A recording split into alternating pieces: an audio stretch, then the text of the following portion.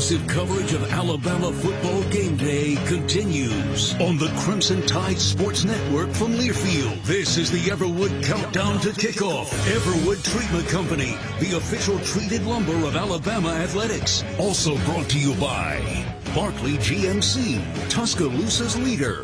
Barkley makes it easy. Chick-fil-A. All Chick-fil-A locations in Alabama proudly support the Crimson Tide. And by Ford. For great offers on F-150, see your local Ford dealer. Proud sponsor of the Crimson Tide. There is nothing like a gorgeous, sun-drenched Saturday afternoon in Oxford, Mississippi.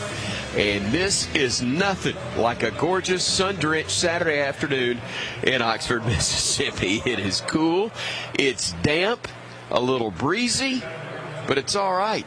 It's November, it's college football, and the Tide is trying to fight through elements and fight through adversity to get back in the win column. We're glad to have you with us here on the Crimson Tide Sports Network. I'm Chris Stewart, alongside John Parker Wilson on the Everwood Treatment Company Countdown to Kickoff. Everwood, the official treated lumber of Alabama athletics. Everwood, wood treated right. We're bundled up. We're in good shape. We're ready to go. How about that Bama football team?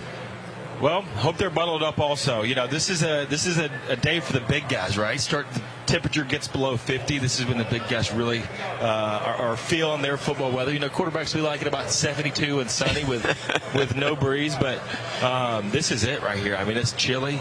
You know, yesterday it was in the 80s, and today we're 45 right now. So try to get back to the win column indeed. You know, Alabama finding themselves in a spot of unfamiliar territory, right? This is, not where we're used to playing with, 3 games left, and hoping for other teams to help us out along the way. But it starts here today against Ole Miss, and you got to take care of business against a team that's coming off a bye week, and then Alabama trying to pick up the pieces against an overtime loss, and didn't play a perfect game against LSU by any stretch of the imagination. But I'm really interested to see how our guys respond today and try to get back to the Alabama standard.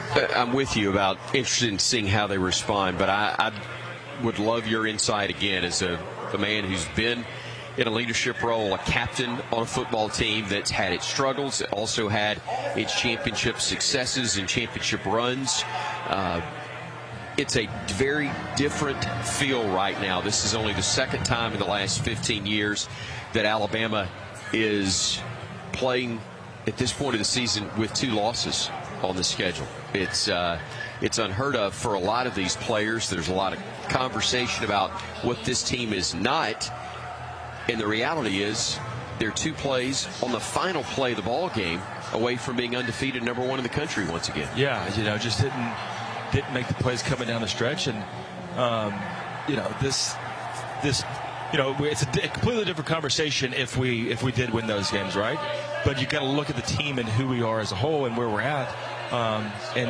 It's not panic time in the football building and the offices. It's time to get back to work. It's time to challenge yourself. And you've heard the players all season long talk about accountability. Well, now it's really about accountability and doing what you're supposed to do, especially during the week, to get ready, because now you're essentially playing for pride, right? You're playing to go out here and to put the best performance you can possibly do on tape, to show yourself, to show your teammates, your coaches, and the fans how good we can be, because the season's not over. We've got a huge game today, then we got Auburn in a couple weeks. That's the biggest game of the season, no matter what the record is, whether we're already playing for the SEC championship or not. So, at the same time, I think there's probably some pressure lifted off this team. Every week, week in and week out, we're getting the other team's best shot. Alabama's coming into our house, or we got a chance to go win against Bryant-Denny in Bryant-Denny Stadium. So these guys, I think, could today, for the first time in a long time, play with a sense of, hey, let's just go out here and have fun and fly around and play fast and try to put up 70 points, try to shut them out on defense, and just, getting back to where Alabama's been without the sense of just, okay, we've got to play perfect. And I think that's kind of hamstrung our team a little bit this year, of trying to be perfect, of doing everything exactly right instead of just playing football. And again, I'm asking you a question that's probably not very easy to answer, but where is the fine line of making sure you're locked in and paying greater attention to detail, and yet not getting so bogged down in the details that you can't just go out and play. Yeah, it's tough. I mean, it's a very fine line. And just for me, and I think for most players, that sense comes in when you've done everything you could possibly do during the week, and then you wake up on Saturday, and it's like you can't even look at your playbook anymore because you know every word on the page. You know every diagram that's listed. You know every third down situation that they've been. You can basically recite the plays that they've had, that Ole Miss has had after the season. But you've got to rely on your coaches, and you got to rely on your instincts. And I think our guys are obviously very talented players. We just got to show up. And today's, it's easier because we don't have the pressure, but it's tougher too because we don't have the pressure. And this is testing you personally. This is a test for each individual player to show up today, to keep the focus the entire game, to avoid the penalties that's really gotten in the way of a lot of games for us this season, and try to come on the road, which we've also struggled with. It seems like all of our big games this year on the road. So tough task for Illinois Day, but this is Alabama football. It's true gut check time. In the truest sense, isn't it? Because when you've got a title on the line, and look, depending on what happens in this matchup between LSU and Arkansas, and other things that are not in Alabama's control anymore, but this game can still factor into a lot of things, including a trip to Atlanta a month from now, or a little less than a month from now. So again, keeping an eye on that, but yet just taking care of snap by snap is obviously paramount. Yeah, I mean, Arkansas is down by 3 right now, 13-10 against LSU. So 6 minutes left in the fourth. I mean, if Arkansas is able to win this game, and then LSU's got to play A&M, which is essentially their bowl game, but they're going to have everything on the line. We still got a chance. I mean, the door is still open. It's not slam shut that we're not making it to Atlanta. So with that anticipation of, hey, we get a chance to make the playoffs or the postseason in a way that matters, you got to get ready to play. Plus, there's a few guys on this team that are going to get drafted high, but everybody else, for the most part, is going to be coming back. So we're getting ready for next year. We're trying to finish this thing out right, set the tone, which is the program, and that's establishing and getting back to where Alabama football is supposed to be. Hopefully Arkansas can help us out right here. 4th and 1 for LSU at the Arkansas 43, it looks like.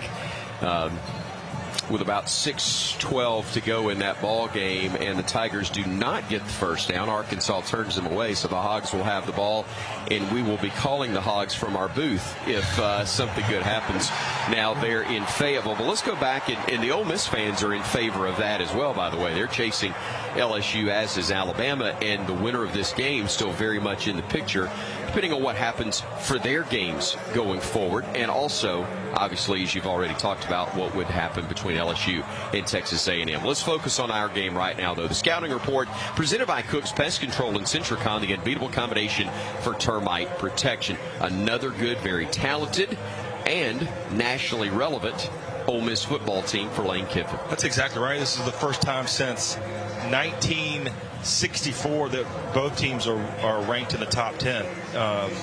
Ole Miss is 11 in the AP. They're number 9 in the coaches poll. So, Ole Miss, like you said, they've still got a lot to play for too, and they don't really care that we lost last week against LSU.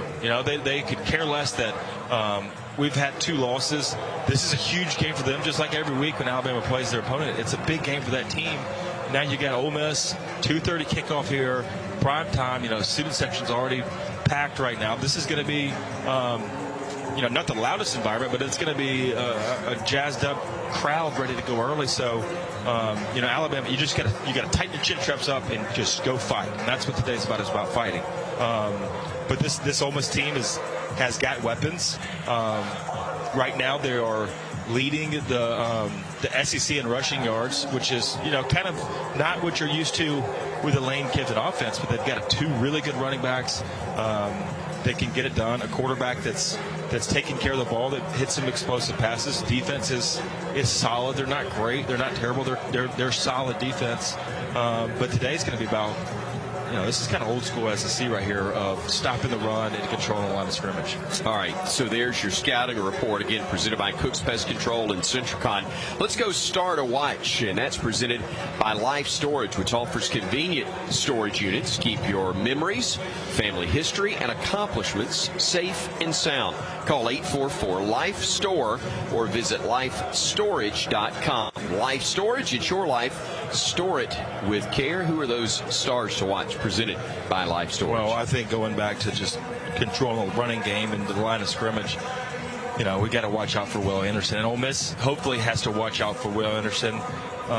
Only 2 tackles last week. One was a sack and a tackle for loss. But this is, the number 2 all-time sack leader for Alabama, 31.5 career sacks, behind Derek Thomas, the best pass rusher we've ever seen. And, only 2 tackles last week. So Will's in a situation where, with injuries in the interior defensive line, he's kind of having to play a dual role right now. I mean, he's playing a lot of defensive end. He's also moving inside, especially on third downs, to play more of a defensive tackle role.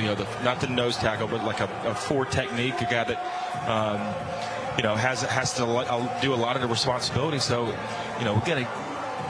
we got to stop this run. This is 2 really, really good running backs. So Will Anderson's got to have a day, and when he gets going, so does our defense. They feed off him. He's the leader on defense, leader of the team. And if he comes out with a lot of injury, get a lot of energy and get some sacks and tackles for loss going early, I think our defense will feed off of it. That, again, your star to watch presented by Life Storage. We got a lot more pregame coverage coming up. Right now, though, we pause 10 seconds so our local stations can identify themselves to you. Welcome to the Crimson Tide Sports Network.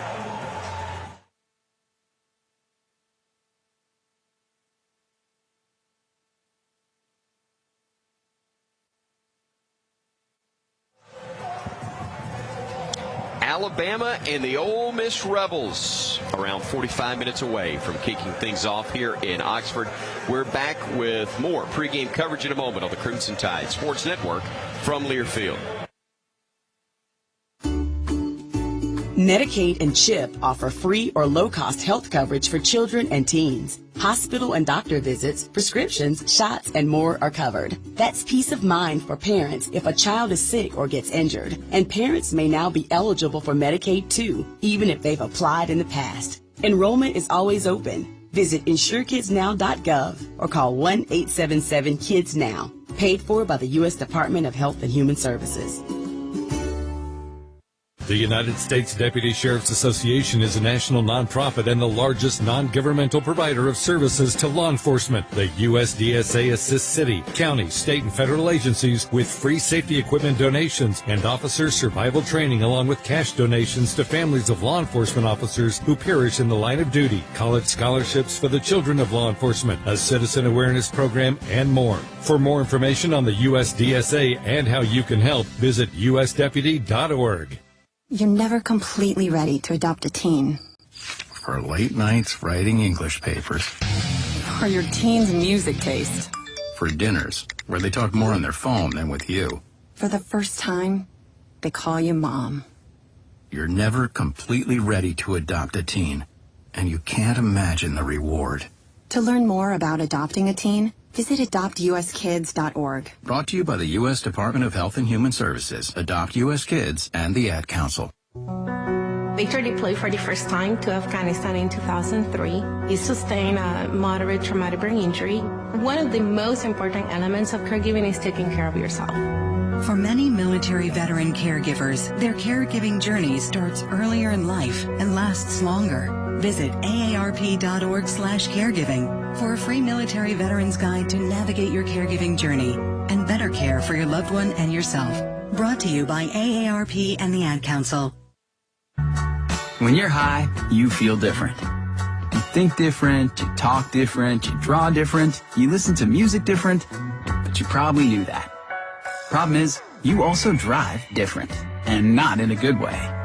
That's why driving high is illegal everywhere. So if you're high, just don't drive. Make a plan to get a sober ride. Because if you feel different, you drive different. Brought to you by NHTSA and the Ad Council. To protect his home and family from disaster, Steve used courage, wisdom, and his camera phone. That should do it. Way to go, Steve! By simply taking digital pictures of his family's important documents, Steve can always have them stored safely online, no matter when disaster strikes. Learn other simple ways to protect your home and family before a natural disaster at ready.gov. That's ready.gov. A message from FEMA and the Ad Council.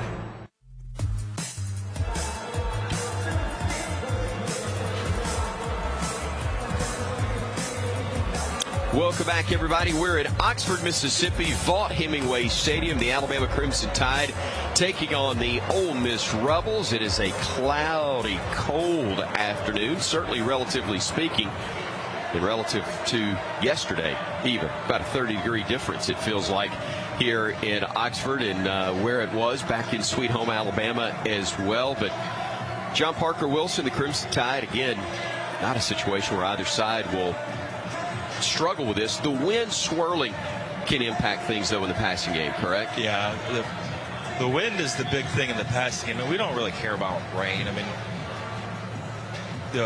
we got, I don't know how many balls they carry with them on the sidelines now, but they keep those pretty dry. The wind is tough. You know, if it's swirling, it's even tougher. If it's one direction, you can deal with it, but you know, it'll affect. Especially down the field passing. I can remember games where, like, all right, we're into the wind right now. Let's if we're gonna throw a deep ball, let's wait till the next quarter, and they change it around. Or, you know, if it's sideline to sideline, it really affects your out-breaking passing route. So it's something you got to be aware of. You know, just like when you're hitting a shot into a green, if the ball's off the right, if the wind's cut off the right, you got to play it right. You got to kind of factor that in, and it's not something you typically do when you're throwing the ball.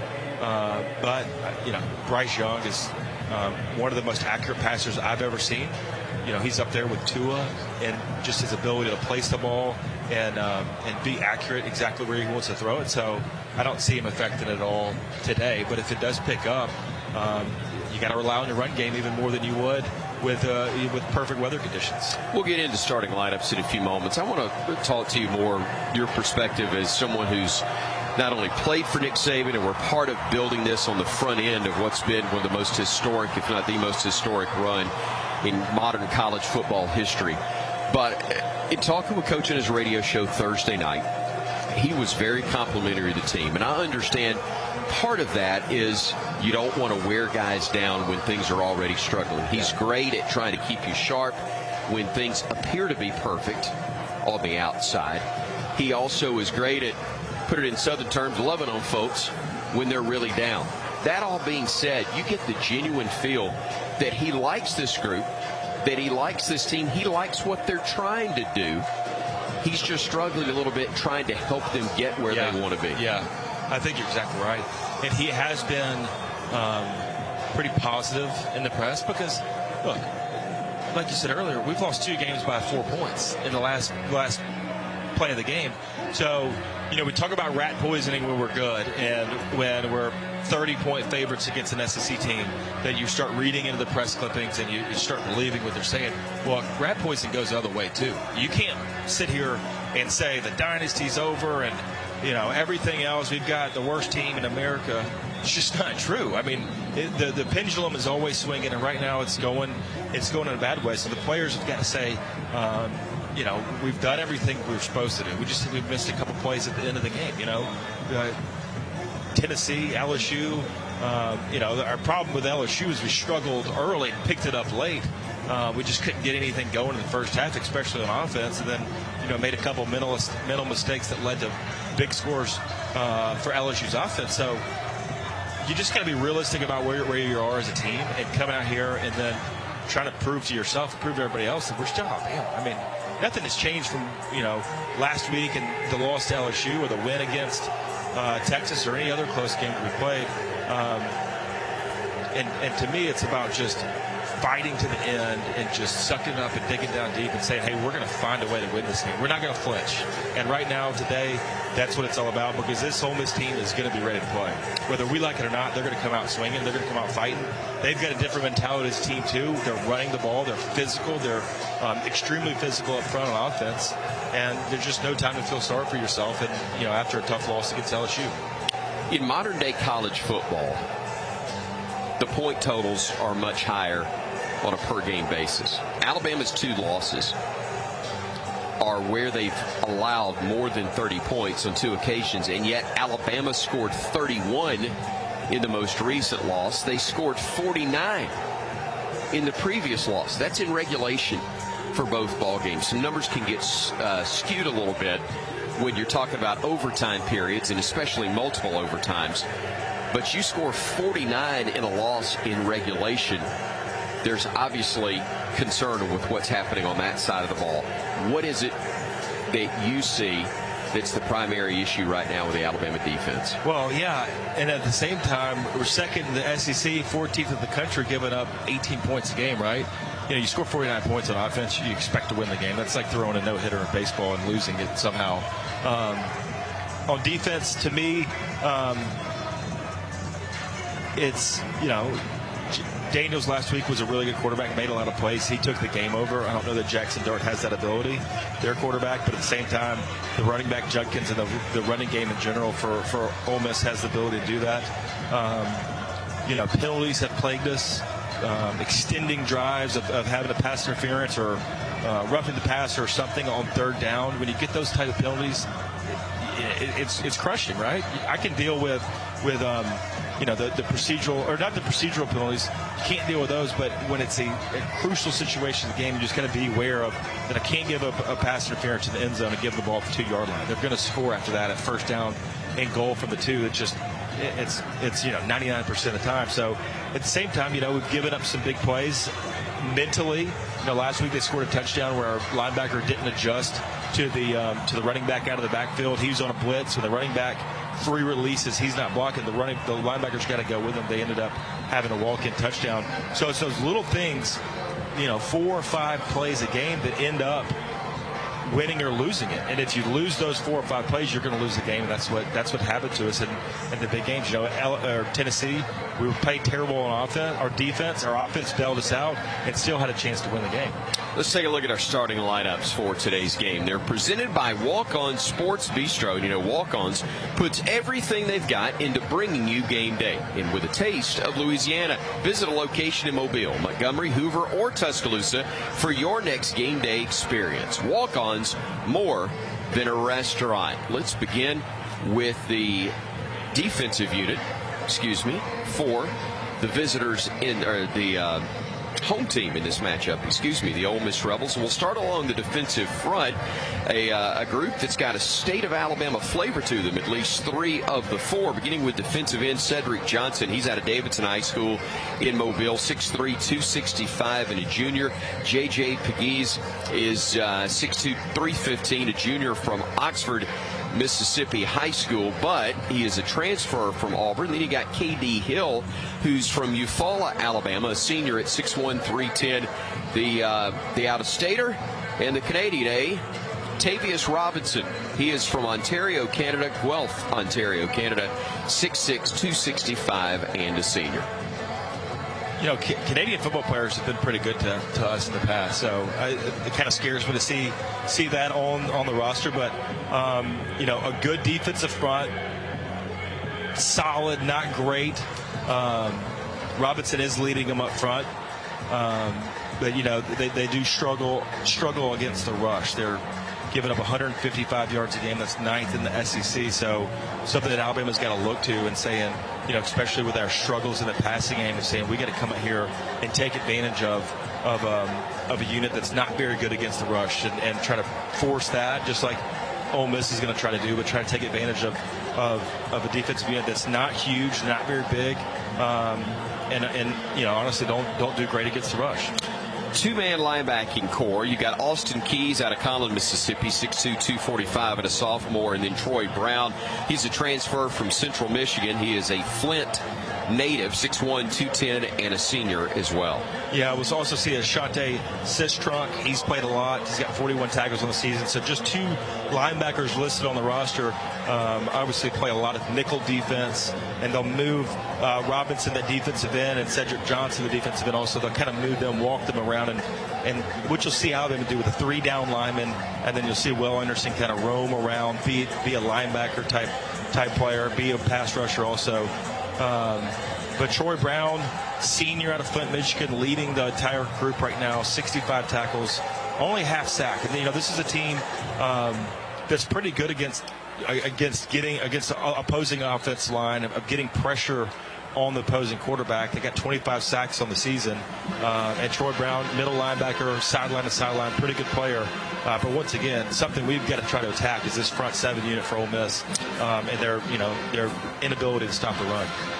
Defensively in the secondary, the corners, Davison Igbinosun, freshman out of New Jersey at one corner, and then a Charleston, Mississippi native and junior college transfer from Northeast Mississippi, DeAndre Prince, is at the other. And then also they'll go strong safety, Asheem Young from Philadelphia, A.J. Finley from St. Paul's down in Mobile, and also Otis Reese from Leesburg, Georgia, and a transfer from UGA as well. He's 6'3", 225, and a senior. A lot of transfers on this team, right? I mean, Lane Kiffin has hit the portal, the transfer portal hard. I think, half their players this season have come in from the portal, especially the starters.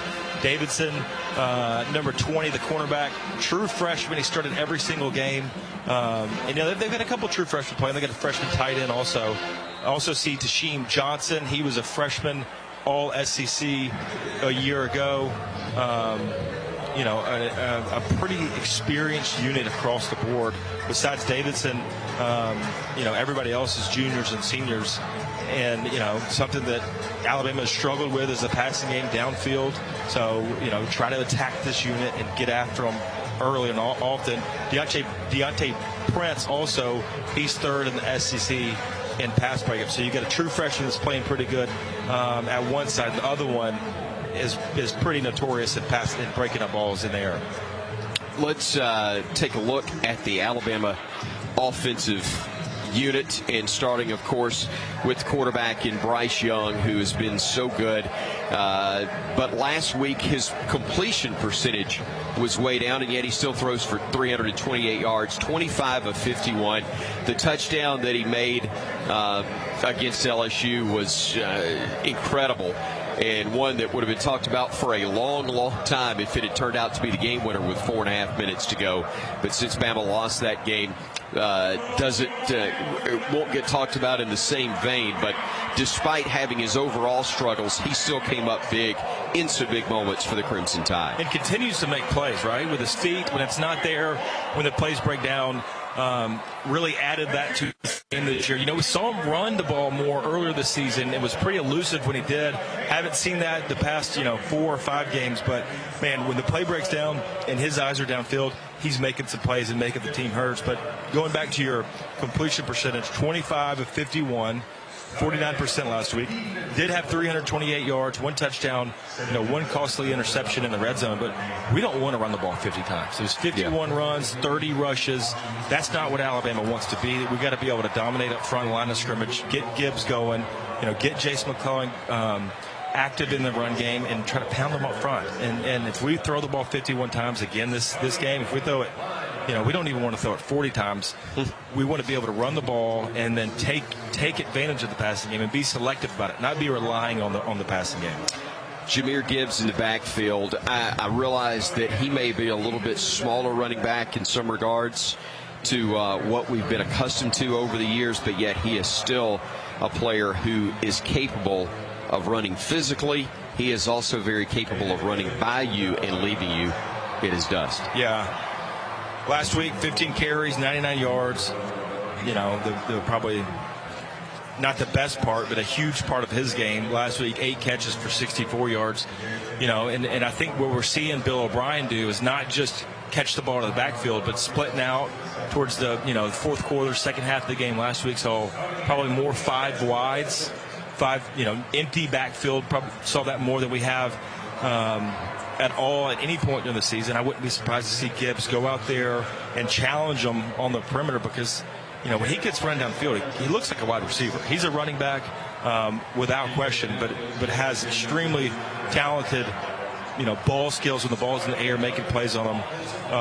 Jace McClellan didn't have a huge game last week. Roydell Williams has become our short yardage and goal line guy where, kind of the down the field, hit the hole, running hard is his role. But, we got to get both running backs going. I want to see Jace get going and get some carries early in this game and kind of get his confidence back because when you got two guys like him and you can rotate them in and have fresh guys constantly in the game, it's a weapon. And we're going to see that from Ole Miss, and we got to be able to try to do that ourselves. Let's go to the wideouts and talk about this group because it's an area where obviously Alabama has not been as consistent as they would like, have not been dominant enough, and haven't had the breakaway speed, the separation that you'd like to see and that you need so badly right now. But Trayshawn Holden, Jermaine Burton, JoJo Earl listed as the starters for this ball game. Ja'Cory Brooks, though, is a guy who's been very much a part of the mix and so important to what Alabama's done. 7 catches, 97 yards, and a touchdown 1 week ago.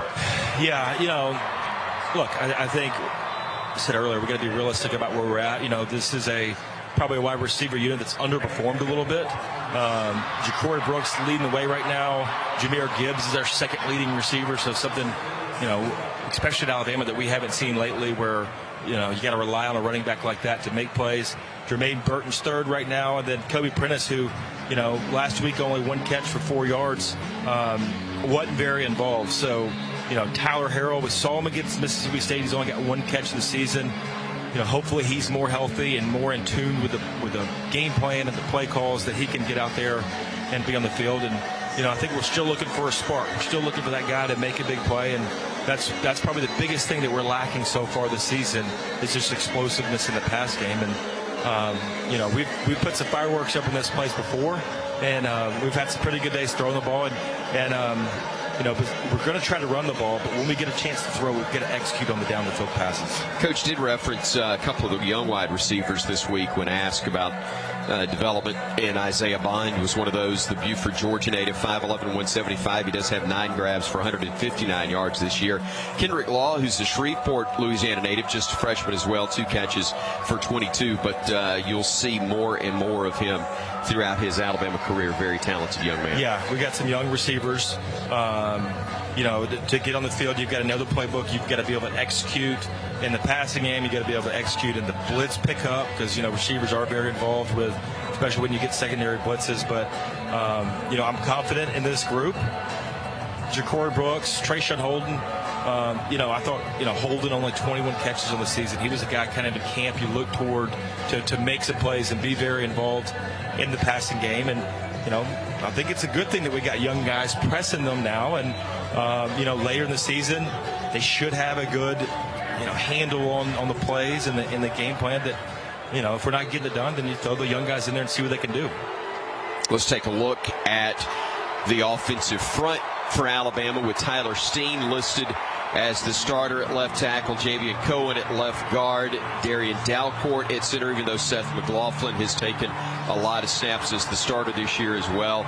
On the right side, Emil Ekiyor and J.C. Latham, also your starters on that front. And the tight end, Cameron Latu, basically an extra blocker as well on that front unit. Your assessment of where they are right now? I think we've been streaky. We're 4th right now in the SEC, 202 yards a game, rushing the ball. We're 5th in the SEC, giving up 14 sacks on the season. But we've seen flashes of where we have taken over and dominated teams in the run game. Arkansas, who we're watching right now, was one example of that. We've seen, Gibbs go for 200 yards at a time. And I think, up front today is about energy and effort, right? It's about coming out and trying to establish your dominance early on in this game against a unit that we should be able to do. And last week we couldn't do it. We only ran the ball. We ran it 30 times. and never really got going. That's when we had to rely on the pass game so much. So we don't want to do that today. You got to keep Bryce clean. I think we've done a pretty good job at pass protection, given Bryce enough time. They've gotten definitely better as the season goes on. But here today, it's about control on the line of scrimmage, and whether it's McLaughlin or Dalcourt, whether it's Ekiyor, or we see Tyler Brooker come in, or whether we see Kendall Randolph come in at that extra position.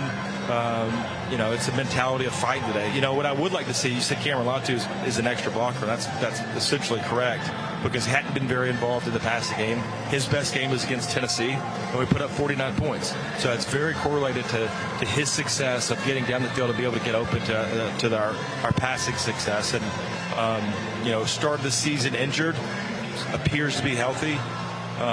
Making plays downfield. If you've got a tight end that can get open and catch the intermediate route, definitely helps the guys on the outside. Let's take a look at things for the Ole Miss offense. And Jackson Dart is the 6'2 sophomore from Kaysville, Utah. He's a transfer from Southern Cal. He is very talented, still young, though. 13 of 20 last week. 65% completion percentage for 140 yards, 3 scores, and no interceptions in what was for LSU a 31-28 victory at Texas A&M. Jackson Dart, not many. That's a pretty good quarterback name right there. Throwing darts. Not as good as John Parker Wilson, but it's good. The triple name is the triple threat, triple name. Yeah. But Jackson Dart, just a sophomore in his second year, transferred from USC, is playing pretty good football. This is an Ole Miss team that averages 20 seconds per snap. So that's third fastest in all of FBS. So you remember we had some struggles against Tennessee and how quickly they ran it. Coach Saban, you'll hear him refer to as fastball. That's just hurrying up to the line of scrimmage after the next play and running a quick snap, trying to get the defense on their heels. It doesn't allow us to substitute or really change the defense. You've got to be in a very vanilla defense when you do that. And this Ole Miss team and Jackson Dart's trying to get them to the line of scrimmage fast and run as many plays as they possibly can. A pretty good runner, too. He's number 3 on the team behind Junkins and Evans. Not an elusive runner, a selective and picky runner that can get it done. He's got 80 rushes, 473 yards on the season. So something you've got to be aware of, not just his passing ability, but his ability to pull it down and hurt you with his feet. But also, when they do pass it, they lead the SEC right now in 14 yards per completion. So a team that wants to run the ball and then take shots downfield, and that number 14 yards per completion tells you just that they're trying to push the ball downfield in the passing game. Boy, running back out of Pike Road, Alabama, that's a good one down near Montgomery. Quinshon Junkins, 5'11", 210, and a freshman. He or Zach Evans expected to be the starter. You will see a lot of both of those young men as Evans at 6 feet, 215, and a junior out of Houston, the TCU transfer.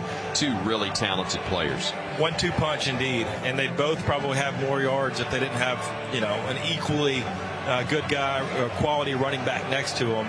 But Junkins, this true freshman, he's taking the nation by storm right now. Second in the SEC in total rush yards. He's got 1,036.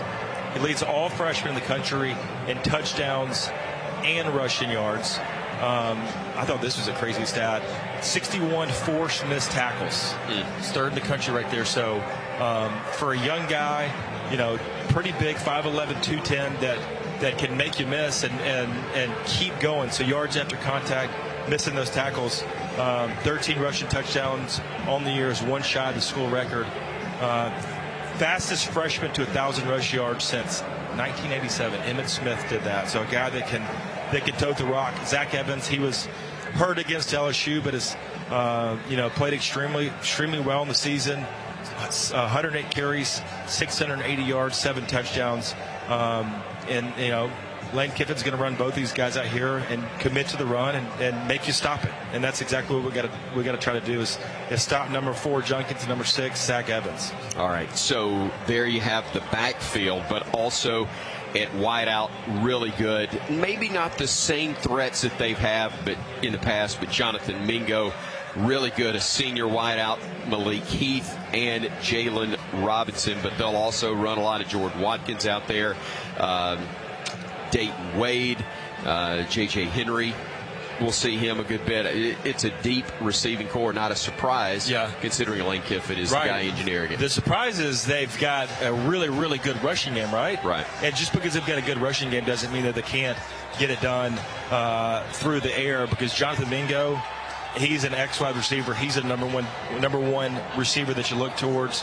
Definitely an NFL player. He's going to play next year on Sundays, being in his senior season. 22 yards per reception. So you talk about getting downfield and making them hurt. That's it right there. Senior guy. He's got 35 starts, so he's the most experienced on the team. Malik Heath is another one. Jordan Watkins, third, transfer from Louisville. So we've got a transfer from Louisville. Harrell. Jordan Watkins, kind of more of a slot possession type receiver, but Malik Heath and Jonathan Mingo on the outside can make you hurt. Let's take a look at that offensive front with Jaden Williams, a redshirt freshman at left tackle. Nick Broker, senior from Springfield, Illinois. The center is Caleb Warren from Louisville, Mississippi. Jeremy James at the right guard. And then Micah Pettis from Madison, Alabama. He is a second-year freshman out of James Clemens High School. Your assessment of what those guys are from tackle to tackle? I think it's very similar to what we saw last week against LSU, where you've got Broker at left guard, 33 career starts. Caleb Warner at center, he's got 28 starts. Jeremy James at right guard, 33 consecutive starts. And the two guys on the outside, two freshmen who've made an impact, who played really well. We were able to get after LSU last week, though, with 6 sacks on their quarterback. And we're going to be trying to do the same thing against two young right and left tackles. Now, they're good. They're playing really well, but they are still young. And, they haven't seen the likes of Will Anderson. So our starter watch, Will Anderson's going to try to have a day back there and get to the quarterback and be influential in the run game. Michael Triggs, their tight end, he's a threat, isn't he? At 6'3", 240, the sophomore out of Tampa, Florida, already on the Mackey watch list, or was coming into the season. 17 catches, 156 yards, not overwhelming, but 3 touchdowns. That indicates that they are indeed utilizing the tight end. Yeah, he's been hurt a little bit this season, though. He got banged up against Texas A&M. We've seen Casey Kelly. He was a walk-on. He's in his junior year. Younger brother of Chad. You're exactly right. My apology, partner. You're right. It's Casey Kelly's the lead guy. Casey Kelly. And you might remember his brother, his older brother, Chad Swag Kelly. Oh, gosh, yeah. You remember the Swag Kelly? Started quarterback at Ole Miss a few years ago. But, not a huge presence at the tight end. Probably see a lot of 10 personnel or 20 personnel, which would be 1 running back, 4 wide receivers, 2 running backs with 3 wideouts. Not a huge usage on their tight end. Kind of like, we saw from Mississippi State. They didn't even have a tight end listed on their roster. So probably a little bit more influential or involved in the running game than they are in the passing game of the tight ends. So there you have the starters on offense for the Ole Miss Rebels. When we come back, we'll be taking a look at the Alabama defensive starters. But right now, we remind you that, incredibly, we are indeed 15 minutes away from kickoff. And 15 minutes to kickoff is presented by Beatbox. Each Beatbox is bursting with delicious flavors, gluten-free, low sugar, and resealable. Look for it in stores across the Southeast for your next tailgate today. Alabama and Ole Miss squaring off in SEC play here in Oxford. We continue with more in a moment on the Crimson Tide Sports Network from Learfield. This has been the Everwood Countdown to Kickoff Show. Everwood Treatment Company. Everwood. Wood treated right. Also brought to you by Bud Light. It's for the fans. Let's go! Kickoff is just moments away on the Crimson Tide Sports Network from Learfield. Are you sick of pretending to like boring hard seltzers that leave you feeling bloated? Tired of drinking the same old light beer? No time to make a mixed drink with all those complicated ingredients? Then it's time for you to try something different. Beatbox is now an official sponsor of Alabama and the Crimson Tide Sports Network. Packing an 11.1 APV punch, each Beatbox is bursting with delicious flavors. Beatbox is gluten-free, low sugar, and resealable, so you can always take the party on the go. There ain't no party like a Beatbox party. Roll Tide. Please drink responsibly, must be 21. Convenience is the name of the game at the Holiday Inn Express and Suites Tuscaloosa University. Located on Veterans Memorial Parkway, the Holiday Inn Express and Suites Tuscaloosa University offers just the right amenities for a relaxing getaway or a productive business trip. The University of Alabama, Bryant-Denny Stadium, Coleman Coliseum, and the Bryant Conference Center are within 2 miles, making any visit to the Capstone convenient. Whatever you're visiting Tuscaloosa for, the Holiday Inn Express and Suites Tuscaloosa University is the perfect hotel destination and a proud preferred hotel partner of the Crimson Tide. Hey there, folks. Head fry cook Bob Baumhauer here, and I just want to say thank you for allowing Baumhauer's Victory Grill to serve you for 40 legendary years. When I first delivered Alabama's first taste of buffalo wings back in 1981, people thought I was crazy. For the first few years, I had to give wings away. Imagine that. 40 years later, I'm still proud to serve the great people and visitors of Alabama, our famous buffalo wings, and much more. Here's to 40 years of legendary fun, legendary food, and many, many more. By now, your daily routine is probably a little too routine. Don't you want to change? Don't you want to start playing by your own rules and escape the routine so your fantasy becomes reality? Where every night is an adventure, where new flavors are ready to be tasted, where it feels like you're a winner. Take a chance. Reward yourself. Make your routine anything but routine. Escape every day at Wind Creek Casino and WindCreekCasino.com. Chris Jakinick, I served in the United States Air Force and I deployed 3 times. Being a veteran, it's interwoven into your DNA. It is really the absence of the connection and the purpose that can really drive a lot of veterans to some negative thoughts. For those who are in a suicidal crisis, the window of time to save somebody's life is very short. Our duty is to protect ourselves and protect our families. And one way you can do that is store your weapons safely. Store all your guns securely. Help stop suicide. Brought to you by End Family Fire and the Ad Council. Hi, I'm Smokey Bear, and I made an assistant to help you prevent wildfires. Dude, I've got this. I've been camping since I was 5 years old. But I am a camping influencer. You know what? I'll bet you $5. Assistant Smokey, what is the best way to put out a campfire? To put out a campfire, drown with water, stir, drown again. Then make sure the fire is out cold by feeling with the back of your hand. Wait, really? I'll take the $5. Learn more at SmokeyBear.com. Brought to you by the U.S. Forest Service, your state forester, and the Ad Council.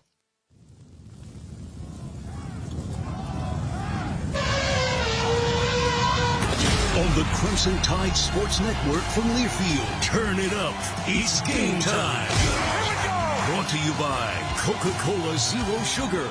Is it the best Coke ever? Find out for yourself. And by Golden Flake, the official potato chip of the Alabama Crimson Tide. Now with a call of the game, here's Chris Stewart and John Parker Wilson.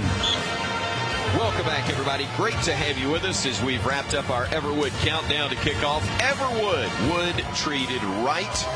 The Crimson Tide taking on the Ole Miss Rebels. So we celebrated Veterans Day yesterday.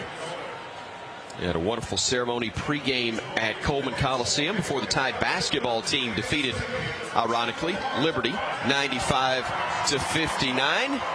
We have our national anthem being performed here by Chapel Hart in Oxford, along with the University of Mississippi Marching Band.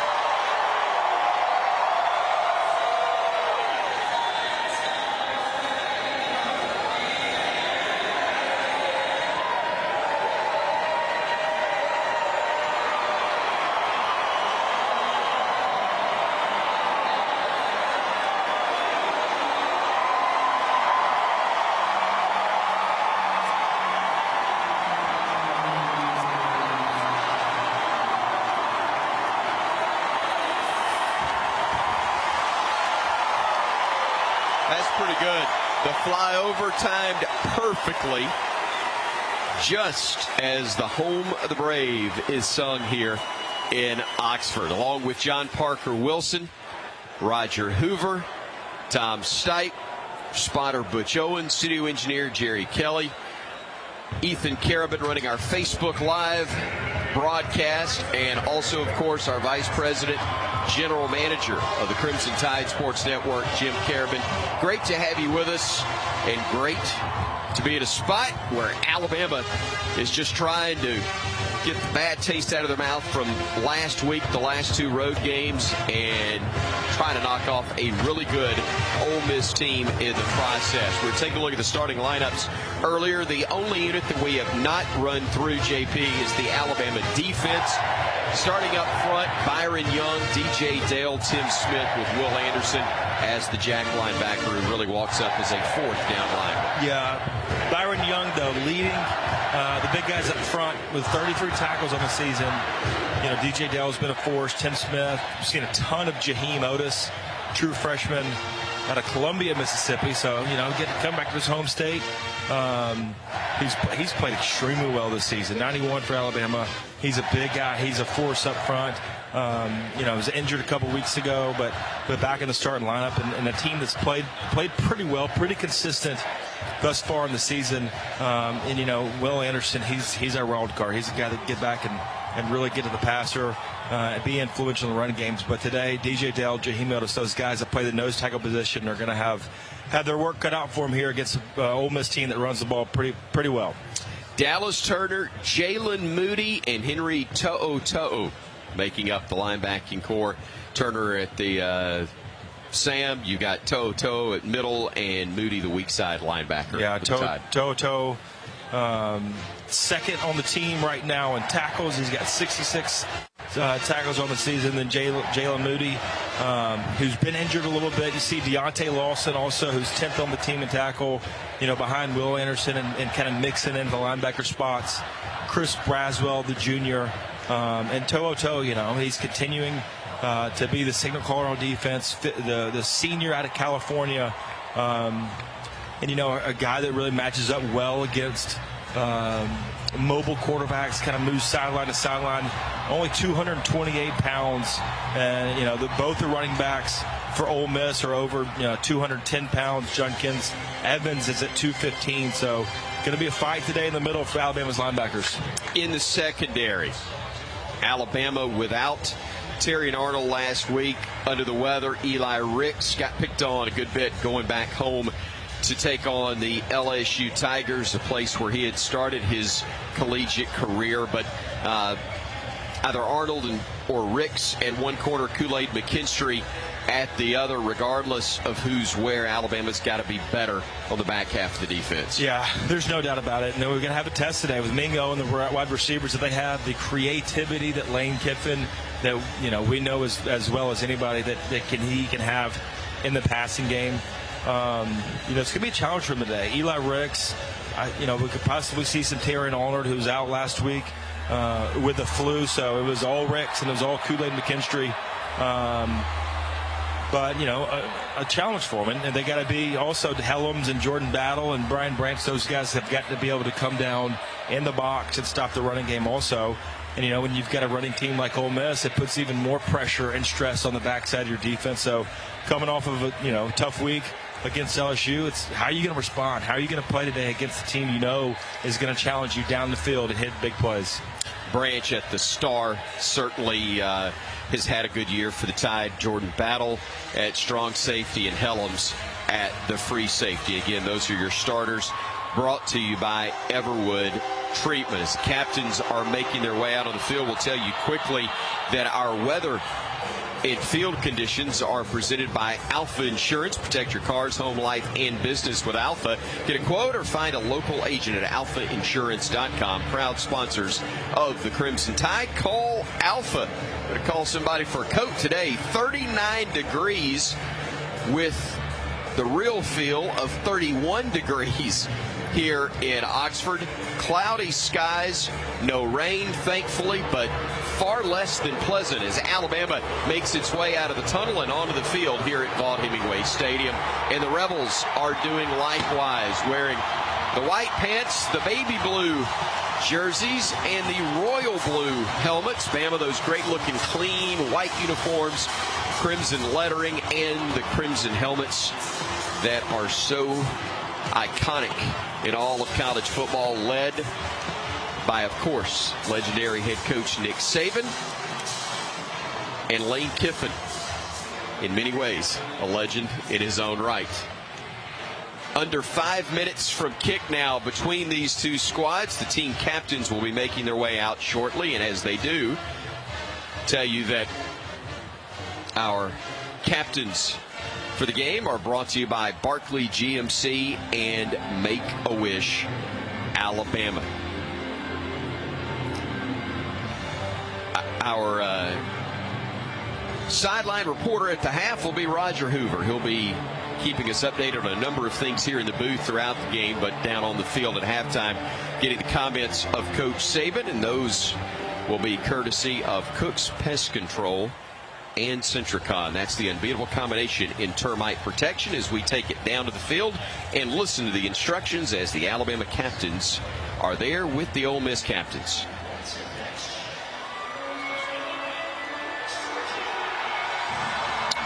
And unfortunately, once again, the official not turning on the microphone. Matt Leffler is the referee. Tell you, the Alabama captains once again: Will Anderson, Bryce Young, and we get a third. He's out there, and it's Jordan Battle. So 2 9s and a 31 as Alabama has won the toss, deferred to the second half. Ole Miss will take the football first. You know, we were here a couple of years ago, I think, JP, and the Rebels scored right out of the chute. Had Bama on their heels before the Tide rallied and had a commanding lead. It was a shootout that day. Coach Saban wasn't overly thrilled that his team scored a ton of points, won the game, but Ole Miss scored a ton as well, and their fans were pretty excited. No question about it. Look, this is a team that runs the ball well, but they've still got the ability to throw it downfield. And, you know, I mean, that's Lane Kiffin's DNA, right? I mean, he is an offensive coordinator, loves to throw the ball. He's got a solid quarterback in Jackson Dart. You know, he's gotten better and better all season, but, you know, hopefully it's Alabama today putting up the fireworks and scoring some points, try to control them, limit them up front with our defensive line. And, you know, let's get back to the win column. After a tough loss against LSU, it's time to come back here, have some fun, fly around the field, play fast, play smart, and get out of here with a win. Alabama trying to do just that as the Rebels are going to get the football first. And here comes, I should say, the Crimson Tide with Will Reichard. Couple of kicks we'd all love to have back, but none more so than Will from earlier in the season, and yet, understandably so, a finalist for the Grozo Award, the top kicker in all of college football. Yeah, the guy's done, had an extremely productive career here at Alabama. You know, handles the kickoff duties, has been pretty clutch most of the time, and the field goal responsibilities also. And I think he's got his confidence back. Had a big kick last week against LSU to put it in overtime. So hopefully we don't have to rely on him too much. But when needed, Will Reichard could definitely get the job done. Love to have him kick a bunch of extra points today. Jalen Knox and Jalen Robinson are the return men for the Rebels. Again, Will waiting on the go-ahead from television. We're all pausing as CBS will tell us when we can go, and apparently that time is now. And everybody's got the long, so I say everybody. Many of us have the long sleeves on, including the players. Skill guys can't wear sleeves, remember? That's right. Yeah, got to keep the short sleeves on. That's right. Tough guys. Here's Reichert approaching the football. We are underway from Vaught Hemingway Stadium as Jalen Robinson will field it inside his 5 to the 15 to the 20 and gets knocked down shy of the 25-yard line. Bama flying around the football, gets a stop there, and the Rebels will start from their own 23. I think it was Roydell Williams in on the tackle, got the running back down there flying and getting it done. Now it's up to the defense. See how we can limit this rush game from Ole Miss. Jackson Dart, the quarterback, with Junkins from Pike Road, Alabama. The single setback that'll be to his left. They'll operate from the pistol.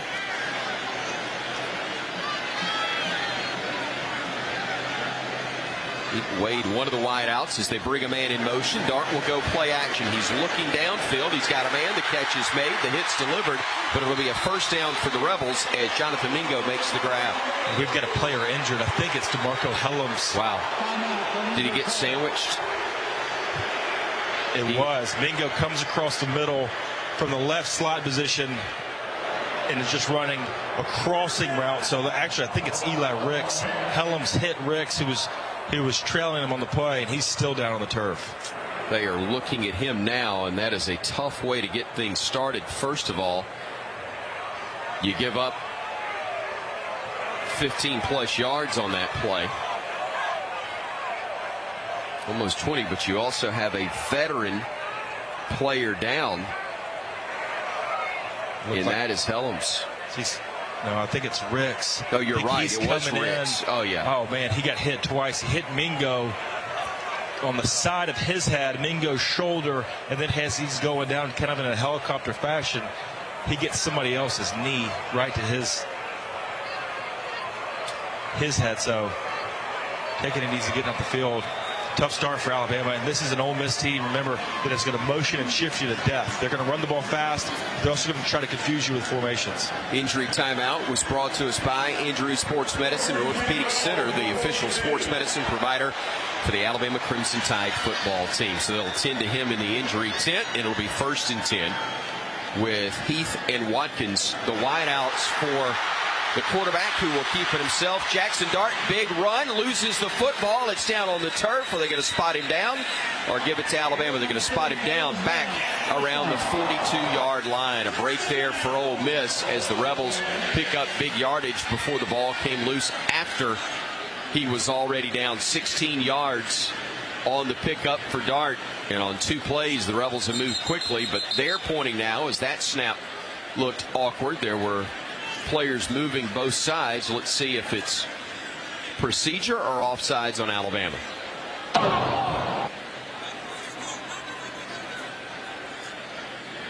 Ole Miss is hurried to the line of scrimmage.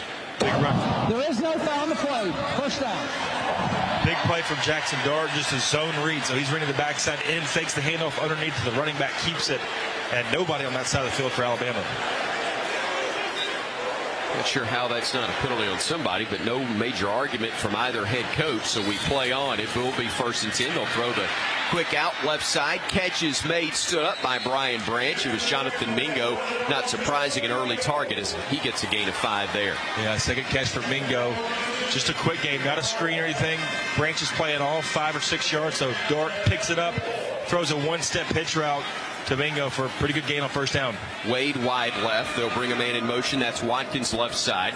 They'll hand it off to the right side, and Judkins will cut it back. He'll get a 1st down, getting to the Alabama 30-yard line. 1st and 10 Rebels from there. And they'll go hurry up after a gain of 7 to move the sticks once again. Well, Judkins running to the right side, trying to stretch it to the sideline, sees the cutback lane, and nobody home for Alabama right in the middle of the field. 3 wideouts to the right side, nobody to the left. They'll bring a man in motion that way, pitch it to the right side. Judkins getting 7, 8, maybe 9 yards on that play, and they're gashing Alabama early on this opening drive. Malik Heath, a big block on the right side.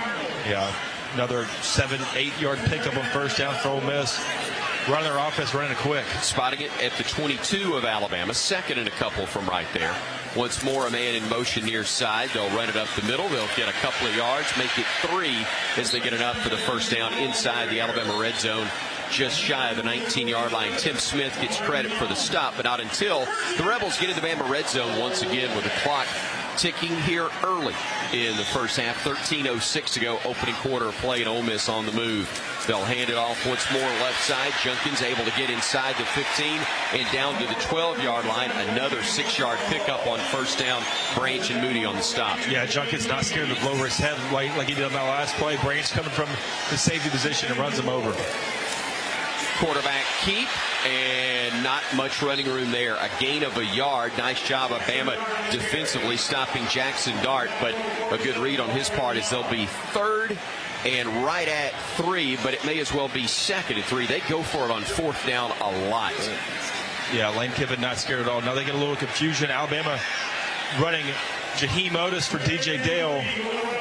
They substituted, so we get time to do the same. Zach Evans is that substitute for Junkins, getting fresh legs out there and movement on the right side of the line by Ole Miss. That's a break for Alabama as Micah Pettis jumped the gun. Offense, number 57, 5-yard penalty, third down. Run that quick tempo offense. Everybody's hairpin trigger right there. Right tackle just moved too soon. Easy on that one, buddy. You got Pettis, who's a freshman, second-year freshman from Madison, Alabama,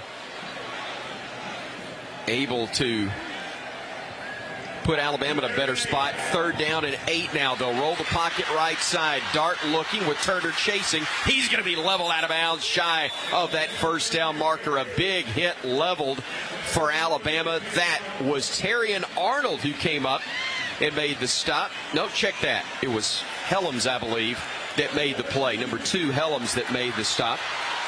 Fourth down going for it here. 4th and 2. Handoff up the middle. Stop! Shy of the mark. The Bama defense comes up big. What a play by Alabama. The Crimson Tide getting the stop on the 4th down attempt, and Alabama will have it when we come back to Oxford. We've got 11:37 to go in the first quarter. It's Alabama and Ole Miss scoreless here on the Crimson Tide Sports Network from Learfield. Here in Tuscaloosa, Saturdays are in the details. It takes the 2-minute drills and the tailgates on the quad. The blitzes, the bombs, and Big Al. Because when anything can happen, every detail counts. Like getting an updated COVID-19 booster. This season, we're reminding Crimson Tide fans to get an updated COVID-19 booster shot designed for recent Omicron variants.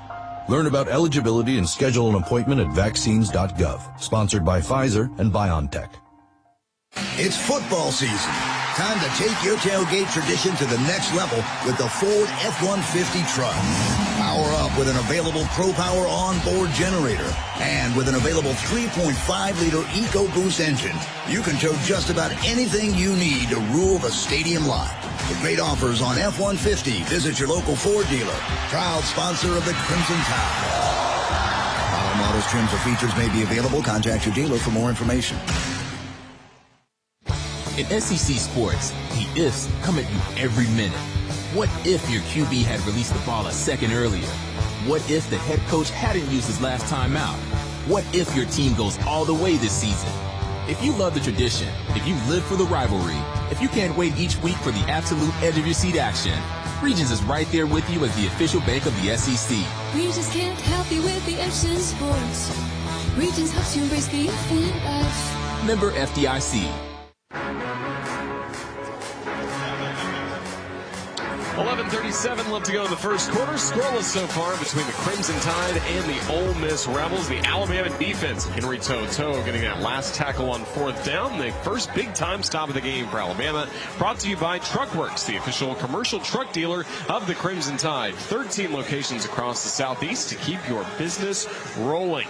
Crimson Tide take the field as we continue live from the Alabama Credit Union broadcast booth. When you got the best in the business, you ought to trust it. My apologies to Butch Owens and also Roger Hoover. They were trying to signal. It was correct to begin with. Terrion Arnold had made the stop on 3rd down, and then Henry To'oTo'o made the hit, leading the way on that 4th down stop as Alabama with Jahmyr Gibbs in the backfield alongside or behind the quarterback, Bryce Young. Now to the right of Young will be Gibbs as he shifts over. He'll get the handoff. He'll try to get to the edge. He does, but he'll only gain about a half yard, maybe a full yard on that play before Troy Brown, the linebacker, led the charge to force him to the boundary. In fact, they're going to say he stepped out of bounds about a foot shy of that original line of scrimmage. Yeah, it could have been a lot worse, though, Chris. Tried to go inside the left tackle and had to bounce it out probably a little too quick. Lost a yard on that one. 3 wideouts, all to the right side of the formation. The tight end Latu goes to the left. Gibbs in the backfield, as now you've got Burton shifting left. You'll see Young dump it off to Burton. Try to put on the brakes. Does. Stretches forward. Gets about 2 yards. But that's about all. And I thought he was going to slip down right at the line of scrimmage as A.J. Finley, the free safety, came up and made the hit. Yeah, another 3rd and long coming up for Alabama. 3rd and 8. Burton's coming from the left side of the formation underneath on a flat route behind the line of scrimmage and just couldn't get enough speed to get the edge and had to cut it back. Almost lost his feet. McClellan in. By the way, Seth McLaughlin did get the sitter for the Crimson Tide today. 3rd down and 8 from their own 14-yard line. Earl will go in motion behind the quarterback Young. Gets the shotgun snap, looks, throws downfield. Catch made, Latu. 1st down, Alabama. That'll be at the 29-yard line. And the first down of the game, sponsored by ATIX. Let ATIX be your ticket connection to all the Alabama football games. ATIX is the ticket. Thank you, Roger. Is 1st and 10 Bama, working now from their own 29-yard line with 3 wideouts left. Play action. They'll swing it left side. Earl catching it, going forward. He gets about a yard, and frankly, if that pass doesn't lead him, he doesn't get that much yardage. No, it was a perfect throw from Bryce. So accurate on the pass, but going back to that 3rd down conversion, Latu 1-on-1 on the backside. So 3 receivers left. He runs a corner, stop route, comes back to the quarterback, Bryce. Perfect throw from him and really threaded the needle between 2 Ole Miss defenders. Brooks all alone to the right side of the formation. Single wide out to the left. I believe that is Jermaine Burton. Alabama will hand it off to Gibbs, trying to fight his way forward, and gets to the 31-yard line. It'll be another 3rd and long for the Crimson Tide as Kyrie Coleman led the charge from the linebacker slot for Ole Miss. Yeah, just got to get more push up front from Alabama. Gibbs trying to run it up the middle and just nowhere to go. Another 3rd down and 8 for Alabama coming up. 31-yard line, the line of scrimmage for the Crimson Tide. Here's Earl coming to the right side of the formation as the sun peeks through the clouds here in Oxford. Cold day, upper 30s. Wind chill has it down around 31 from the pistol. Young looking, stepping up, now going down. He's brought down at the 22-yard line. A sack, the first of the game, recorded by the Ole Miss Rebels. J.J. Pegues, the Oxford, Mississippi native, credited with that stop, and Alabama will have to punt it away. He comes from the nose tackle position and basically loops around the defensive front. So the right defense end crashes down. He comes all the way from the nose and loops back. And Tyler Steen, left tackle, just didn't have time to get back and get him. Burnham, who's averaging 42 yards a kick, punts it away, where Jordan Watkins will make the fair catch around the 32-yard line. So the teams exchange punts, and we've come to a media break with 8:30 to go in the opening quarter of action. No score, Alabama and Ole Miss here on the Crimson Tide Sports Network from Learfield. Bancorp South Bank and Cadence Bank have come together to form a new, even better bank. The new Cadence is more than a merger. Together, we offer more convenience, accessibility, and simplicity through an expanded branch network, secure technology, and enhanced products and services. It's the best of both banks from the same financial services experts you know and trust. Cadence Bank, helping opportunity take shape. Visit cadencebank.com/the new Cadence. Member FDIC. This is Crimson and White Country. This is Alabama Crimson Tide football from Learfield. It's time for today's STEM tip. Okay, you know recycling is important. No one wants plastic in the ocean. Here's a cool way to repurpose a plastic bottle. Build an awesome terrarium. Cut a large plastic bottle in half and fill the base with sand, pebbles, potting soil, and your favorite plant. I chose an African violet. Put the top of the bottle over your base and place it in the sun. Your plant will grow sealed in its own ecosystem. Fun, right? Learn more at She Can STEM. A message from the Ad Council. This is your captain. We are going to be experiencing some slight turbulence. Please fasten your... Oh, hold on. Just got a video of my cat. Imagine the pilot of an airplane was as confident as you are texting and driving. Seems kind of crazy when you put it like that. Visit StopTextsStopWrecks.org. A message brought to you by the National Highway Traffic Safety Administration, Project Yellow Light, and the Ad Council.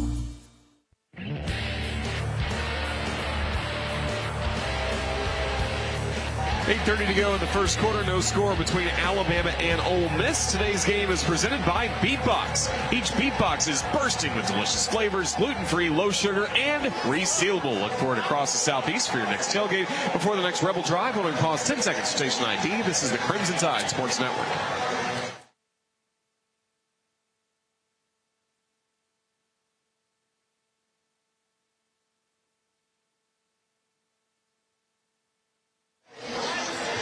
Alongside Roger Hoover and John Parker Wilson, I'm Chris Stewart back with you at Vaught Hemingway Stadium. No score, Alabama and Ole Miss, 8:30 remaining in the opening quarter play. The Rebels moving from our right to our left with Mingo and Watkins wide to the right side. They'll hand it off on that right edge to Zach Evans, and he'll pick up about 5 yards. Boy, they are really gashing Alabama in the run game. Bama did stop them on that fourth down try on their previous series, but early on, they're getting 5-6 yards a pop.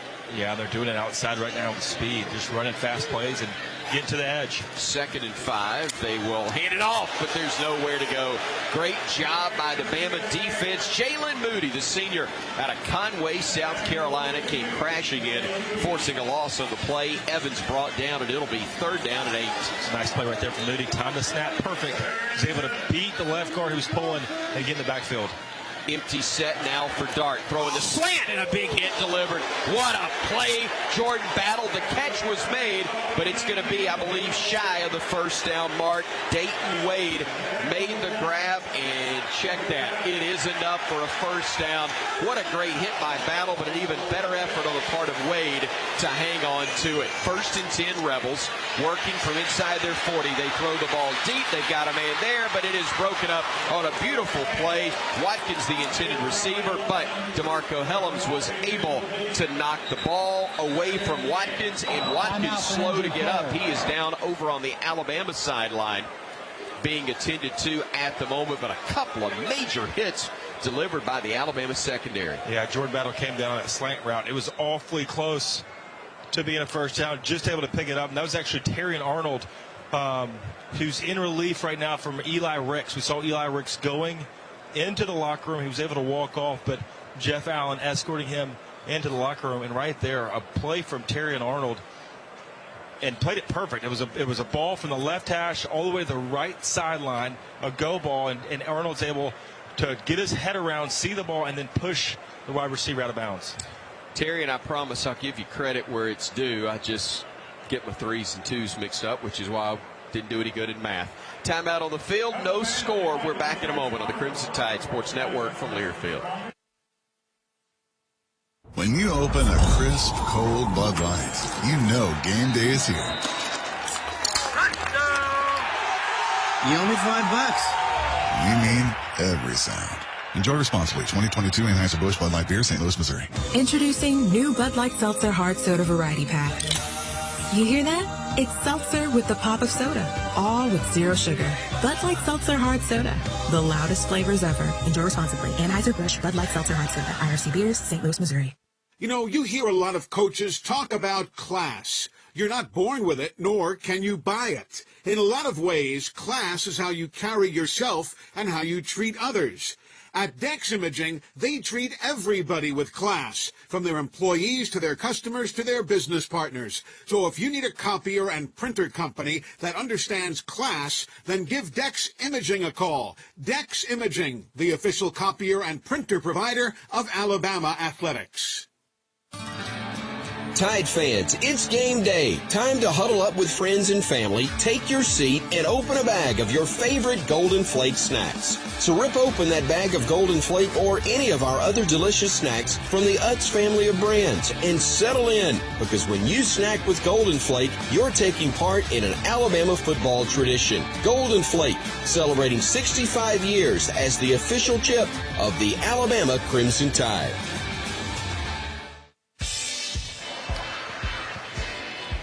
No score in the first quarter, 7:26 to go. If you've recently tested positive for COVID-19 or have COVID symptoms, you might be eligible for a monoclonal antibody treatment. Could keep you out of the hospital. Visit crushcovid.com for more. Get tested, get treated, Crush COVID.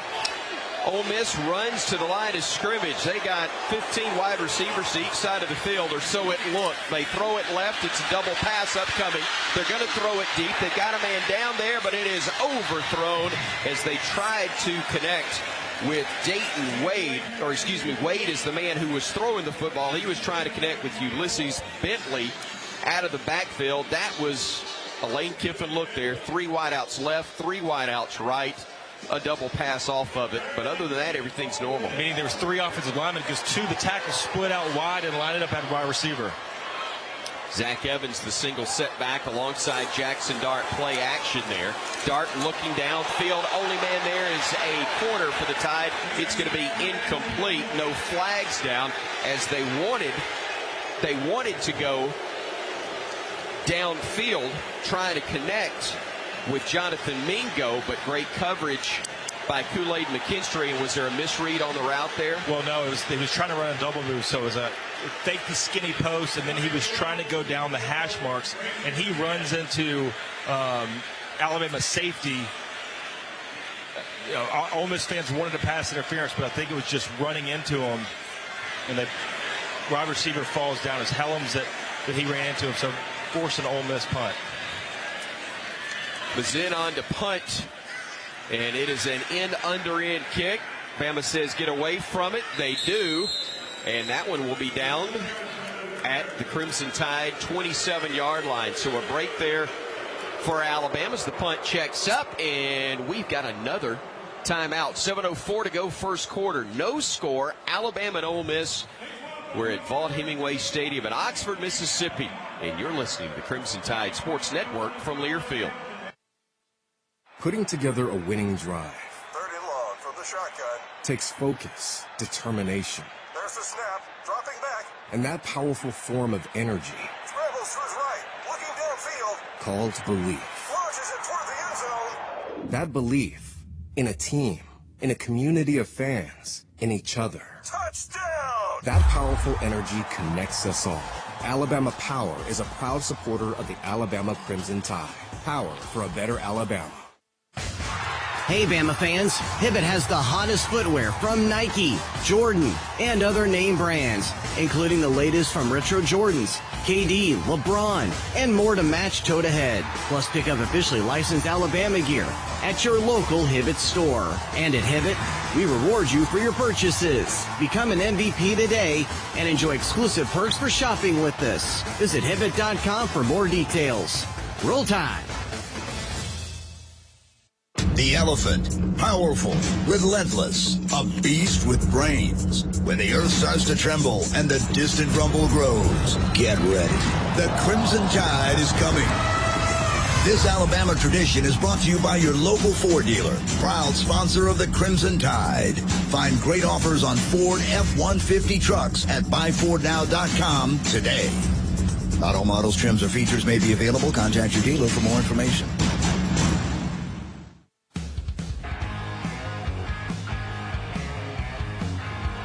No score in the first quarter between Ole Miss and Alabama with 7:04 still to go in this opening stanza. Our radio affiliate of the game is 102.1 FM in Meridian, Mississippi, Meridian's news talk station. Follow the Crimson Tide Sports Network on Facebook. Tell us where you're listening from for a chance to win 2 free meals from Jack's. Big thank you to 102.1 FM in Meridian, Mississippi, Meridian's news talk station for carrying Alabama football. Big thank you to Roger Hoover for all of his efforts as well. I'm Chris Stewart alongside John Parker Wilson. We're at Vaught-Hemingway Stadium at Oxford, Alabama. Ole Miss scoreless. Jameer Gibbs, the running back for the Tide, behind Bryce Heath at the moment. A pair of wideouts to the right side, including Isaiah Bond, the freshman from Buford, Georgia. Working from the pistol formation from the 27. Young spinning away from trouble. He's got a man in his face. He'll throw downfield. Nobody there. Incomplete pass. And that'll set up 2nd and 10. And sometimes incompletions just are not always bad. No. Nice job from Bryce avoiding that sack. Trying to get Isaiah Bond down the field on a post route. He threw his hands up like he got held.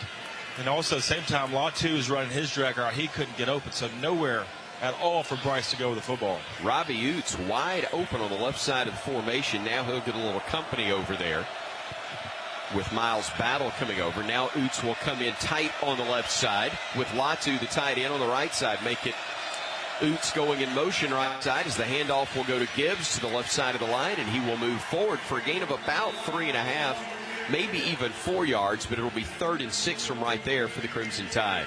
And Bill O'Brien trying to change it up. I mean, we've seen probably more motions and shifts and different formations from Alabama in these first 2 drives that we've seen all season, but another 3rd and long, 3rd and 7 coming up for Alabama. Got sacked on our last 3rd down attempt. Roydale Williams in the ball game. He's the single setback alongside Young. 3rd down and 7. They got to get up to the 38 to keep this drive alive, with the clock ticking down to 6:18 to go in the opening quarter of a scoreless game. Play clock down to 6 as Young will throw it left side. Had a man, but through the hands of Ja'Cory Brooks. Incomplete. Looked like he had to maybe unload that one a quarter of a second quicker than he wanted. He definitely did, and it was pretty good coverage from Ole Miss on the left side. Bryce just takes a quick one-step drop, and his linebacker underneath forced him to throw the ball wide away from that linebacker. Would have been a tough catch for Brooks. I don't even know if he would have caught it. It would have been enough for a first down as he was going out of bounds. James Burnup's last punt, his first one of the day, covered 46 yards. Jonathan Mingo deep inside his own 30. Another good kick. Wobbly. Fair catch called for and made it to 31 by Mingo. And it'll be 1st and 10 Rebels from that spot. And we have a change of possession without a media timeout for the first time in a while. 38 yards officially on that punt, but no return. You'll take that. Yeah, we'll take it. And Alabama's defense got to come out here and handle the tempo. I mean, they're doing a really good job of getting Alabama a little bit on the heels at the snap of the ball, and that's led to some pretty explosive runs, especially on the perimeter from Ole Miss. And here we see them huddling right here. They're gonna break this huddle, run to the line quick, and try to run this next snap as fast as they can. Single setback. Ulysses Bentley, the junior from Houston, Texas. He's a transfer from SMU. They run a reverse to the near side, trying to get a block on the edge, and they do. Big yards, 8-9 yards, and I was afraid there might be more tacked on as that tackle was near the boundary on Jalen Robinson, but no flags coming in. DeMarco Helms did make the hit there, and this time I'm sure it was Helms that made the hit, as that will be a gain of 8 on the play up near the 40-yard line of Ole Miss. They'll hand it off this time and stretch forward. That's going to be close to the first down for Bentley. Henry Toe there to wrap him up, but it's going to be 3rd and a little less than a yard, actually. They'll hurry to the line of scrimmage. This is 2-down territory for the Rebels more often than not. Dart wants to throw. He's got a man down there. Coverage from Arnold. Catch, though, is made and then knocked out of bounds by Battle. The grab by Malik Heath on a great jump ball play, and now they will literally run to the line of scrimmage and get things set up, will the Rebels, as the chains will be moved following a 33-yard pickup down inside the Bama 30-yard line. Now that they hurry there, they'll take the time and get set from the Alabama 26. Judkins, the running back, as they bring a man in motion. That'll be Heath to the left side. Dart will keep it himself, running right, picking up 3 yards on the play. 2nd and 7 from there. Just a quarterback draw. Will Anderson able to shed the block of the right tackle to make that play, but the 3rd down and short, like you said, Lane Kiffin knew it was probably 2-down territory, so throws just a jump ball to Heath, and perfect throw from him. Little back shoulder under the throw, but he goes up, high points, and makes the catch. Micah Pettis lost his helmet. Eli Acker will come in and replace him at right tackle, as they've got a single set back to the left side. It's Judkins. Quick pitch to him, trying to get to the edge. He'll be on his feet. He'll have a first down, and he will drag Jordan Battle inside the 15 down to the 11-yard line. 1st and 10 Rebels in the Alabama red zone after a gain of 12. Talked earlier about how well Judkins does of breaking tackles, and right there Jalen Moody's got a chance. He can't bring him down. This is a powerful runner. Runs with speed, but also got a ton of power. 4 wide outs. Count them, 4 to the right side of the formation for Ole Miss. Quarterback keep and spun around and brought down shy of the 5-yard line was the quarterback Jackson Dart. Ole Miss fans and Coach Lane Kiffin wanted a face mask Don't know if Will got him by the face mask or the jersey, or it may have been actually Tim Smith that did that. I think it was the jersey. But it looked like the face mask. And it'll be 2nd and 5 from there. Dart looking, throwing, back of the end zone, batted away, incomplete. A great job by Terry Arnold, the second-year freshman from Tallahassee, Florida, as the Boo Birds continue to ring out, more so on the previous play from the Ole Miss faithful. Yeah, Arnold, great position right there. He was the backside, so stayed with it the whole time. Dart started looking left, nothing was open. And then Mingo coming from the right side was well covered by Arnold, who goes up and knocks the ball to turf. Mingo, Heath, and Robinson wide to the right side. One wide out left. Dart looking, steps up in the pocket, trying to run. He'll get close to the first down. Very close. It'll either be 1st and goal or 4th and inches from right there. We'll wait and see where they spot it. Right at the 1, that'll be 1st and goal Rebels. They'll hurry to the line of scrimmage. Dart will get the handoff and a whistle and a flag, and did the Rebels go too soon? Running back went too soon. He took a couple steps forward right before the ball snapped. I think the center was late getting to him. On the offense, number 4, 5-yard penalty, first down. They got too much of a hurry there. Yeah, and then we saw it happen to the right tackle early in the game when they're trying to run so fast, and they're in tune, and the center was late getting the ball. Quarterback clapped his hands, and then the running back went off that clap. Huge penalty right there. 1st and goal from the 1. Now it's going to move him back to the 6. So back at the 6, 1st and goal from there. Not as easy to run, but a little more room to operate if they opt to pass it. Empty set for the quarterback, Dart. Brings a man in motion left side. He'll keep it himself. He'll pull forward. He'll get 3 yards, maybe 4. 2nd and goal from just outside the 2. DJ Dale getting credit for the stop. Pretty good push from Ole Miss right there. Just a quarterback run the whole way, not even a draw. Just took the snap and ran straight to the line of scrimmage. Maybe the same thing here. It is. He'll push forward, and he is not going to get to the goal line. But only a foot away, it appears. Now 3rd down and goal from a foot away. They'll bring in a little beef on the left side. Definitely say this is 2-down territory for Kiffin. He already went for it and failed on the first drive at 4th and 1 from the 12-yard line. So here we go, 3rd and 1 from the 1. They go with the Wildcat look with Judkins waiting to take the snap. They split the quarterback, Dart, wide to the right side. Strong side left. Then they bring a man in motion to the right. They'll run left, fighting forward. Did he get in? It is close, but he did get to the goal line and in. That'll be a touchdown for Judkins. So Ole Miss grabs the lead late in this first quarter. 1:43 remaining in the opening period. And the Rebels go on top by a score of 6-0. Sets tack on the extra point. And Judkins scores the touchdown after that Wildcat formation. And I don't know if you saw it, but does the John Mechie. Wonder if Alabama's defense was able to see that, because it was definitely something that we pulled out a lot last year. Jonathan Cruz on to try the extra point. Waiting on the snap, gets it, and the kick is up, and the kick is good, and the Rebels have a 7-0 lead. 1:43 to go, first quarter here in Oxford. Rebels on top of the Tide on the Crimson Tide Sports Network from Learfield. Nobody protects you from mayhem like Allstate. I'm your game day face paint, and you just rubbed me right into your eye. Now your vision is super irritated.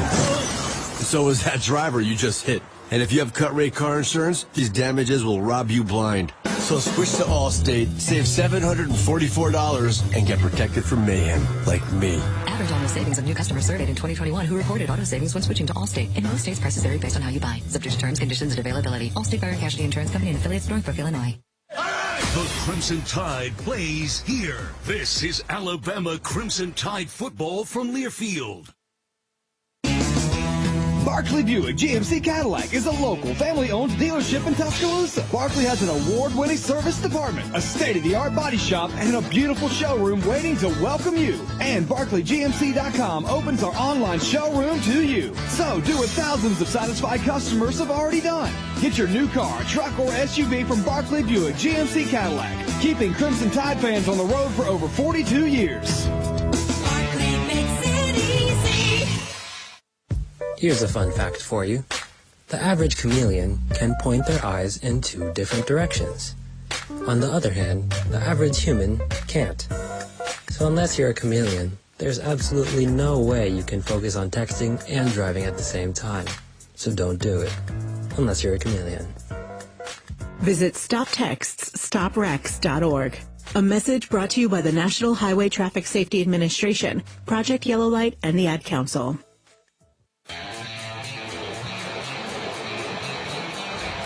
Seven 7-0 Ole Miss. Rebels kicking off to the Crimson Tide. Jonathan Cruz to handle the kickoff that will be fielded by Alabama at the 5-yard line. Ja'Cory Brooks bringing it across the 23.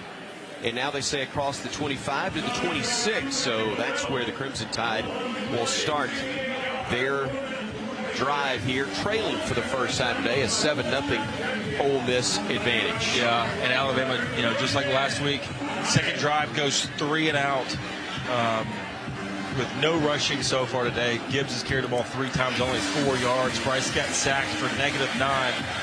So right now, Alabama negative after 2 drives in the run category. Got to get that going. Kendrick Law, Kobe Prentice, the freshman from Calera, the wideouts to the left side of the formation. Single wide out to the right. I believe that's Jermaine Burton, and it is. They'll bring Prentice in motion to the right side. They'll throw it to him, and then he'll drop it. Tried to turn upfield, but didn't get the ball in his hands before he turned upfield, and it falls incomplete. Yeah, he comes in motion behind Bryce. There's 2 little sit-down routes in front of Prentice, and ball's a little low. When the wide receiver's running away from you like that, it was basically a swing pass to Prentice. Couldn't catch it cleanly. Law, the wide out left. 2 are wide right for the Crimson Tide. Those being Burton and Earl. 2nd and 10, Bama from their 27. Handoff, nowhere to go for Jahmyr Gibbs. He is brought down for a loss of 4 on the play. It's just a linebacker blitz from the left side, and we've got nobody to block him. Expecting JoJo Earl of a slot position, so linebacker nickelback's lined up in front of him, and he shoots as soon as the ball's snapped. There's no way for Earl to possibly block him, so probably some kind of miscommunication right there in Alabama. The 3rd down, and this one's long, so that 3rd and 8, 3rd and 7, this one 3rd and 15 coming up for the Tide. Alabama 1 of 3 on 3rd down conversions. Triple stack left for the Crimson Tide. Play clock down to 5 seconds as Young has to make quick adjustments. 2 seconds. 1, get the snap off in time. Play action, pocket collapsing. Young now looking, fakes the throw, now will run it. He's going to get close to that first down mark as he stretched forward with the right arm. I think it's going to be about 1.5 feet shy of the first down marker. Let's see what Nick Saban opts to do here from his own 36-yard line. It'll be about a half yard. 4th and 1, and Coach Saban says, let's go for it. They'll bring Gibbs off the field, put Roydell Williams in. Also, the tight end, Kendall Randolph, will check in. 2 wideouts are left, both tight ends to the right side of the formation. Now they'll shift left, and Alabama snapped it quick, and there's a flag on the play. Let's see who it's against. Probably procedure on Alabama. Yeah. And it'll be Ole Miss football regardless. Longtune and Kendall Randolph lined up on the right side as they go in motion.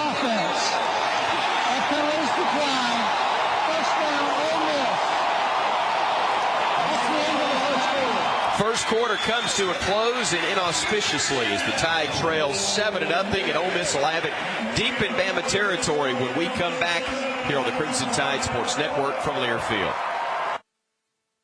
When you open a crisp, cold Bud Light, you know game day is here. You owe me $5. You mean every sound. Enjoy responsibly. 2022 Anheuser-Busch Bud Light Beer, St. Louis, Missouri. Introducing new Bud Light Seltzer Hard Soda Variety Pack. You hear that? It's seltzer with the pop of soda, all with zero sugar. Bud Light Seltzer Hard Soda, the loudest flavors ever. Enjoy responsibly. Anheuser-Busch Bud Light Seltzer Hard Soda, IRC Beers, St. Louis, Missouri. Hi, my name is Jackie, and a little thing that I love about the Chick-fil-A Peppermint Chip Milkshake is the whipped cream and the cherry on top. It's like a little bow on top of this great present of peppermint chip goodness. It tastes like the holidays. Hey, my name is Chandler, and a little thing I love about the Chick-fil-A Peppermint Chip Milkshake is the little pieces of the peppermint that you get. For me, no milkshake is topping the Peppermint Chip Milkshake. Order a Chick-fil-A Peppermint Chip Milkshake on the Chick-fil-A app today. Available for a limited time. Real customers paid for their testimonials. It takes hard work to be the best in the game. Planning, commitment, resilience, sweat. That's why Old Dominion Freight Line, the #1 national LTL carrier for quality, works hard to be the best in the game and is proud to support those striving to be the best in theirs. Old Dominion Freight Line, official freight carrier of Alabama Athletics, helping the world keep promises.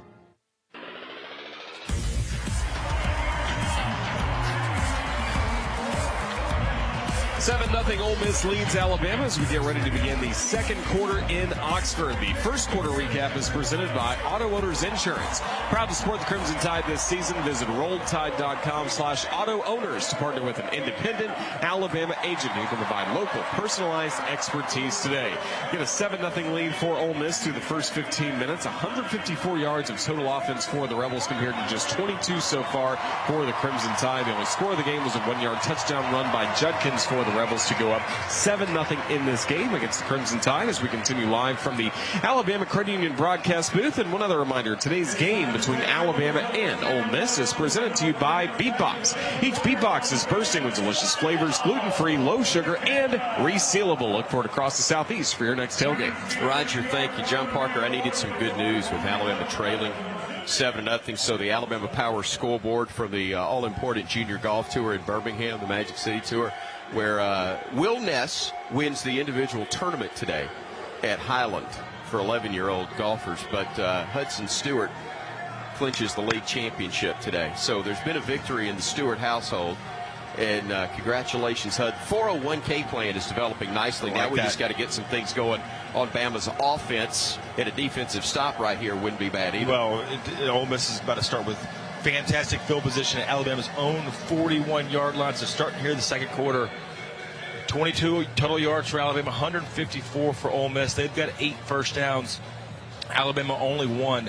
And right now, they're doing it through the air, 65 yards, but 89 rushing yards. And, doing it in a convincing fashion, running quick snaps, hurrying up to the ball, and just really moving Alabama up front on their defensive line. And probably can continue to see that more here on this drive. See what the defense could do as Ole Miss takes over at the Alabama 36. Zach Evans is the running back. They've got 2 wideouts left. They bring a man in motion to the right side. They'll keep it in the hands of the quarterback. That's Jackson Dart, and not much running room for him. Maybe a yard as Tim Smith, the defensive end, corrals him. And it'll be second and long for the Rebels. Actually, about 9.5. Yeah, right there. Another read from Dart. Fakes the handoff underneath, and that time Tim Smith able to fight through the block to get a good tackle. Dart, play action, looking, throwing right side, has a man, the back shoulder fade, and a catch is made by Malik Heath. On Terry Norder that time, from the left hash, Dart throws it on a line as Heath takes off, runs his go route, and just a really good throw from Dart, and Arnold can't put the brakes on fast enough. So 1st and 10 inside the Alabama 20, operating from the 19. They will hand it off right side again. Trying to push the pile forward was Evans, and he'll get a couple of yards on that play. Tim Smith once again clogging the middle, though. I think Toe came over and made the tackle, but Smith just takes on 2 blockers and able to slow down Ole Miss and their running game. That's what it's going to take. Individual performance right here. Somebody's got to step up and start making some plays. Judkins leaving to the left side of the formation. They will hand it off to him as he goes in motion right side. A little misdirection there. Not exactly the old wing tee, but kind of a variation off of it, as Dart handed it off to the man moving from the left side in Judkins, and he will pick up about 3 or 4 yards. Jordan Battle gets the stop, but a third and long 3.5 yards upcoming for Ole Miss. But again, 2 down territory in all likelihood. 7-0 Rebels. They're looking for more inside the Alabama 15-yard line. Dart will sling it out. Catch is made inside the 10. That'll be enough for a first down. Mingo had lined up in the backfield and then caught it out of the flat, able to stretch forward, move the chains. First and goal from the Alabama 7, and the Rebels going in a hurry. Quickly to the line of scrimmage. Dart will hand it off, breaking one tackle initially and fighting forward for a gain of about 3 as Judkins, poor Bama, had him wrapped up in the backfield. Byron Young couldn't hang on to him. Yeah, Byron Young coming from the left side of the defense just missed the tackle. I mean, it had him squared up, and Judkins able to keep going and fight, but that should have been a 2 or 3 yard tackle for loss for Alabama. Second and goal inside the Bama 5. Bring the man in motion left side, looking, firing, pass deflected into the air. Somebody grab it, it's incomplete.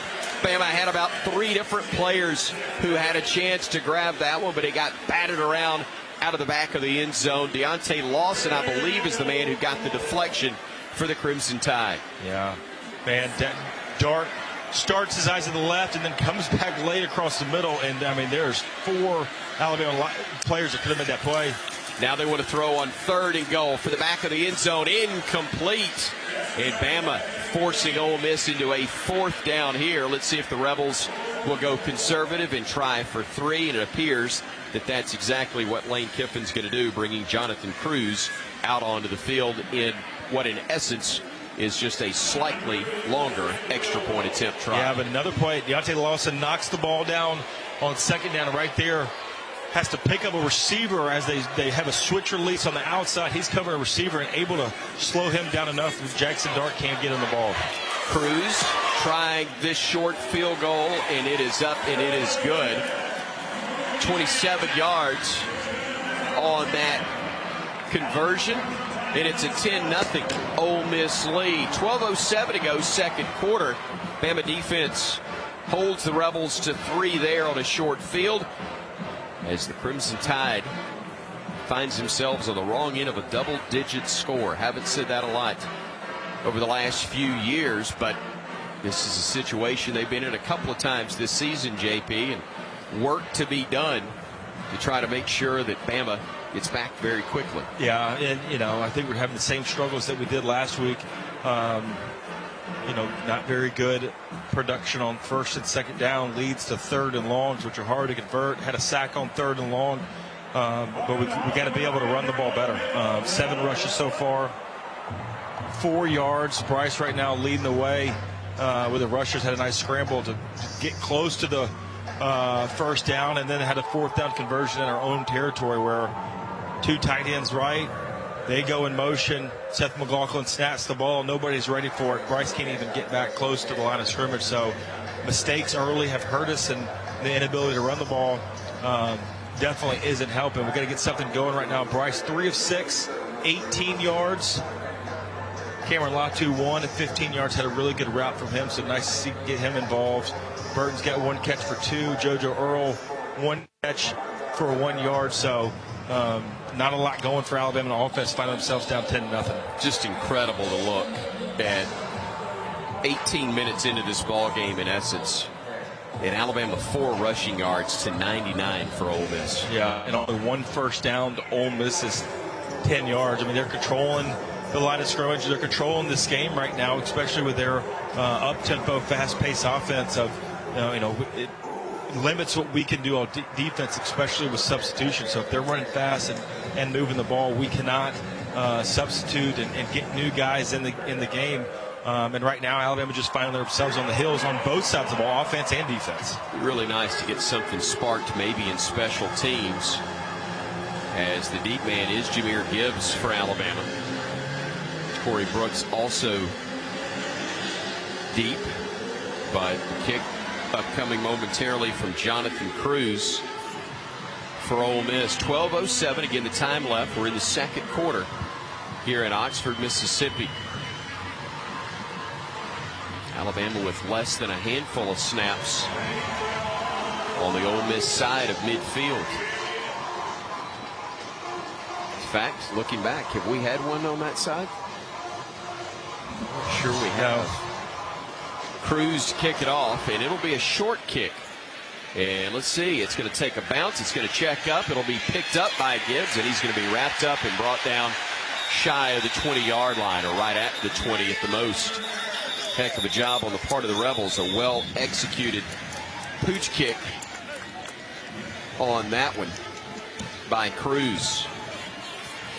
And to answer your question, no, we hadn't gotten past the 36-yard line yet.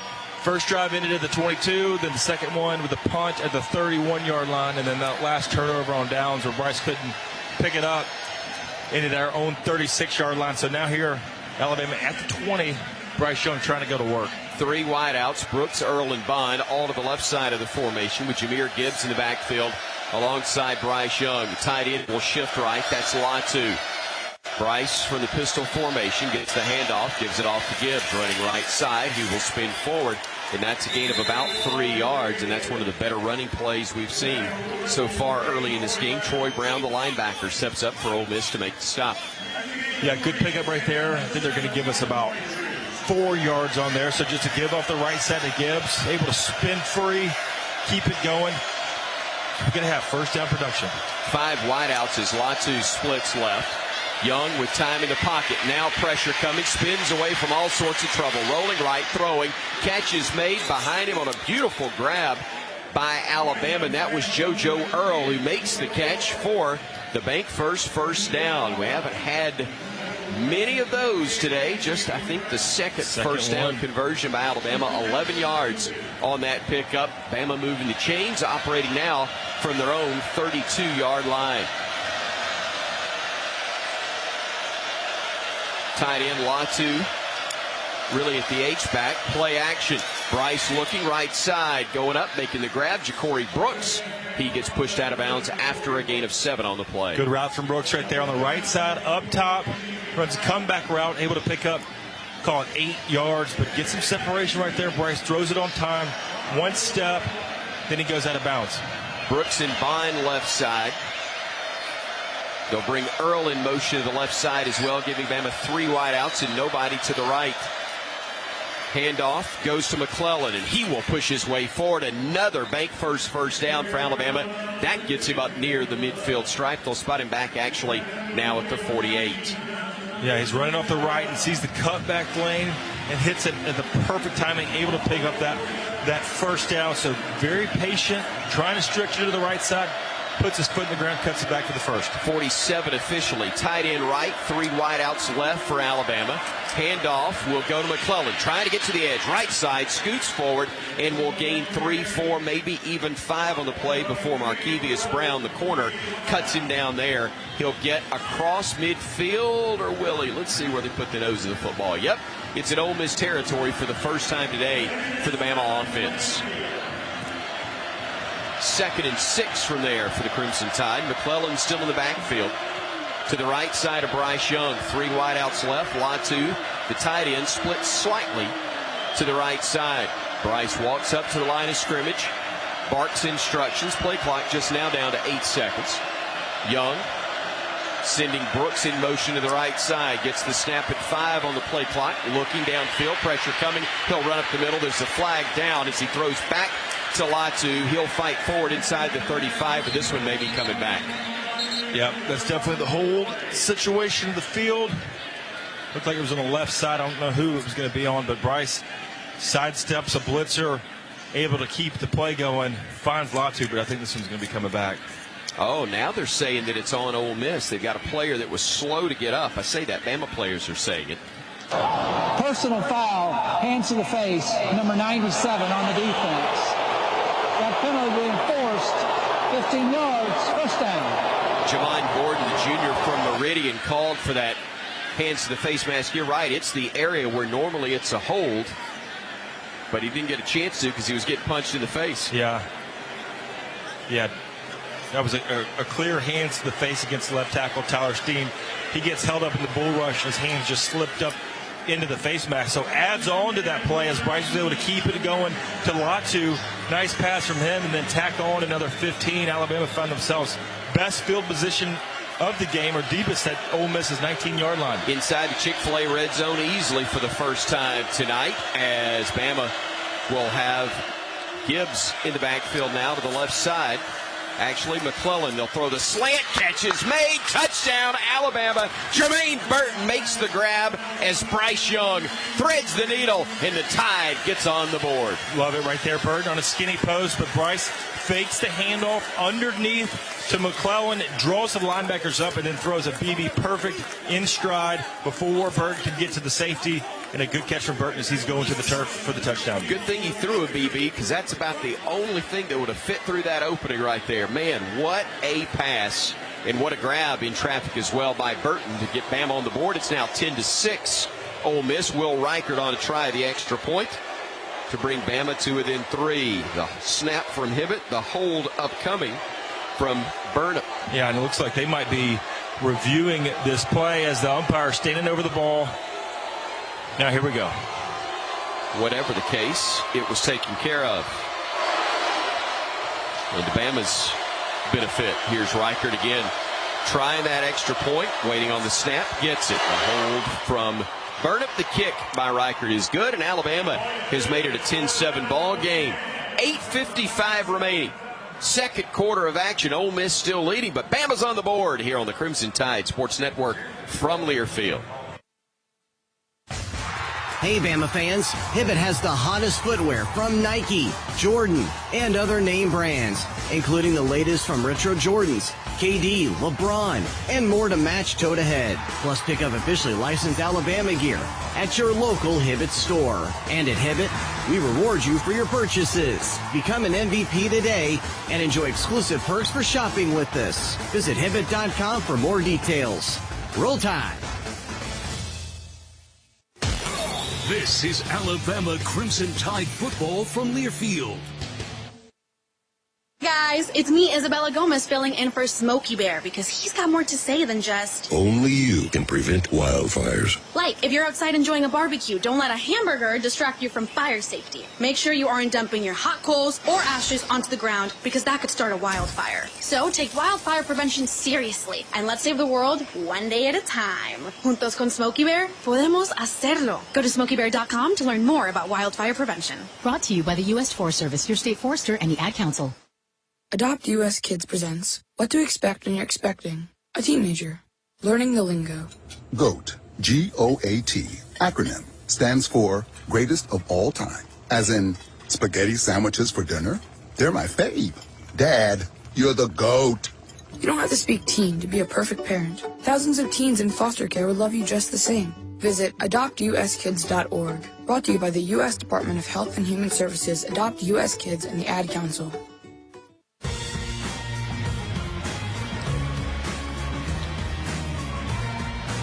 Ole Miss 10, Alabama 7 with 8:55 left to go in the second quarter. The Brombergs Bama scoring drive, 7 plays, 80 yards, 3 minutes and 6 seconds off the clock, culminating in the 19-yard touchdown from Bryce Young to Jermaine Burton. Also around the conference, presented by T-Mobile, bringing 5G to hometowns across the SEC, and a proud partner of the Alabama Crimson Tide. It was LSU picking up that all-important 13-10 victory against Arkansas, so the Tigers remain in the driver's seat of the SEC West. Thank you, Roger. Alabama able to get on the board. Ran it pretty effectively. Jace McClellan, a little spark right there for the Tide. Yeah, changed it up a little bit. I think, McClellan, Gibbs, they're definitely different running backs. And got us a spark that we needed on that drive. Bryce went 4-4, 52 yards to the air, 3 rushes for 13 yards, so much better for Alabama. Reichert, a high end-under-end kick that's going to be fielded short by Jalen Robinson. Dropped it, ball on the deck, but picked up by Robinson, actually falling on it around the 15. So plus 10 for Alabama right there on the yardage. I don't know if Reichert was trying to do that, but a well-short kick right there kind of took Ole Miss by surprise. They couldn't even get to the ball. We'll take it. start field position at 15. We saw Ole Miss tells, wind is blowing in a little bit. But Ole Miss did the same to Alabama earlier. Yeah. And I think it's tough to kick it into the end zone today. So get them a little trickery if you can. Zach Evans, the running back, alongside Jackson Dart as they operate from their own 15. They'll bring a man in motion. They'll fake it to him. Pressure coming up the middle, but Dart's looking downfield. Double coverage. It is going to be dropped. Bama had the pick almost corralled, but Jordan Battle, who was backpedaling, not an easy play by any stretch. It's not like it was an easy pick, but boy, it would have helped right there. Yeah, that would have been huge right there. Dart with a double fake from the from the handoff, and then he's got pressure in his lap from Will Anderson. That's why Dart threw it up basically for grabs, and Battle couldn't come down with it. Second down and 10 from their 15. They'll hand it off. They'll run it up the gut, and the gut is clogged. Henry To'o wrapping up Zach Evans. Jamil Burrows is the one that clogged things in the middle, though, for the Bama defense. That was a good play from Burrows. He's not going to get credit for tackle, but definitely got in the way. So To'o could come down, and big hit from him. Rebs already 5 of 8 on third downs, but it's 3rd and 10 right here. Play action. They're looking across the middle, and that is going to be off the shoulder pad of the intended receiver, Malik Heath. He never got his hands up and drops it, and Alabama gets a 3-and-out right here. A big stop by the Crimson Tide. And once again, back-to-back draws. It's Deontay Lawson on the receiver, Malik Heath. He's a third slot guy, so Lawson's going to take him and runs with him step for step. Ball's 15, 20 yards downfield, and Lawson once again, third down pass breakup. Revert to my childhood here. Hey, Kool-Aid, take this one to the house, please. Sitting back at his own 40, waiting on the punt from Musin, who's first, only covered 29 yards. Bama trying to set up the return. It's a low-line drive, and Kool-Aid's going to get away from it. And this is going to take an Ole Miss bounce and then a Bama roll back to the 41-yard line. So with 8:01 remaining, a 44-yard punt, and I should say 8:01 remaining in the second quarter. The 44-yard punt gives the ball to Alabama, and the Tide will have it when we return. Trailing 10-7 here at Oxford, but Ole Mo is now wearing a crimson helmet on the Crimson Tide Sports Network from Learfield. Southern homes are particularly vulnerable to termites. In this climate, you need guaranteed protection. You need Cook's Pest Control and Centricon. Termites attack the Centricon stations, exposing themselves to an agent that eliminates their entire colony. Upgrade from old-fashioned liquid service to the proven protection of Centricon and Cook's Pest Control. Call Cook's today for a free evaluation. Looky, looky, looky, here comes Cookie, Cook's Pest Control. And we're back with breaking news. Coke Zero Sugar might be the best Coke ever. That's right, Jim. Make sure to Jim. Ooh, yes, this tastes like the best Coke ever to me. We're on the air. I need to try it first. Hi, this is Coach Nick Saban. They say Coke Zero Sugar is refreshingly delicious. Does that make it the best Coke ever? Find out for yourself. Roll Tide.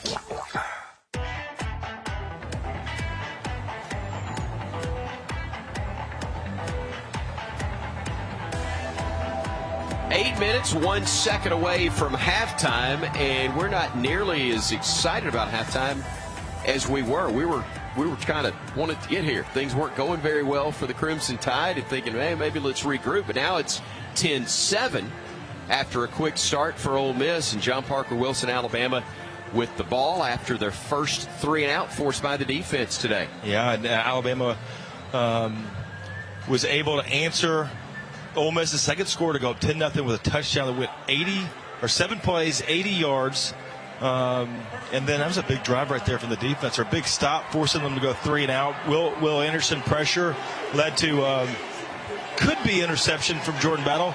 Didn't come down with it, but Jamil Burrows made 2 plays, and the Deontay also once again. So Alabama get a chance now to go down and answer again and keep this momentum over the past couple of drives that we've been able to win back. Glad you worked in the Bromberg scoring drive recap since I failed to do so. 1st and 10, Bama from their own 41-yard line. Two wideouts to the left, one to the right. Now an empty set for Young. Looking, throwing, catch made. JoJo Earl, nice cut, getting to the first down, lost the football, and Ole Miss picks it up. Trying to get extra yardage, trying to get to the first down. He got popped, and Otis Reese is going to pick up the loose football for the Rebels as they've got a man down on the play. And apparently injured linebacker Troy Brown, who may have delivered the hit that resulted in the drop by JoJo Earl. But regardless, a mistake by the Crimson Tide. Their turnover gives the ball and momentum back to Ole Miss. Yeah, JoJo just trying to cut it back to the middle of the field. It's a good route. Perfect throw from Bryce. He's getting extra yards. And it's just not high and tight enough. I mean, it wasn't, Ole Miss defenders running by and just kind of pops his elbow in there as JoJo's running by him, and the ball just pops out. Not good ball protection from Earl. Hadn't had too many chances on the year, and right there coughs it up, gives that Ole Miss great field position. Alabama's 48-yard line.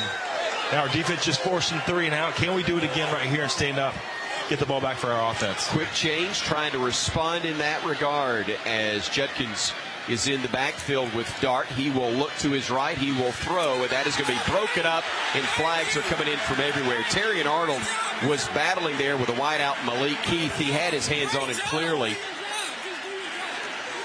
and then knocked it away. But I will say this.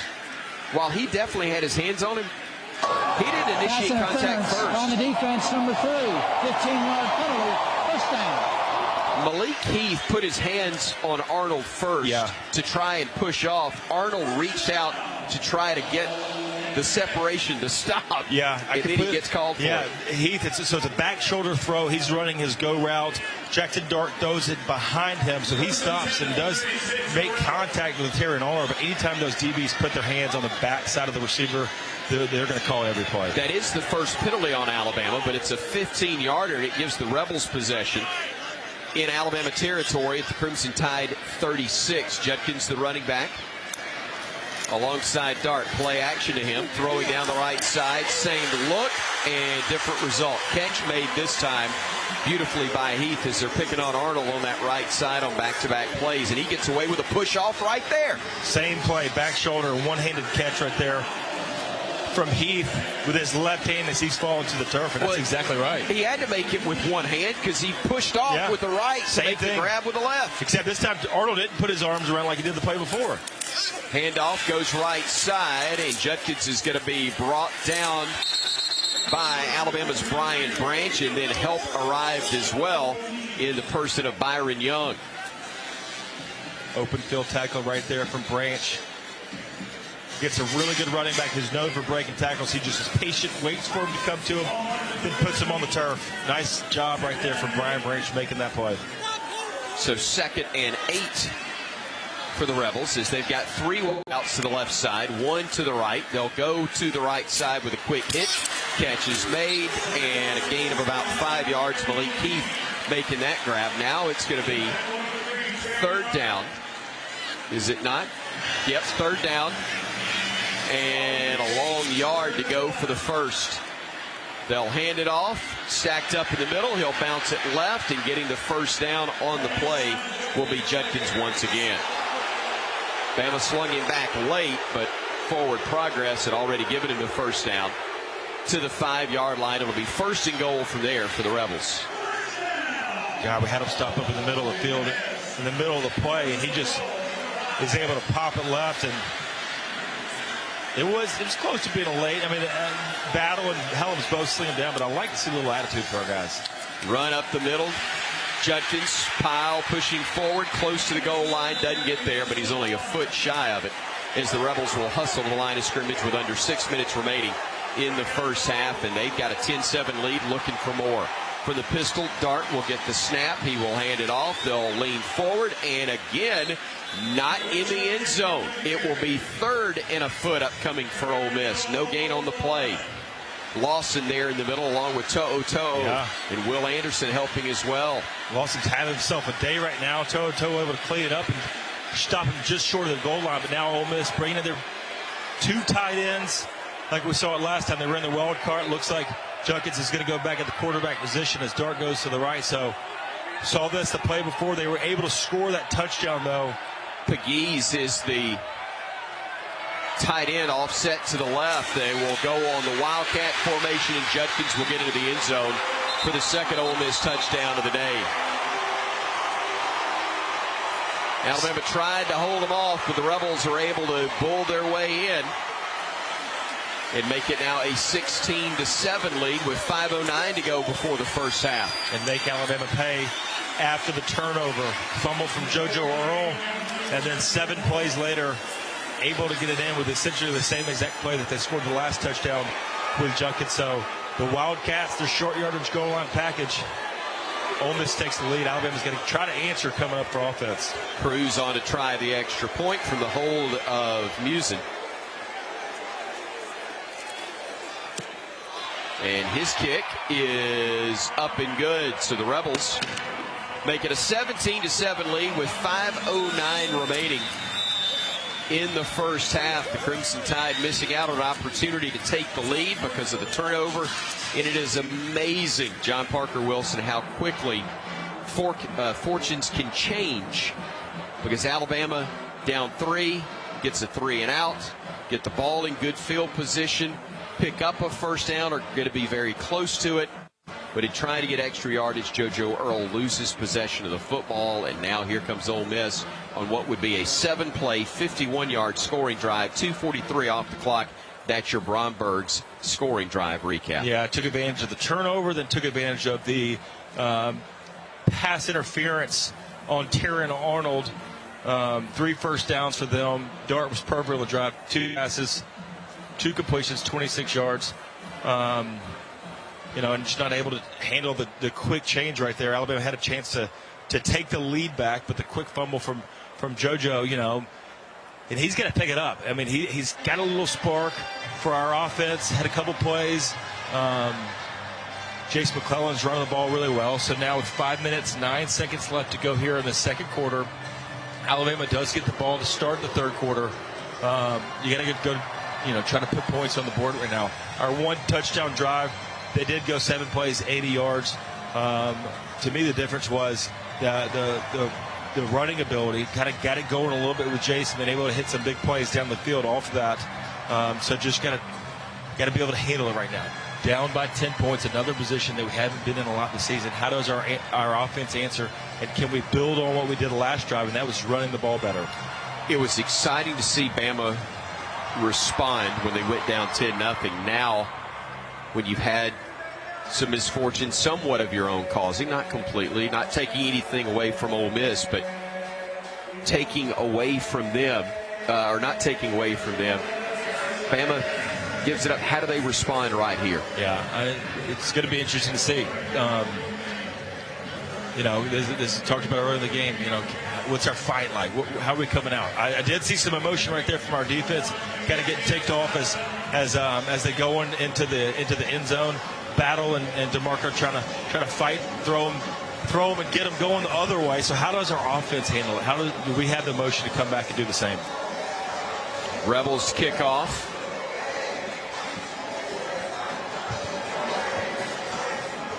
As again, Gibbs is the deep man for the Crimson Tide.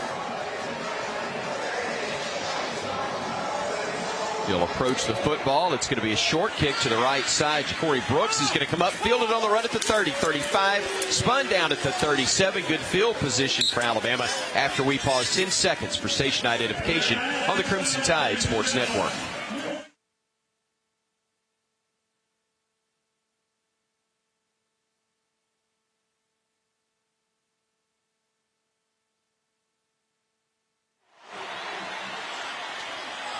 John Parker Wilson, an important 5:05 right here for Alabama football, down 10-7. Yeah, but 17-7. Get great field position after that mortar kick from Ole Miss. Corey Brooks catches it running full speed and kind of fumbled it a little bit, or bobbled the ball. But now Bryce Young starting at his 39-yard line. 3 wideouts right, single setback, Jahmyr Gibbs to his right. Young clapping his hands, handing it off. Gibbs trying to get going, but only gets a half yard at best. 40-yard line is where they'll spot it. Austin Keys leading the charge for the Ole Miss defense. Yeah, just linebackers shooting the gap right there. able to get, it looked like it was the right guard, just not being able to seal off the block. But Bryce targeted Gibbs still in the game right here. Got a little soft cushion down on the near sideline on the cornerback. 2nd and 9.5. Gibbs to the right side of Young with tight end to the right side, Latu. Bryce barking instructions with play clock under 10. Gets the snap, play action to Gibbs. Bryce with time. Looking all day, swings it out near side. Gibbs at the 42, 44. He stretches forward. Depending on where his knee went down, it'll be 3rd and about 5, maybe less. They spot him at the 44-yard line. 3-man rush for Ole Miss. They add on a linebacker. Plenty of time for Bryce to throw the ball downfield, but just got covered up. Only rushing 4 guys, dropped 7. Able to find Gibbs on the left side in the flat for the check down. Roydell Williams in the game. He'll be to the left side of Young. 3rd down and 4 for the Crimson Tide, operating from their 44-yard line. 2 wideouts to the right, 1 to the left, with the tight end to the left side as well in Latu. Play clock's down to 5. It's at 4. Young barking instructions at 2. At 1, gets the snap. Bryce with pressure coming from the edge, bounces around in the pocket, buying time, stepping up, going down, brought down back at the 31-yard line. 2nd sack of the day for Ole Miss, and they just kept coming and got him down on the deck at the 32. They'll actually be generous and give him the 33-yard line. Just a 4-man rush from Ole Miss. And nobody open for Alabama downfield. I mean, Bryce is looking, trying to escape, and they just close the gap. And rushing 4 guys right there on 3rd and 5 is tough with Bryce nowhere to go. Burnip, a beautiful high booming kick that Mingo will fair catch at his own 15-yard line. So 2:53 to go in the half. Bama trailing 17-7. And the Tide would love to force another 3 and out, which is what they did the last time the Rebels were here inside their own 20-yard line to start a drive. But the last time they had the ball, they marched it quickly halfway down the field, because that's all they needed to get in the end zone and extend their lead to where it is now at 10 points. Yeah. Good field position on the last one, then didn't have that pass interference. They're going to keep it clean right here, kind of pick it on Terry and Arnold on the near side of the field, especially when it's one-on-one or there's one receiver that sets. So right now he's got a slot. Brian Branch can help him out a little bit. 1st and 10 from their own 16. They'll go with a quick pitch to the right side, and cutting it up after a gain of about 4 or 5 is Zach Evans, the junior from Houston, and the ball's on the deck, but they blow the play dead at the 21-yard line. Bama almost had a scoop and score right there, but they blew the play dead. Evans down at the 21. Just a quick pitch out of the backfield, and that ball's out. He doesn't go down. He falls on the back or the belly of Byron Young, and they're going to review this, I would think. Yep, this could the be ruling on the field because the player was down. The previous play is under further review. Now here's the deal: they can't give us the touchdown, but they can give us the football. Yeah, because Arnold's standing right there, and it falls right at his feet. He picks it up. So that would be Bam if that play is overturned. That's a fumble. Left shoulder's going to be a close one to come down. So Junkins is falling backwards and lands on Byron Young. And as he's rolling on Byron Young's belly, comes back. That's when the ball pumps out. So the question is going to be, is his left shoulder hit the turf before the ball comes out? And they've got to be able to see it. They have to be able to see that to be able to overturn the call on the field. Don't forget, coming up, it'll be the Full Moon halftime report. Bama fans, after another Alabama victory, drop by and celebrate at Full Moon Barbecue. Now with 16 locations. You know, there's always one near you. It's the best little pork house in Alabama. Join us next for the Full Moon Barbecue halftime report. I think Alabama's going to get this ball back.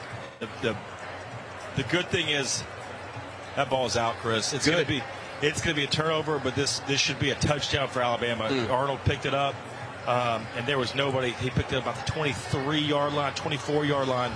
There was nobody in front of him. So typically on fumbles or quarterback sacks where there's a fumble situation, usually the play continues, but this one was blown dead. Another official review brought to you by My Eye Doctor. 20 convenient locations for your busy schedule. Don't miss a single play this season, as eye care and eyewear really are better together at My Eye Doctor.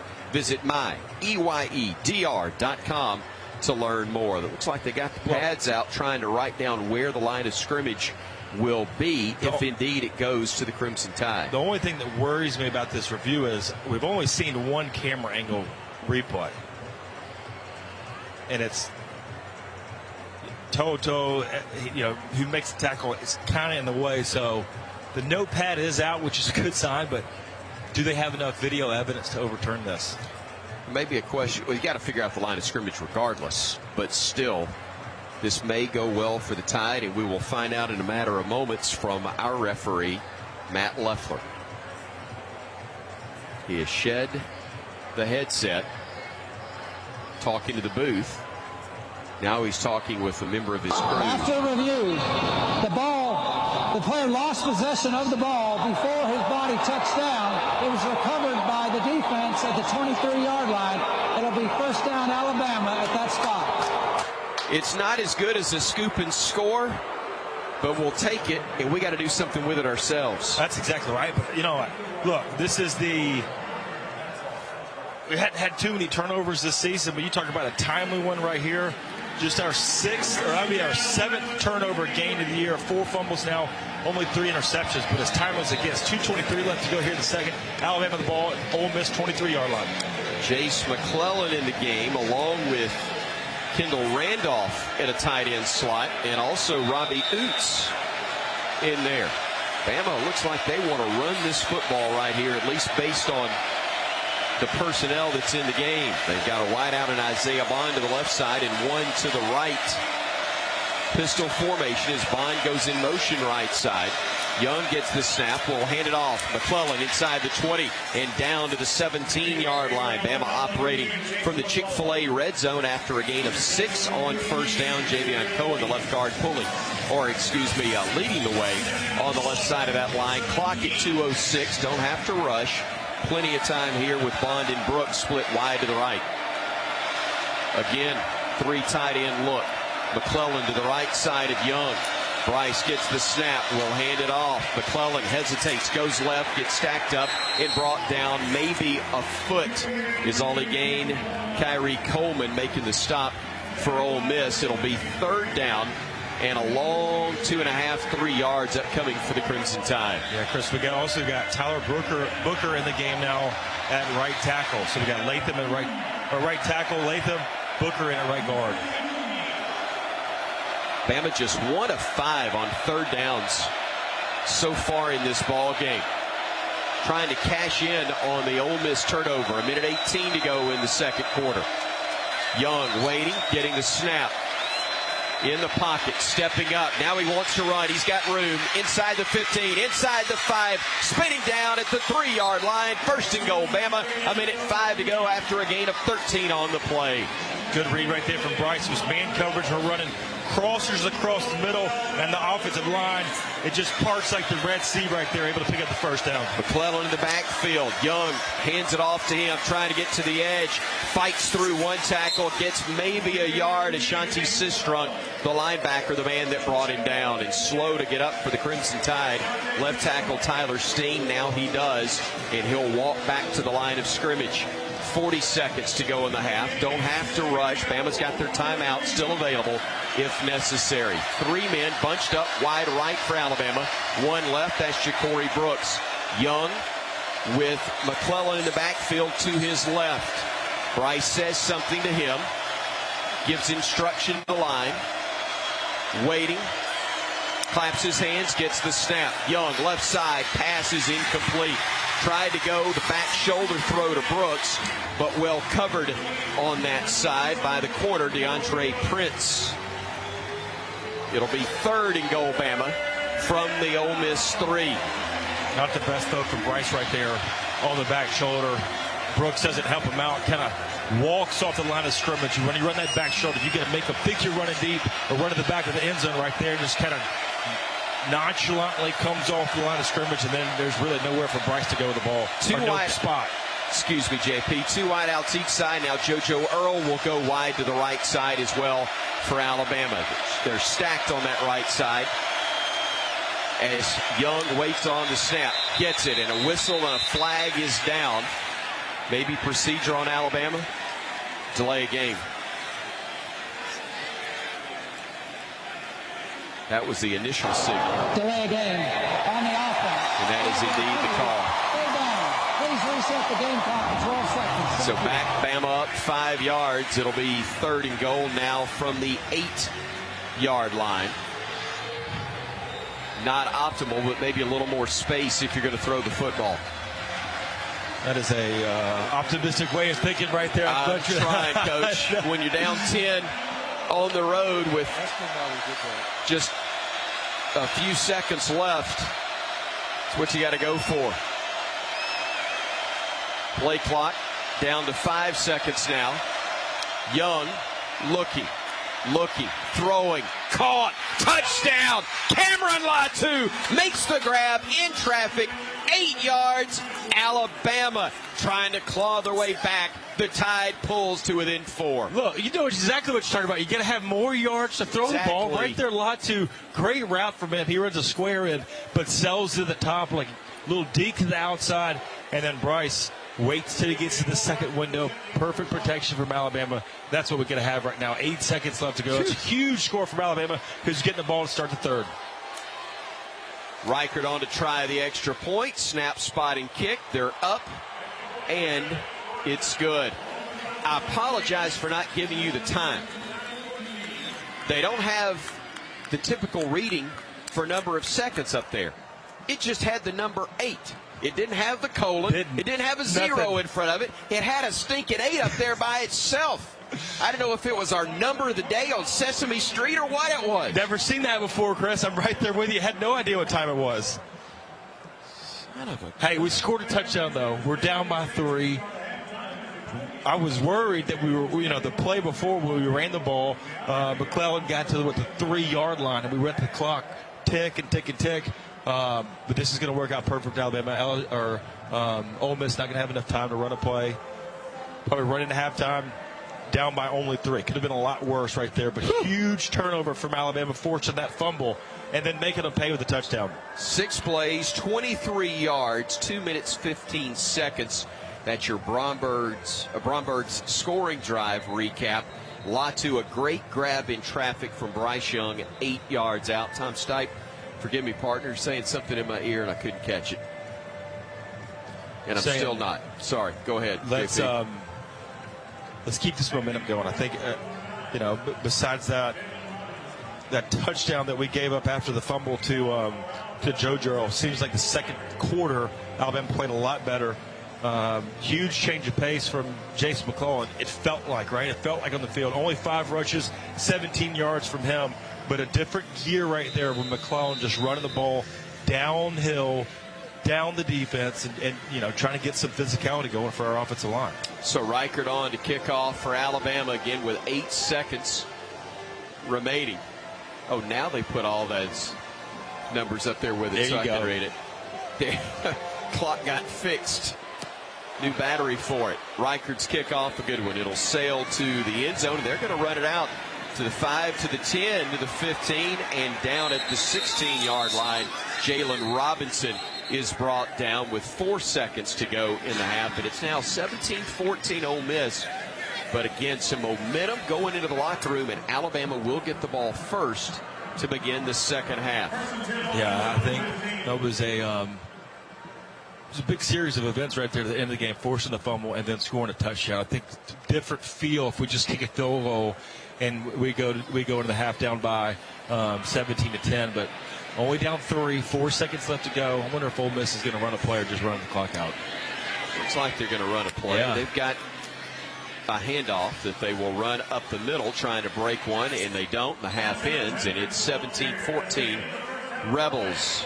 Roger Hoover is down on the field waiting on head coach Nick Saban to come to him. I believe we're going to get Coach Saban first. And that is indeed the case, as the head man for the Crimson Tide will make his way toward the locker room. And Roger is waiting there, and he's got the head coach. Coach, your thoughts on the first half? Well, we didn't play very well on offense, but we're only behind 17-14. We gave them 10 points off turnovers, We got a turnover that got us back in the game, so we need to execute better. Got to play better on defense, too, because we haven't got enough stops. Thank you, Coach. Thanks. Thank you, Coach. Thank you, Roger. And thank you to Golden Flake. They bring us Nick Saban at the half. Golden Flake's the official potato chip of the Alabama Crimson Tide. Bama's trailing 17-14 at the half, but mercy, it could have been worse. We're back with all your halftime numbers in a moment on the Crimson Tide Sports Network from Learfield. We've all been caught up in the little chores that pile up every day. The dishes in the sink, the trash that needs taking out, the pesky check engine light. Isn't it time to make a change and escape to a whole new world of possibilities? Where there's dinner without dishes, nights filled with adventure, and every day you feel like a winner. A little change can go a long way when you escape every day at Wind Creek Casino and WindCreekCasino.com. Favorite jeans, favorite shirt. I can make a sausage and I'm firing it up. Yeah, everybody knows how to get my grill on. You can smell that flavor up and down the road. It's a little taste of heaven, and everybody knows.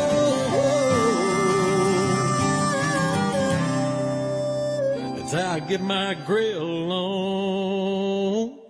Kanaka sausage. It's just a little taste of heaven. Nobody protects you from mayhem like Allstate. I have a grill at your college football party. My full grease trap, that's something you clean? Now you're smoking your car and garage instead of your meats. And if you don't have the right coverage, fixing this could be a trick play. So bundle your home and auto with Allstate to save up to 25% and get protected from mayhem like me. Bundled savings discounts will vary by state. Saving up to 25% is a countrywide average of savings off the home policy. Combining the multiple policy discount for having auto insurance with Allstate and the welcome discount savings at enrollment. Game day is full of ifs. Like if Alabama can take home another Iron Bowl victory. Who knows?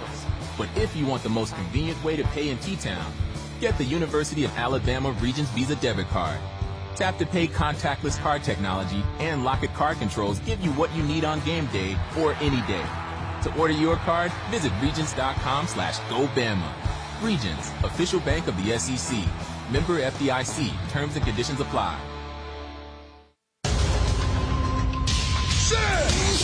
This is the Full Moon Barbecue Halftime Report on the Crimson Tide Sports Network from Learfield. Full Moon Barbecue, the best little pork house in Alabama. Also brought to you by BASF. We create chemistry. Barkley GMC, Tuscaloosa's leader. Barkley makes it easy. And by Sherwin-Williams. Looking for a color change? Ask Sherwin-Williams. Shop online or at your local store. Welcome to the Full Moon Barbecue Halftime Report. Roger Hoover with you from Vaughn Hemingway Stadium, where the score at halftime finds Ole Miss in front of Alabama, 17-14. Here are Cadence Bank's stats and facts from the first half. Crimson Tide, we're trailing by a score of 17-7 prior to Alabama recovering a fumble, and then the Crimson Tide able to punch in a touchdown right before halftime to make it a 3-point game with the break. Again, Ole Miss with a 17-14 lead against Alabama. Those are your Cadence Bank stats and facts from the first half. Bancorp South and Cadence have come together to form a new, even better bank to help the people, companies, and communities we serve prosper. Learn more at cadencebank.com/the new Cadence, member FDIC. In football, there's always a winner and a loser. When it comes to great Southern barbecue, there's only one winner. Full Moon Barbecue, voted one of America's top 10 barbecue joints, and now with 17 locations to serve you. You're listening to the Full Moon Barbecue Halftime Report. Up next, Brian Houseworth will check the Alabama Power scoreboard. Our score at halftime in Oxford, Ole Miss 17, Alabama 14. This is the Crimson Tide Sports Network from Learfield. When you open a crisp, cold Bud Light, you know game day is here. You owe me $5. You mean every sound. Enjoy responsibly. 2022 Anheuser-Busch Bud Light Beer, St. Louis, Missouri. Introducing new Bud Light Seltzer Hard Soda Variety Pack. You hear that? It's seltzer with the pop of soda, all with zero sugar. Bud Light Seltzer Hard Soda, the loudest flavors ever. Enjoy responsibly. Anheuser-Busch Bud Light Seltzer Hard Soda, IRC Beers, St. Louis, Missouri.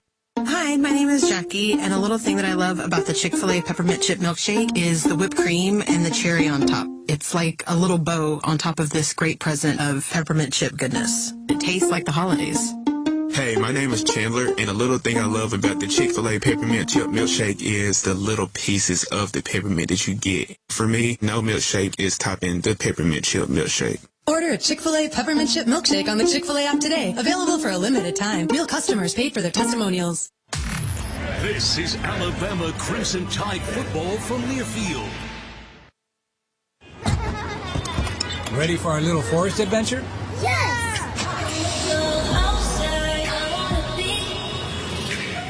So much away from me. Yeah, I wanna go outside. I wanna be. We're here. Whoa, that was fast.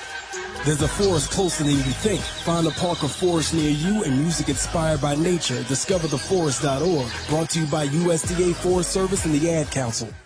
You're not too cool for me. And in return, I reciprocate that sentiment. I'll never be too cool for you. I was a man with a plan, but now I'm a dad with a decree, and you can't take that from me. Please let it be noted that I told my job they can dock my pay. Right now, it's just too important to take you to school every day. I want to be legendary for you. I want you to puff out your chest when you go to school, the same way I do. I walk taller because of you, because I found everything to live for. That's dedication.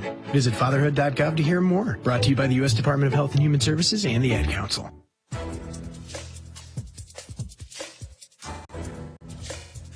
This copyrighted broadcast is an exclusive presentation of Learfield under the broadcasting rights granted by the University of Alabama. Reuse of this presentation is prohibited without the expressed written consent of the university and Learfield. Announcers are provided by Learfield and approved by the university.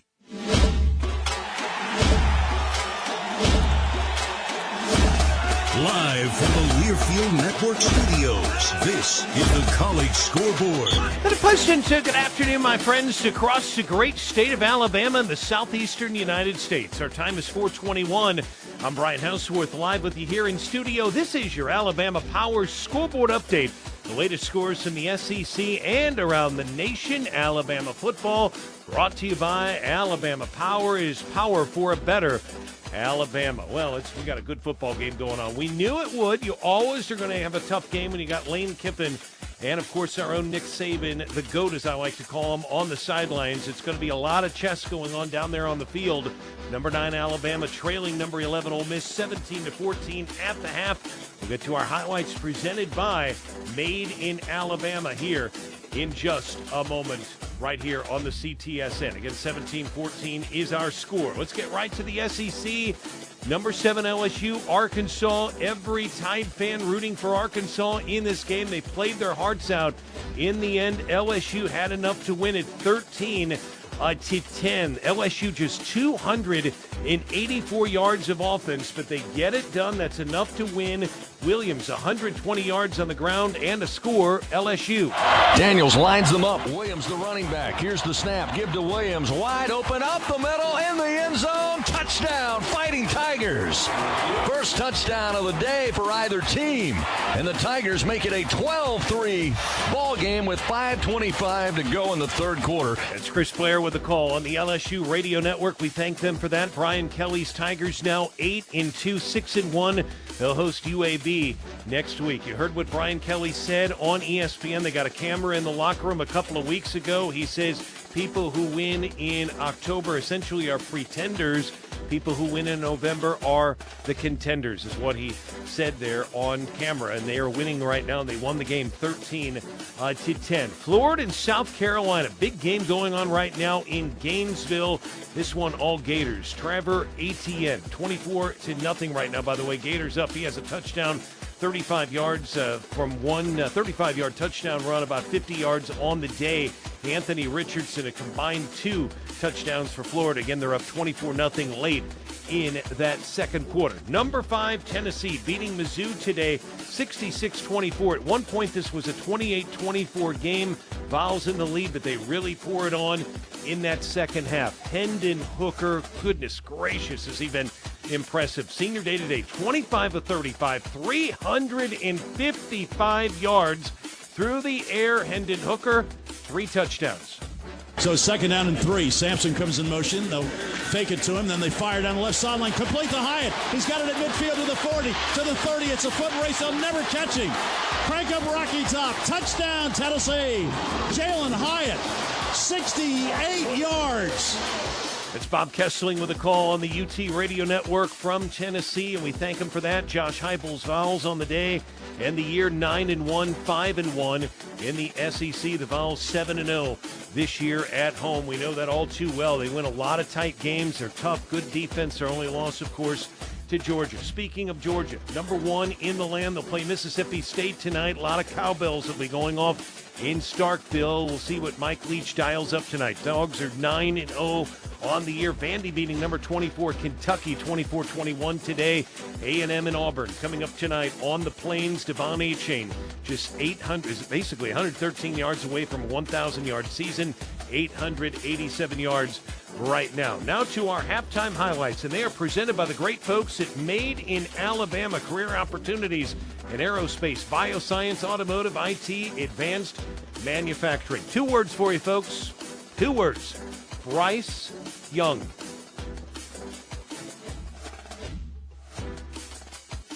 Gibbs in the backfield now to the left side.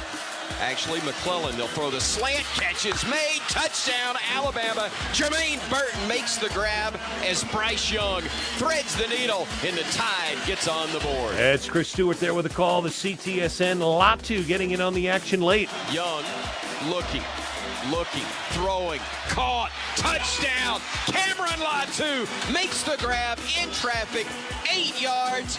Alabama trying to claw their way back. The Tide pulls to within 4. Again, Chris Stewart there on the call in that first half on the day. Bryce Young, workmanlike, 10 of 14, 93 yards, 2 touchdowns. Not a lot of offense, 93 yards in the air, 26 on the ground, 113 for Ole Miss passing. Ole Miss rushing 124. Rebels up 17-14 right now at the half. Coming up, we'll take a quick look at the top 25. We'll tell you how Clemson's doing.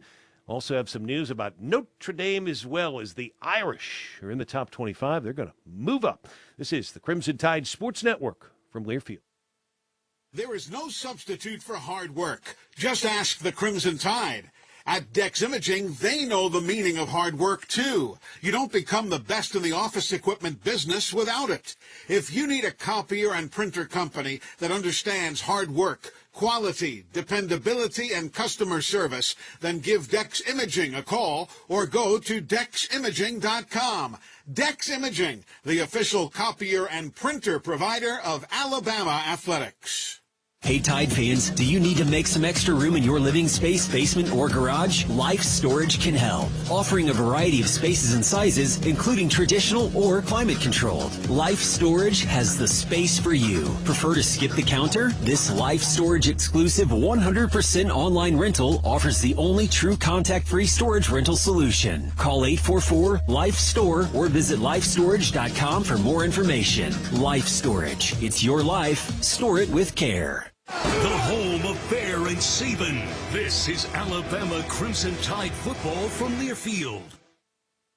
Hi, I'm Smokey Bear, and I made an assistant to help you out, because only you can prevent wildfires. Hey, Assistant Smokey Bear. Call me Papa Bear, because I'm grilling up dinner. Did you get it? Yes, good job. So, what should I do with all these coals? Don't just toss them out. Put them in a metal container because those embers can start a wildfire. I understand. The stakes are high. Ha, ha, ha, ha. Learn more at SmokeyBear.com. Brought to you by the U.S. Forest Service, your state forester, and the Ad Council. Uh-oh, Brad's buzzed. Oh, yeah? Yeah, he's starting with the whoops. And now a speech. I just want to say that friendship is about heart and brain. Who's with me? Good thing is, he knows when he's buzzed. And my brain is saying, when it's time to go home, somebody call me a ride. Love that guy. Me too. Know your buzzed warning signs? Call for a ride when it's time to go home. Buzz driving is drunk driving. A message from NHTSA and the Ad Council.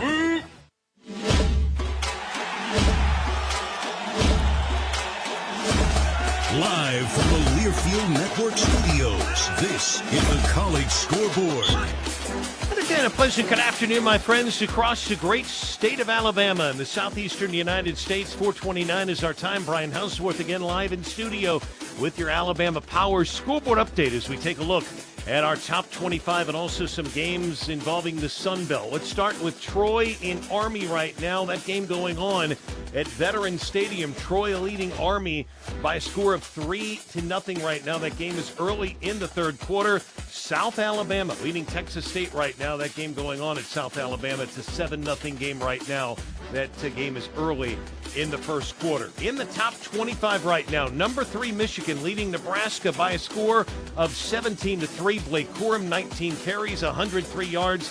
He does have a touchdown. How about Notre Dame? This was a team that many people didn't think would do much. They played Ohio State pretty tough in the opener. They lose 21-10, then they struggle after that. Huge win last week, and they beat Navy today 35-32. Their quarterback, Drew Pine, today 17 of 21, 269 yards, 4 touchdowns. And folks, if you haven't seen it, this play you will see all night on SportsCenter. How this guy caught it, I have no idea. Pine back to pass, pressured, steps up. Pine's going to heave it deep toward the end zone, and it is caught! A reach around, Braden Lenzy somehow snagged it. What a catch! And B.D. Williams was there in the way. That is incredible. There's Lenzy. He's just running a go route. Pine breaks the pocket. Watch him pin it on the back. And then B.D. Williams goes left, then to the right hand. How it sounded on ESPN. We thank them for that call. Dave Fleming and his crew there on the broadcast, 35-32. Elsewhere in the top 25, Purdue beating number 21 Illinois 31-24. Number 2 Ohio State beating their opponent today, Indiana. The score there 56-14, and Clemson winning their game as well. Lots of action still going on. USC won last night as well, 55-17 over Colorado. Tide fans, taken to the house this football season, the Alabama Manufactured Housing Association. If Alabama returns their first received kickoff in the second half for a touchdown at their home SEC games, a lucky fan wins $75,000 toward the purchase of a manufactured home. Register now. RollTide.com/take it to the house. Complete rules. RollTide.com. Coming up next, your second half kick with Chris, JP, and Roger. It comes your way next. I'm Brian Houseworth, live in studio. This is the Crimson Tide Sports Network from Learfield. When you open a crisp, cold Bud Light, you know game day is here. You owe me $5. You mean every sound. Enjoy responsibly. 2022 Anheuser-Busch Bud Light Beer, St. Louis, Missouri. Introducing new Bud Light Seltzer Hard Soda Variety Pack. You hear that? It's seltzer with the pop of soda, all with zero sugar. Bud Light Seltzer Hard Soda, the loudest flavors ever. Enjoy responsibly. Anheuser-Busch Bud Light Seltzer Hard Soda, IRC Beers, St. Louis, Missouri. Hey there, folks. Bob Baumhauer here. We're celebrating 40 legendary years here at Baumhauer's Victory Grill. And to kick this off, we're coming in hot with our all-new Alabama Hot Chicken. Fresh southern fried chicken breast smothered in a blend of tangy, immune-boosting herbs and spices with a spicy finish. Served up with a side of homemade smoked Gouda cheese grits, Miss Mary southern greens, and garlic bread. And there's plenty more where that came from. Stop in today and celebrate with us. Baumhauer's Victory Grill. Legendary fun, legendary food. Tide fans, it's game day. Time to huddle up with friends and family, take your seat, and open a bag of your favorite Golden Flake snacks. So rip open that bag of Golden Flake or any of our other delicious snacks from the Utz family of brands and settle in, because when you snack with Golden Flake, you're taking part in an Alabama football tradition. Golden Flake, celebrating 65 years as the official chip of the Alabama Crimson Tide. Chris Stewart here with big news about Shoe Station. Join us at the grand opening of their newest store at Vestavia City Center in Birmingham, November 18th through 20th. Chances to win $1,000 cash, free shoes, and more. Plus, want to win 2 tickets to the Alabama-Auburn game on November 26th? Text WIN to 67474. Again, text WIN to 67464 to be entered to win tickets to the big game plus access to all the best deals. Terms and data apply. Roll Tide from Shoe Station. This has been the Full Moon Barbecue Halftime Report. Full Moon Barbecue, the best little pork house in Alabama. Also brought to you in part by Chevron with Techron, Unbeatable fans deserve unbeatable mileage. Choose Chevron with Techron. And by Allstate. Get protected from mayhem this year when you switch and save with Allstate. Let's go! Now, with the call of the second half, here's Chris Stewart. Payless Drugs is your locally owned family pharmacy with 4 locations in the Birmingham area. Payless can handle your prescriptions, over-the-counter solutions, and home delivery. Visit mynewpharmacy.com to pay less. John Parker Wilson, what's the prescription for success in the second half presented by Payless Drugs? I'd like to see us create more turnovers like we did like that and lead to points, but offense, I think our biggest thing we need to work on right now is rushing the ball. 16 carries, only 26 yards. 119 yards total offense for Alabama. Haven't really run it at all, so to speak of, for Alabama so far. So trying to get something going in the running game so we can affect it downfield. Kickoff coming for Ole Miss, and it'll sail all the way into the back of the end zone. A strong foot from Jonathan Cruz as Alabama will take over 1st and 10 from their own 25-yard line. And again, the way the half ended, you hope that momentum will carry over into half number 2 for the Tide. I mean, I felt like we played a much better second quarter than we did the first quarter, able to put 14 points on the board. Ole Miss is doing pretty good on offense, so keeping them off the field right here as we get started. But we see some explosive plays, too. Yeah. Hadn't had any of those yet so far today for Alabama on offense. J.C. Latham trying to get that offensive line cranked up. Very animated as they get to the line of scrimmage. Jace McClellan will start the second half for Alabama at tailback, and they'll go play action to him. Swing it out right side quickly. Burton makes a man miss, gets across the 35, fighting forward, gets to the 38. It'll be 1st and 10 Alabama. The bank first down after a gain of 14 on the play. Nothing fancy right there from Bill O'Brien. 5-yard stop route from Jermaine Burton, and then about 8 extra yards after the catch for him, fighting, keeping it going, staying in bounds, getting extra yards. Burton and Brooks, the wide outs to the left side. Single setback again will be McClellan. They'll swing it out to him out of the backfield, and he will push forward near the 40-yard line, give him maybe a yard on that play, but no more before Tavius Robinson leads the charge. About 4 of those blue helmets corralling him after a gain of 1 yard. Trying to set up a screen pass on the left side. Robbie Oots in the game at tight end. Brought him in motion and then tried to use him as the lead blocker, but trying to cut it back and nothing was there for Alabama. Kendall Randolph in at tight end as well. Bama kind of bunched up in their formation. They'll go play action. Pressure coming up the middle. Somehow escaping is Young. Swings it out right side. Brooks makes a man miss. 45, 40, 35, 30. Bumped out of bounds. Shy of the 20-yard line. Houdini escapes, and Bama on the march. Huge play right there from Bryce Young. I was looking downfield. He had Burton. It was McClellan who got beat on the pass pickup. But, man, Brooks made a guy miss on the tackle. Huge pickup right there. Biggest play of the day for Alabama. Could have been a lateral, even the way he threw that football. Doesn't matter. Bama moves it down to the 25 officially of Ole Miss. Handoff McClellan right side. Cuts it back at the edge. Stumbles forward.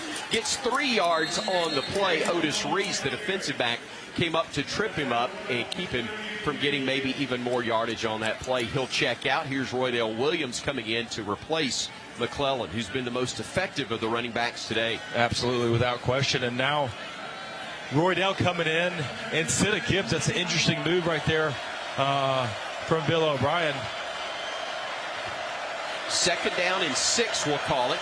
Just outside the Chick-fil-A red zone, operating from the 21 of the Rebels, with Williams to the left side of quarterback Bryce Young. And Isaiah Bond in the game right side. Bryce will look, throwing left side. Burton trying to throw the back shoulder fade, but the timing off right there, and it was short, intended for Young, or excuse me, for Burton. Well covered by Miles Battle on that left side. Trying to hit the back shoulder after the sluggo. So double move from Burton. Fake the slant, and then turns that into a go route. Good coverage from Ole Miss, and just not the best pass from Bryce Young right there. 2nd and 10. Excuse me, 3rd down. I'm sorry, 3rd down and 6 from the 21 for Alabama. They've got to get to the 15 or beyond to keep the drive alive. 3 on the play clock. 2, they get the snap off at 1. Pressure coming from the edge. Bryce trying to throw to Williams. He gets hit. Pass incomplete. And it will be Will Reichert coming on to try what would be a tying field goal with 12:37 to go in the third quarter of this one.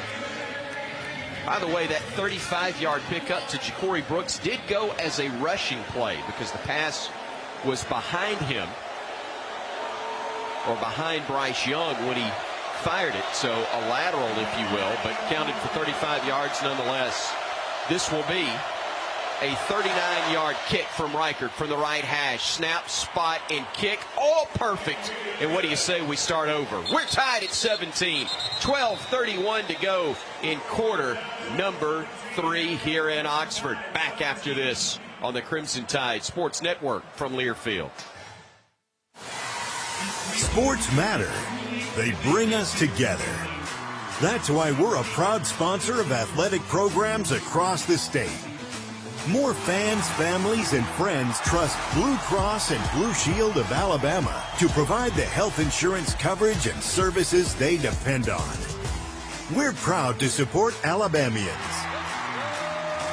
Blue Cross and Blue Shield of Alabama. We cover what matters. What widens the eyes, tightens the stomach, and flutters the heart. Adrenaline.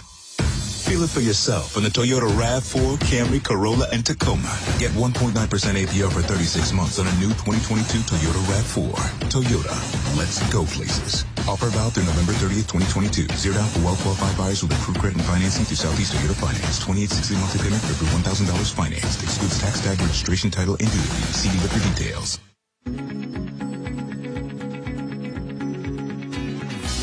Just like the Crimson Tide, Serve Pro is honored to be the #1 choice in cleanup and restoration. With more than 2,000 locations nationwide and over 50 years of experience, Serve Pro is faster to any disaster. To find an Alabama Serve Pro service location near you, simply click on ServePro.com. Serve Pro is a proud supporter of Alabama football.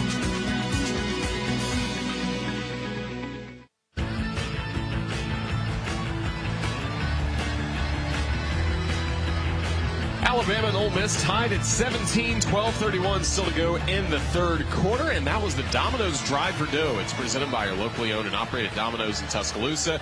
Bama scored on the first drive, went 55 yards, so Violet Miller will win a gift card for the amount of yards in that scoring drive. 54 yards for Miss Miller, and you can enter to win on the Crimson Tide Sports Network's Facebook page to be the next Domino's Drive for Dough winner. And overall, the Bromberg's Bama scoring drive, 7 plays, 54 yards, 2:29 off the clock for the Crimson Tide. Roger, thank you, JP. It's not a touchdown, but it's points. It's a tie game, and we do indeed get to start over. Yeah, and we get to add some stats to the rushing column, even though there was a pass. As a former quarterback, I debate that. That should definitely go down as passing stats. But I'm going to lose that one all day long. But look, I'd like to see it from Alabama. Tied the ball game up, able to put some points on the board and get back to right where we started. See what the defense can do now. Reichert kicking it to the right side, and a fair catch called for and made by Jalen Knox around the 5-yard line. Bama kicking it away from Jalen Robinson. And the Rebels will have it from their own 25-yard line. Defense should be well rested. Halftime, it hadn't really had any meaningful snaps since they forced that turnover. Yeah. You know, Terry and Arnold still out there. We saw Eli Ricks go out. I think it was the second play of the drive. Looks like it could have been, I think it was some kind of head injury, but Arnold in there on the opposite side of Kool-Aid and McKinstry. So from the 25, 1st and 10, Rebels with 3 wideouts right. Now they move one in motion left. They'll toss it right side. And getting to the edge, picking up 5, maybe 6, is Judkins on the play. Brian Branch, the nickel spot, he wanted a block in the back as Heath was coming in to block on that toss route. So kind of like a crackback block, but same play right side. My apologies, partner. No, that'll be a first down for Ole Miss, getting to the 36 on the run play again by Judkins, and Helms gets credit for the stop. Same play again. Lane Kiffin's not scared to dial up a play back-to-back. It's successful. So from their own 36, play action. Dart rolling his pocket right. Flag coming in. He'll stretch forward across the 40, but I think this one's coming back. I think it was a hold on Junkins. The running back was one-on-one with Moody. Holding on the offense, number 57. 10-yard penalty. Replay first down. Micah Pettis guilty of the infraction. And so that'll back him up. He was holding on considerably on Jaheim Otis. Dart rolls out to the right. Otis is tracking him, and just handful of jersey from Pettis from the right tackle. Spun Jaheim around, which is not easy to do. So they back it up all the way to the 26. 1st and 20 from there. Quick pass deflected on the edge by Young and hung in the air. Bama couldn't quite get to it. It's incomplete. And the Rebels will have 2nd and 20 upcoming. Nice play from Young right there. It was just a quick game from Dart. Catches the ball. Immediately tries to release it to the left slot receiver. Young timed his jump. Able to get it down. So operating from just outside their own 25-yard line. Dallas Turner back in for Alabama at a linebacker slot. Play action. Dart with some time. Stepping up in the pocket. Will throw deep. He's got a man down there. And a catch is made. Boy, Alabama almost got there. DeMarco Helms was just a millisecond late of knocking that one away from Malik Heath, who makes the great grab, a gain of 38. Yeah, once again, Alabama finds a linebacker matched up against a receiver, and this time it's down the field to Heath. Moody's trailing him, and Helm just can't get over the top. Really good throw from Dart to get it over the linebacker and down quick enough before Helms can make a play. So a big play for the Rebels puts him in Alabama territory at the Crimson Tide 37-yard line. Dart, quick pitch left side, gets a block on the edge, but needed a second. Bama able to get a bunch of Crimson helmets there. Henry To'o getting credit for the stop on the play. Yeah, the quick pitch again, this time to the left, and To'o, man, he recognizes it, sees it. It's about the 4th or 5th time they've run the play, so he gets to the edge and forces the cutback after missing the tackle. Loss of a foot, so 2nd and 10 plus. They bring a man in motion to the right side. That's Heath. Play action by Dart. Pressure coming up the middle, and he goes down. Sacked by Will Anderson at the 45. The first sack of the game by the Alabama defense. Might want to block number 31. At that time, he comes untouched. I think it was a stunt. It was up front. DJ Dale goes first. Anderson comes behind him for the sack. That's a big play from Alabama right there. Forcing 3rd and long. 3rd and 19 coming up. They were able to convert a 2nd and 20 a few moments ago. Now it's a 3rd and 19 for the Rebels at the Alabama 45-yard line. Dart, play action, pressure coming again. Turner got him high, and he ripped his face mask off, took the helmet with him. Everybody with a flag will throw one right there. Yeah, there's a no-doubter there. Face mask on the defense, number 15. 15-yard penalty, first down. Here's the deal. He left his feet.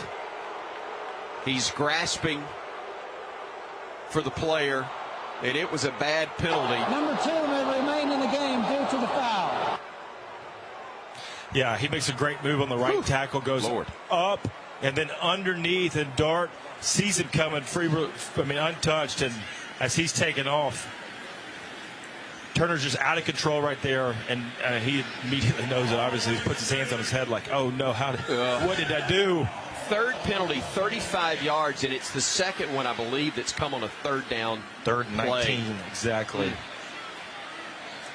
Rebels scored the last time, or the first time that happened. Let's see what happens here. Dart will throw right side. Pass complete, down inside the 20, Malik Heath. Able to step forward and move the sticks again. A gain of a dozen on the play. Terry and Arnold trying to cover him over there.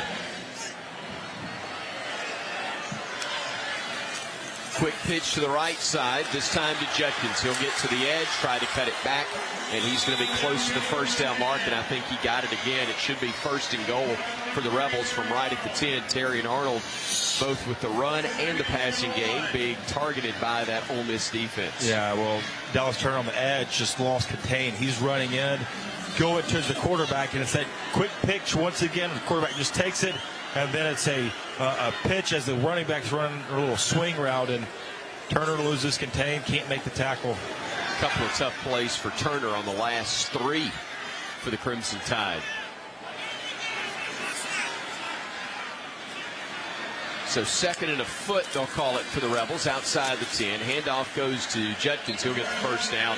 It will be 1st and goal. From the Alabama 8, Will Anderson making the stop for Alabama. Boy, a 3rd and 20, a 3rd and 19. A penalty allows them to convert 1 after they executed on their own, and a beautiful play prior to that.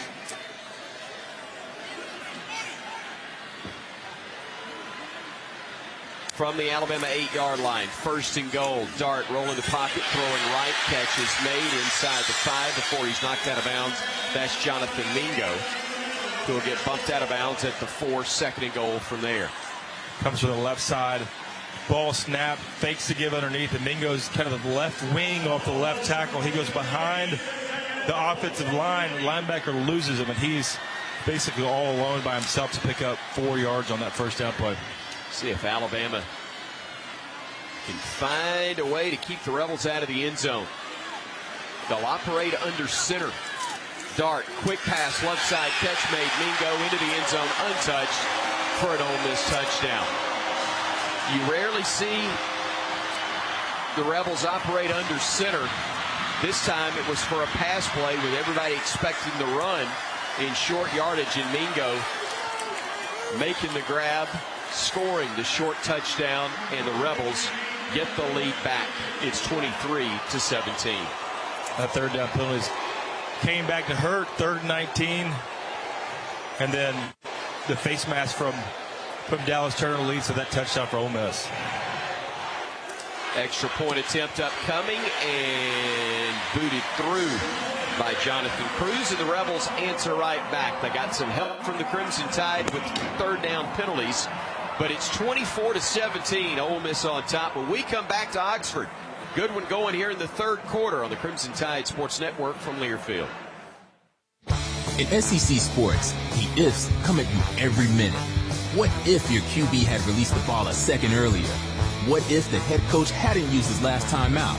What if your team goes all the way this season? If you love the tradition, if you live for the rivalry, if you can't wait each week for the absolute edge of your seat action, Regions is right there with you as the official bank of the SEC. Regions can't help you with the ifs in sports. Regions helps you embrace the if in life. Member FDIC. This is Alabama Crimson Tide football from Learfield. For your children's eyes to see the true magic of a forest. It's a storybook world for them. You look and see a tree. They see the wrinkled face of a wizard with arms outstretched to the sky.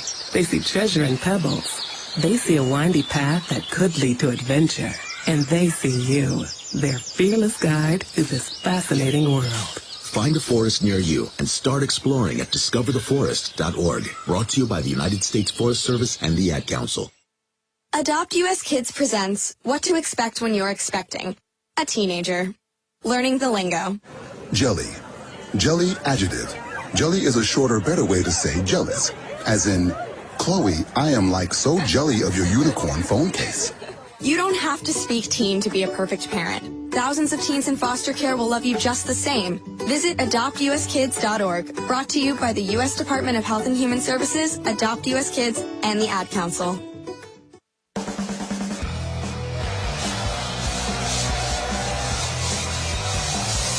7:28 to go in the 3rd quarter. Ole Miss now in front 24-17 against the Alabama Crimson Tide. Today's game between the Tide and the Rebels presented by Beatbox.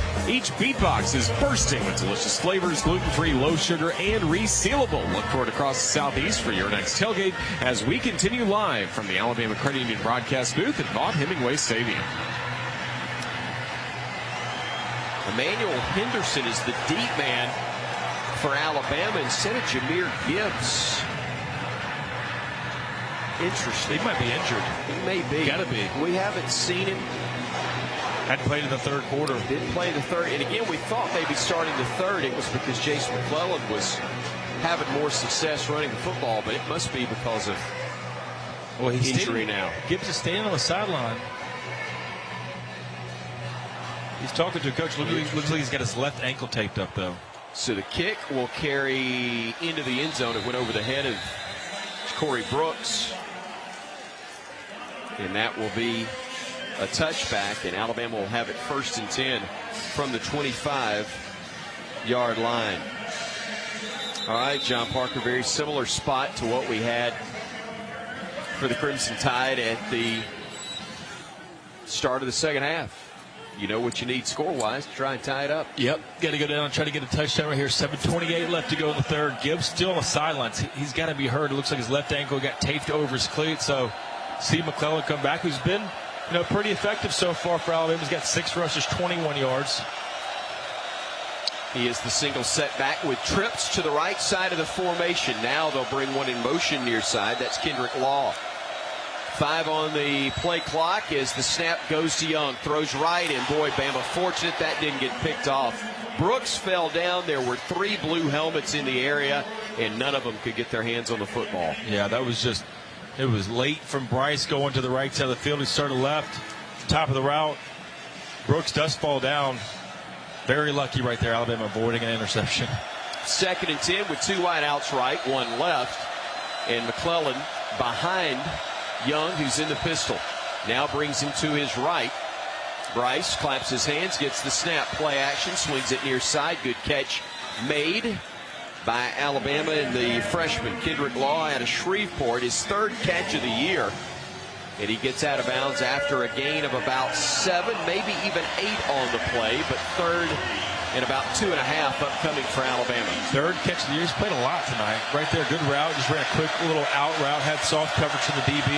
Bryce puts it in the perfect spot where he have himself a chance here on 3rd down. Bama 3 of 8 on 3rd downs. 3rd down and 3, we'll call it. Got to get across the 35 in order to move the sticks. Bryce with time. Throw it. Catch made. Back-to-back grabs made by Law. That'll be an Alabama 1st down, brought to you by Bank First. Attaboy. Kendrick Law right there showing out. 1st down pickup for Alabama. 3rd and 3 went to the air. Plenty of time for Bryce to let go of it and pick it up. So from the 41, their own 41 that is, Bryce handing it off. McClellan trying to get to the outside. He's going to get spun around. He's going to get stacked up, and he will gain a yard and no more.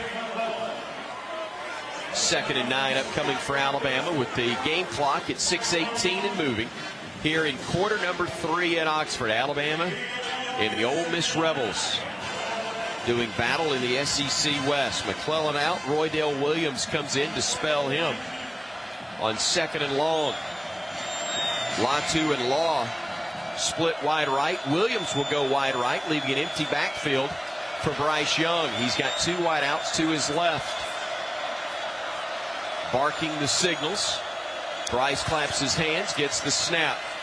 Looking, throwing, catch made. Brooks. 1st down, Alabama in Ole Miss territory, down at the Rebel 45. Love it. Good catch right there from Brooks in traffic. Catches the dig route, immediately gets hit, able to secure it. Nice pocket from Alabama front. 12-yard pickup on the play. Now in Ole Miss territory. From the 45, handoff, goes left side. Williams, 40, down to the 37-yard line. Roydale Williams able to pick up nice yardage. The Hueytown, Alabama native, running behind the blocking of Emil Ekiyor, the right guard, who pulled on the play. 2nd down and 2. Handoff again to Williams, left side. Cuts it back up. Gets another Bank first down to the 32-yard line of the Rebels. Gotta love it. Running a little tempo right there. It's the same exact play for Bill O'Brien. It worked on 1st down, and that one picked up. Timeout for an injured player. It's like a 7-10 split. You got 2 players down for the Ole Miss Rebels. Jamon Gordon is down, the defensive tackle, and also Troy Brown, the linebacker, as we pause 10 seconds for station identification here on the Crimson Tide Sports Network.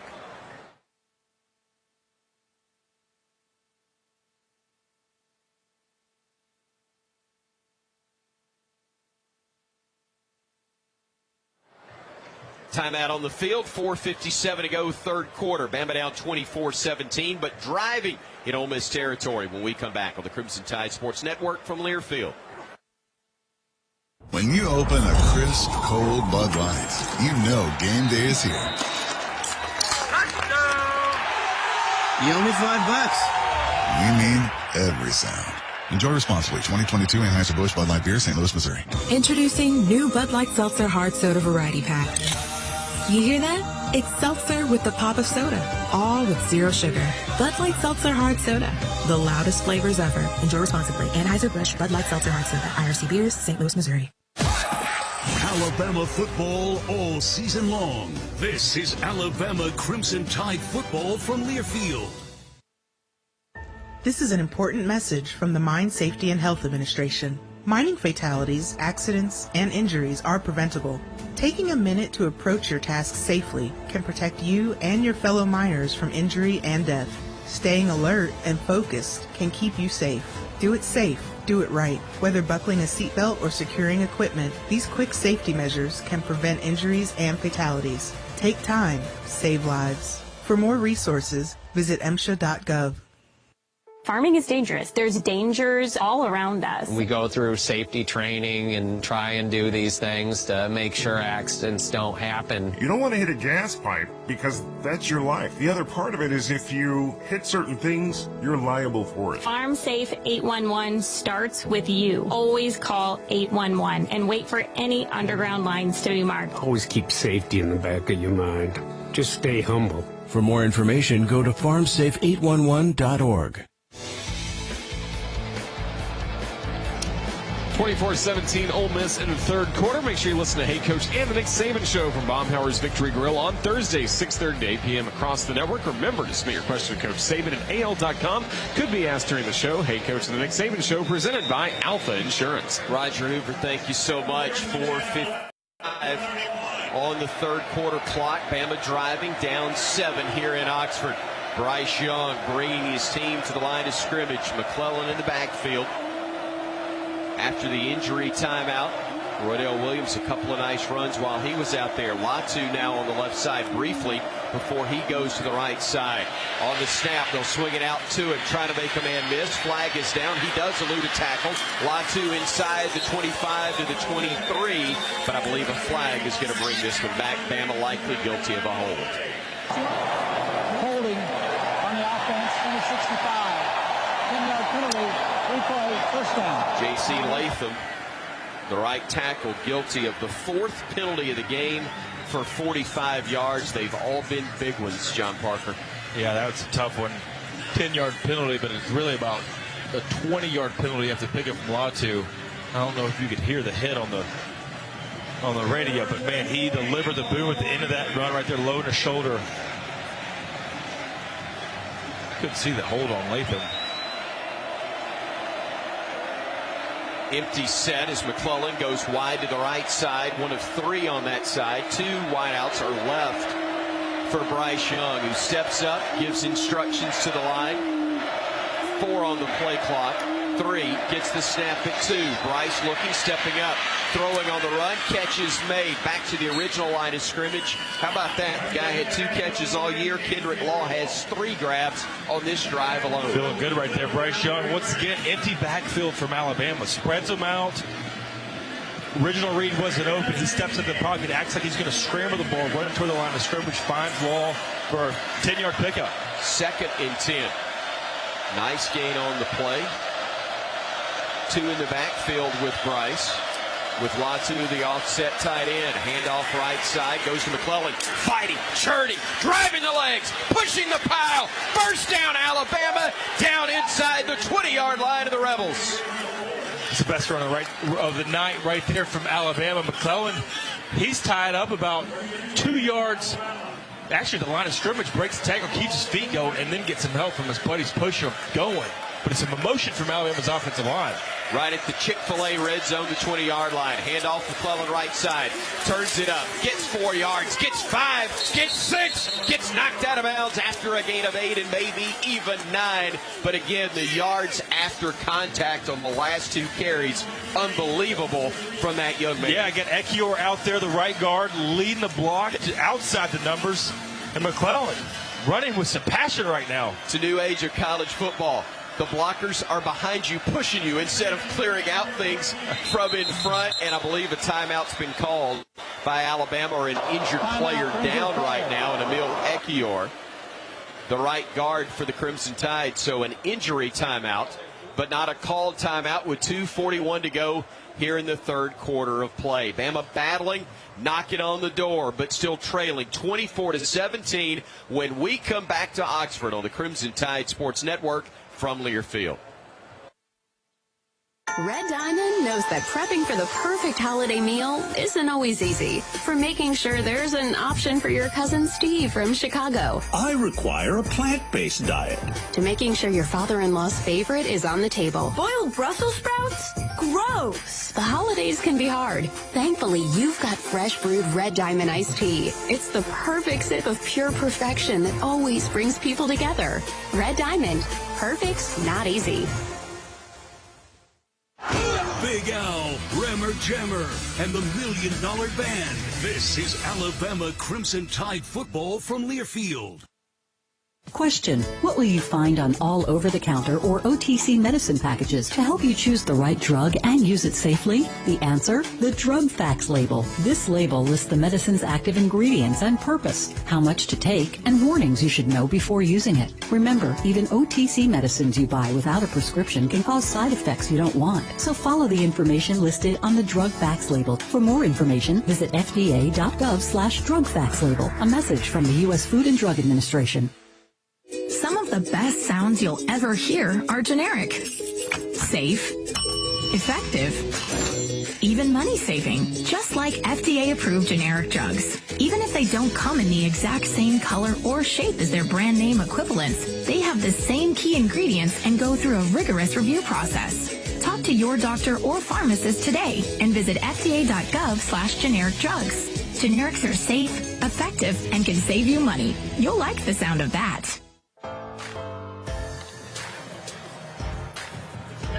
2:41 left to go in the third quarter. Ole Miss with a 24-17 lead against Alabama. Just had an Andrews Sports Medicine injury timeout.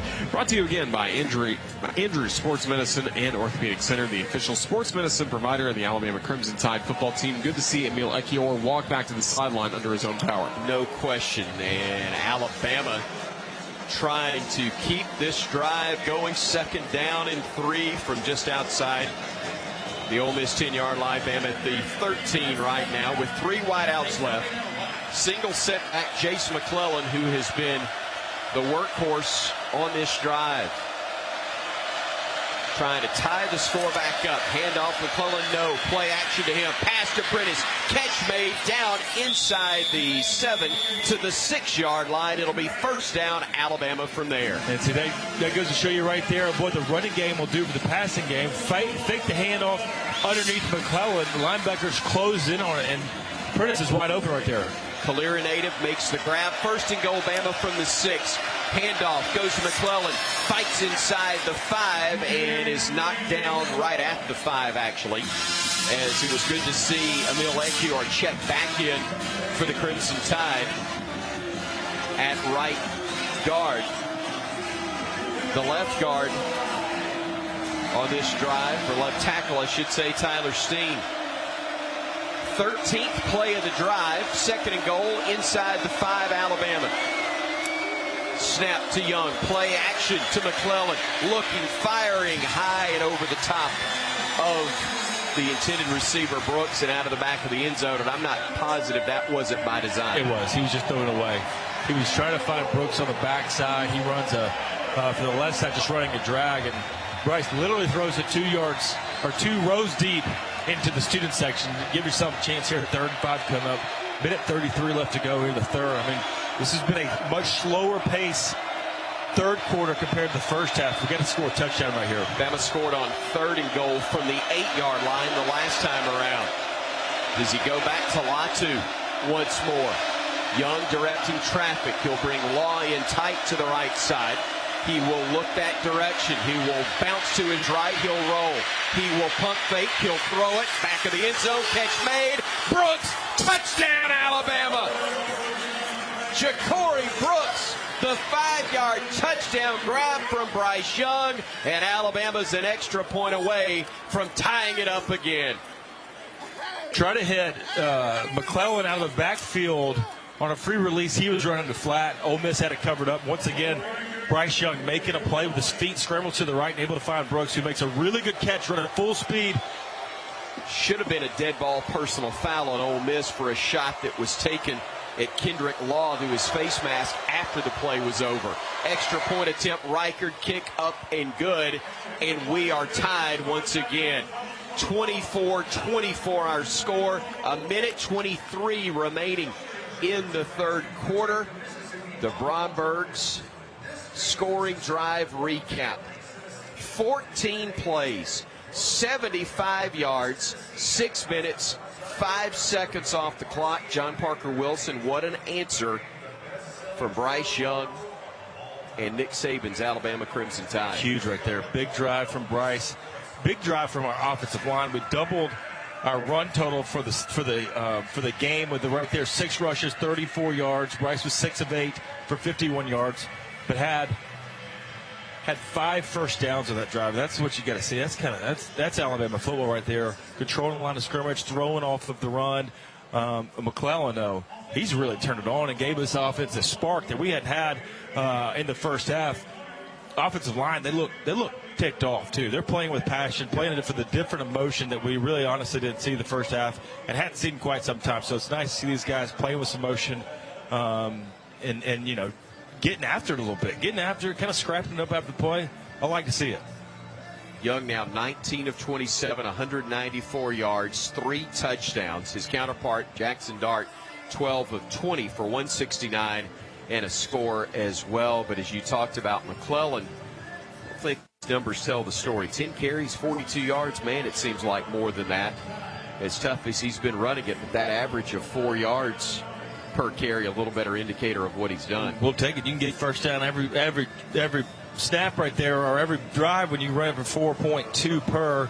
And a lot of it's after contact too, yeah, of making stuff happen. Sometimes you got to be your own blocker, and that's what he's doing tonight. The kick from Reichard sails to the right side where Knox will fair catch it at the 5-yard line. So out to the 25. The ball will come. 1st and 10 for the Rebels. Bama's had a 3-and-out tonight. No better time than now to get another. Yeah, they're just showing the replay of that Bryce Young touchdown pass. He's running full speed to the right, getting tackled and getting hit as he throws the ball. Brooks catches at full speed also. That little shoulder fake that he made to buy extra time for Brooks to get open, but also to buy him some space to throw it. Little head thing fake. Of beauty. They'll bring a man in motion to the left side. They've got 2 wideouts each side. Quarterback keep, and good running room for Dart as he dives towards the first down mark, and a flag comes in. A flag came in from the Ole Miss, or the Alabama secondary. Let's see what we got. Boy, I hope it's against the home team. Officials discussing it, and it looks like they're backing up. Holding on the offense, number 11. 10-yard penalty on the spot, a foul. Replay first down. Jordan Watkins, the Louisville, Kentucky native, a transfer from the University of Louisville, guilty of the 5th penalty for 45 yards on Ole Miss. Such a good play call, though. Yeah. You see it. They fake. They've run that quick toss out of the backfield probably half dozen times, and right there, Dart fakes the toss and then cuts it backside of the offensive line. Judkins, the running back, beside Dart. They bring a man in motion to the left side. They'll hand it off. Judkins nowhere to go. A loss of 3 on the play. Jamil Burroughs leading the charge for Alabama, and while he'll get credit for the tackle, he had some help coming from his friends, notably Alabama's DeMarco Helms. 2nd and a dozen. They'll swing out left side. Another big hit by the Alabama defense. Mingo made the grab, but it was truly one-on-one as Kool-Aid McKinstry was able to hit Mingo and get him down on the deck for no gain. Maybe a half-yard loss even. Then they gave him tackle for loss with 3rd and 11 coming up for Ole Miss. And one-on-one, I mean, open field. Kool-Aid bring him down. Another good tackle from Alabama secondary. Reps 7 of 11 on 3rd down attempts. 3rd down has not been great to Alabama as of late. Taking their time on the play clock, and in fact, they want the quarter to run out, and I believe it's going to. It does. The third quarter comes to an end. We have played 45 minutes thus far and haven't settled a thing. 24-24 our score. Alabama and Ole Miss here on the Crimson Tide Sports Network from Learfield. I'm Brad Bohannon, and I'm an organ donor. I'm Ashley Johnston, and I'm an organ donor. I'm Patrick Murphy, and I'm an organ donor. I'm Nate Oates, and I'm an organ donor. I'm Nick Saban, and I'm an organ donor. And I'm John Parker Wilson. I'm also an organ donor. Saving a life has never been easier. You can register online at legacyofhope.org. Give the gift of life. Be an organ donor. Become an organ donor and save a life today. Learn more at legacyofhope.org. This is Alabama Crimson Tide football from Learfield. Unused prescription opioid pain medicines can spell trouble.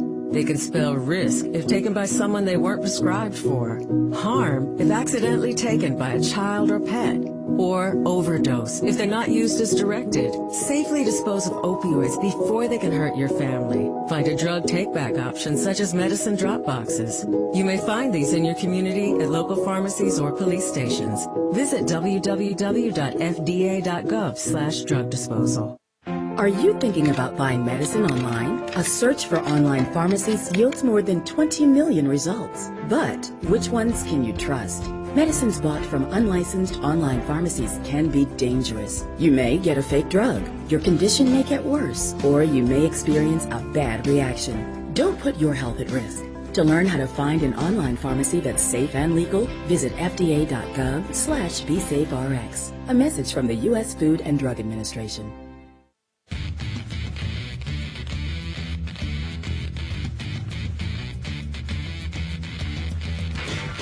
And our scores are brought to you live this evening by the folks at Alabama Power, proud to support the Crimson Tide. I'm Brian Houseworth. Florida leading South Carolina right now 31-6. They are in the third quarter. Tennessee beats Missouri 66-24. Coming up tonight in about an hour, number 1 Georgia taking on Mississippi State in Starkville. Let's send you back right now to Oxford and Vaught Hemingway. Take it away, Roger. Thank you, Brian. Your third quarter recap presented by Auto Owners Insurance. Proud to support the Crimson Tide this season. Visit RollTide.com/auto owners to partner with an independent Alabama agent who can provide local, personalized expertise today. 17-14 Ole Miss at halftime, and then we saw in the third quarter Alabama outscore Ole Miss 10-7. So we are all tied at 24, getting ready for the final 15 minutes. And 15 more minutes to go is brought to you by Coca-Cola Zero Sugar. With zero sugar and refreshingly delicious. Is Coca-Cola Zero Sugar the best Coke ever? Find out for yourself. Also, today's game between the Crimson Tide and the Rebels presented by Beatbox. Each Beatbox is bursting with delicious flavors, gluten-free, low sugar, and resealable. Look for it across the Southeast for your next tailgate. Alabama, Ole Miss tied at 24 as we start the fourth quarter live from the Alabama Credit Union broadcast booth. Thank you so much, Roger. John Parker Wilson to my right. Butch Owens, our spotter, over my shoulder. If you're watching on Facebook Live, you know that because Ethan Caravan's providing the pictures. Our studio engineer, Jerry Kelly. Our producer engineer, Tom Stipe. And the boss, Jim Caravan, the vice president, general manager of the Crimson Tide Sports Network. JP, we're starting quarter number 4. What a ball game it has been. Bama looking for a big third down stop, which has been a problem here in the third quarter. And a big problem when we get penalties and extend those drives. So Ole Miss more than likely probably going to put the ball in the air right here. You got to make a play. Get a great situation for Alabama. 3rd and 11 here to start this fourth quarter. And they've really got a lot of momentum. Had the first drive, Alabama kicked a field goal. And then Bryce on the last one, 14 plays, 75 yards to tie the ball game. And this is the way you want to start the fourth quarter. Make them punt it, get the ball back, and try to put some points on the board and squeeze this game out. The tie ball game right here, a lot of work for Alabama left to do. Need to be precise. That is something that's been an issue in the last few ball games, even on occasion in victories. But trying to get it done here on the road, trying to get off the field on a 3rd and long. The Rebels operating from their own 23-yard line. 2 wide outs each side. Single setback to the right of Jackson Dart, the quarterback. That's Judkins in the backfield with him. Gets the snap, stepping up in the pocket. Pressure coming, makes one man miss. Can't make another miss. Byron Young, the defensive end, coming over to make the stop. And Ole Miss will have to punt it away. Huge play right there. I think it was Jamil Burrows who made Dart cut back. It was pass rush from Will Anderson that forces Dart up in the pocket, and then Burrows forces him back towards the middle of the field. Byron Young with a sack. Huge play right there for Alabama. 3rd and long, getting the ball back. Kool-Aid got a chance right here in the punt return. Been pretty quiet, a lot of fair catches, but man, this guy's elusive when he gets the ball if he gets a chance to return it. Muzzin to punt it. Rugby style to his right. This is going to be a short kick. It's going to hit on the Ole Miss side of midfield. And Bama will have it at the Rebel 49. The worst effort of the day came at the best possible time of the game for Alabama. Just 25 yards on that effort by Ole Miss, and Alabama has it starting in Rebel territory at the Ole Miss 49-yard line. Now you got to do something with it. We got to do something with it. Best drive of the game. Last one, 14 plays. Now, not going to take that many to get in the end zone, but that's where we're going to get in the paint right here. Try to get up by touchdown. Bama looking for its first lead of the day. Crimson Tide with it at the Rebel 49. McClellan in the backfield. Burton coming in motion from the left to the right side. Stepping up, throwing right side. Burton makes the catch. Gets back to the line of scrimmage. Gets forward inside the 45. Breaks a tackle. Gets to the 38. First down, Alabama. The Tide taking advantage of a great play. 11 yards, Jermaine Burton fighting for that one. It's an 11-yard game, but he had to run 13 yards after making the grab. Yeah, his best catch of the night. Did a really good job before the play started of making sure his knee went down. It was a low ball. He just nicely to it. Missed another face mask right there. Handoff right side. McClellan 35-30. Pushed out of bounds as Alabama starting to gash him a little bit in multiple ways. That is going to be enough for the first down. Officially the last play only gained 9 on the books. This one is enough for the first down. 11 yards on that gain. A bank first down now set up at the 29-yard line of the Rebels. Young getting the snap, handing it off. McClellan left side, pushing forward to the 20 and down to the 19. Back inside the Chick-fil-A red zone. Just shy of a bank first down. I mean, we're inches shy right here. This would be a good time to go for the end zone second in just a couple inches. So even if you don't get, you get third, feel pretty good about picking it up. Now we got a little miscommunication of personnel. Got it fixed, though. Roydell Williams got back off the field. McClellan will stay out there. 2nd and a foot. Bryce waiting on the snap. Gets it. Hands it off. First down. More. 15. 10. Down to the 7-yard line. Chase McClellan on the block from Emil Ekiyor leading the way. Gets another first down. Bama setting up shop at the Ole Miss 7. Ekiyor from the right guard position. Pulls to the left and talk about a pancake block. That's a decleater from the right guard right there to spring McClellan free. Tight end left, 3 wide outs right. Handoff McClellan again. Pushing forward, gets to the 5. It'll be 2nd and goal from there or just outside of it. Same play. Worked first time. Why not do it again? Showed a replay of that block from Ekiyor. It's going to be on Sports tonight. He blew him up so good. Robbie Hughes checking in, giving Alabama a 2nd tight end to the right side. 2 wide outs, and I think Ole Miss may have called timeout. Let's see. No, Bama's got it, or the Rebels have a man down. And let's see who it is for Ole Miss. Jared Ivey, the defensive end, is the man down. And the Bama defense, or excuse me, the Ole Miss defense, Sniper got him just as Bama was about to snap the football. That was a late cramp right there. Yeah, those will happen. Late cramp in a 30-degree weather. Night's going well, things are good, and all of a sudden, bam, catch a cramp. Having a time of your life. That was unfortunate timing right there for Ivy as he goes down with a cramp. Well, hopefully he'll be okay, but Alabama probably glad to give Jace McClellan a little breather right here as well. Oh, yeah, that's exactly right. 4 rushes on this drive, 35 yards. We get some sparks going for Alabama on the running game. See if they can score when we come back on the Crimson Tide Sports Network from Learfield. When you open a crisp, cold Bud Light, you know game day is here. You owe me $5. We mean every sound.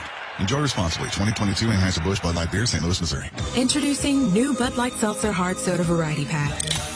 You hear that? It's seltzer with the pop of soda, all with zero sugar. Bud Light Seltzer Hard Soda, the loudest flavors ever. Enjoy responsibly. Anheuser-Busch Bud Light Seltzer Hard Soda, IRC Beers, St. Louis, Missouri. This is Alabama Crimson Tide football from Learfield. Here at Payless Drugs, we continue to be just what the doctor ordered. We know getting the medicine you need is especially important during these unique times. And for your safety and convenience, we offer a drive-through at every location. Plus, we have prescription delivery and contactless pickup at all locations. Now's the time to take care of your immunization needs. Stop by any of our convenient locations today. Just what the doctor ordered. Payless Drugs. We all want our kids to grow up safe and healthy, so we show them how. With honest conversations that let them know what we expect. That's especially important when it comes to alcohol and other drugs. And when it comes to pain medications, opioids, they need to know that they should never be shared with friends or family. For more information about talking with your kids about underage use of alcohol and other drugs, visit underagedrinking.samhsa.gov.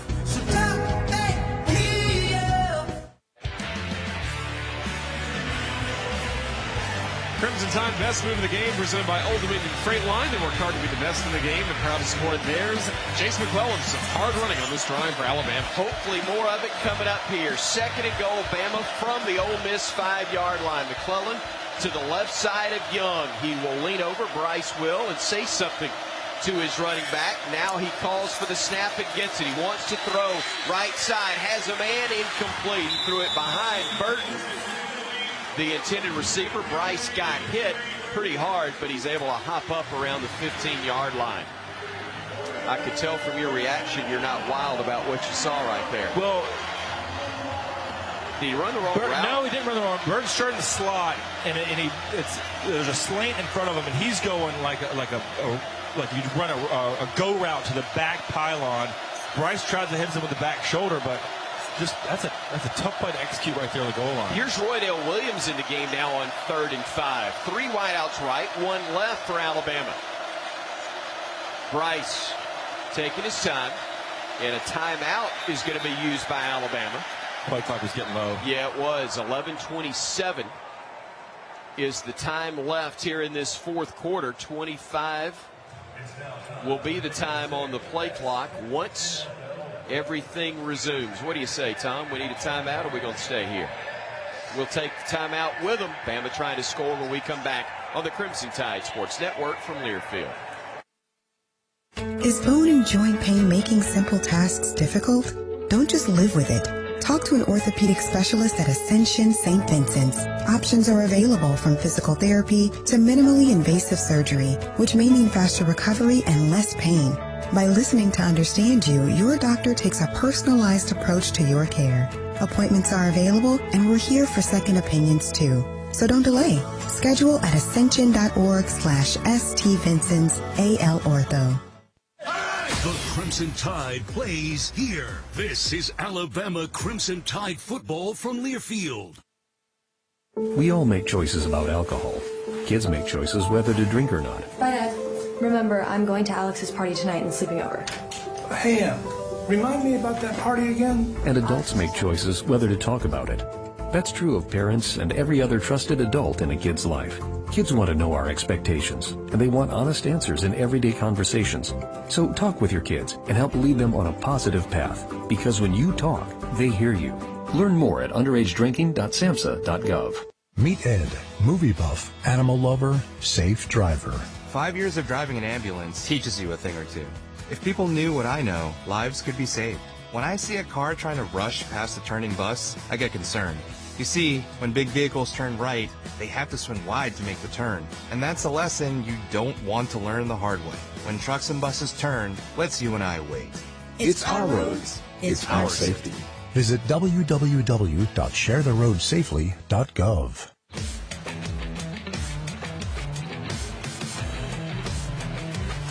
Alabama and Ole Miss tied at 24 with 11:27 left to go. And this season, every Crimson Tide interception at Chick-fil-A restaurants in Alabama will donate $2,000 to Children's of Alabama as our Picks for Kids partner so far this year. 3 interceptions for $6,000 for Children's of Alabama. Thank you to Chick-fil-A locations throughout Alabama for their support of Children's of Alabama. Crimson Tide with a 3rd down and goal from just outside the 5-yard line. 3 wideouts right. The lone setback, McClellan to the left of Bryce Young. Bryce will walk up, says something to his center, Seth McLaughlin. Now gets back and gets ready. Gets the snap. Looking, throwing across the middle. It is knocked away from Latu. They connected on a touchdown earlier, but that time Ole Miss is able to separate the big man from the football. Miles Battle credited with the hit, and Bama will have to settle for a field goal try. Yeah, Chris, it looked like it was almost the same play that we scored on earlier, except just better coverage from Miles Battle. Latu has to speed up his route a little bit.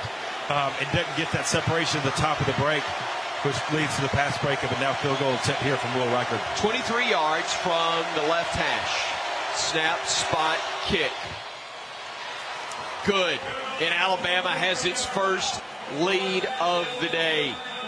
27-24 is our score. 11:19 to play when we come back for the first time. Nice to be able to say it. Good guys on top here on the Crimson Tide Sports Network from Learfield. Red Diamond knows that prepping for the perfect holiday meal isn't always easy. From making sure there's an option for your cousin Steve from Chicago, I require a plant-based diet, to making sure your father-in-law's favorite is on the table. Boiled Brussels sprouts? Gross. The holidays can be hard. Thankfully, you've got fresh brewed Red Diamond iced tea. It's the perfect sip of pure perfection that always brings people together. Red Diamond. Perfect's not easy. By now, your daily routine is probably a little too routine. Don't you want to change? Don't you want to start playing by your own rules and escape the routine so your fantasy becomes reality?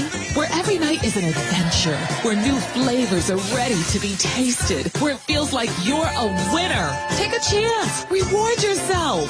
Make your routine anything but routine. Escape every day at Wind Creek Casino and WindCreekCasino.com. Here in Tuscaloosa, Saturdays are in the details. It takes the 2-minute drills and the tailgates on the quad. The blitzes, the bombs, and Big Al. Because when anything can happen, every detail counts. Like getting an updated COVID-19 booster. This season, we're reminding Crimson Tide fans to get an updated COVID-19 booster shot designed for recent Omicron variants. Learn about eligibility and schedule an appointment at vaccines.gov. Sponsored by Pfizer and BioNTech.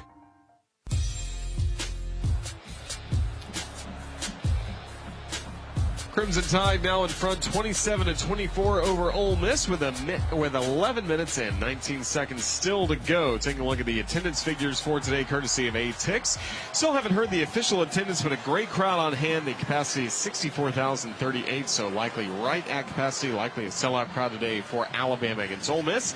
A-Tix is the proud sponsor of the game's attendance. A-Tix says thank you to all ticket-holding Crimson Tide fans. Alabama getting a go-ahead field goal. And taking a look at the Bromberg scoring drive, 8 plays, 44 yards, 2:52 off the clock. Roger, thank you. I don't know how many people we got here, but I know this. Every one of them's cold, for crying out loud, because it is below 35 degrees and has been no warmer than that, really. Maybe 38, 39, but the wind chill has had it below freezing since we started today. Reichard approaches the football, kicks it toward the end zone and through the back of it, and that is a good sign as the Rebels will have it from their own 25-yard line. 1st and 10 and working from a deficit for the first time today. Yeah, that's exactly right, and I feel like our defense has really picked it up.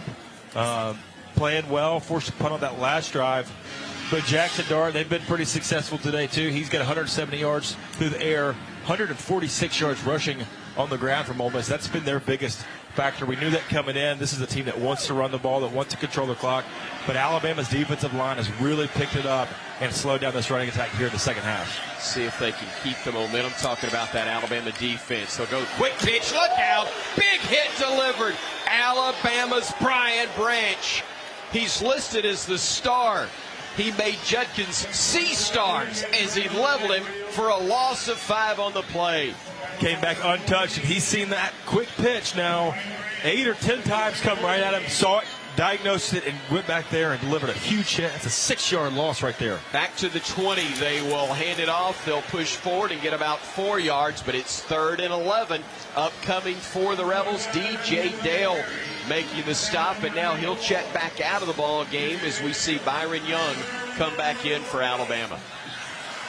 Huge opportunity for Alabama. Force them 3 and out last drive. See if we can do it again here. We got too many guys on the field. Got him off in time. 7 of 12 for the Rebels on 3rd down. Quarterback draw, nowhere to go. He goes down. Young with the sack. Bama forcing the 3 and out from the Rebels after taking the lead for the first time today. Byron Young, have yourself a night. That's his 8th tackle of the evening. And none bigger than that right there, forcing Ole Miss to punt. Giving Bryce Young and Jace McClellan the ball back right here. See if we can keep it going on the ground game. Kool-Aid waiting back on his own 40-yard line on the punt.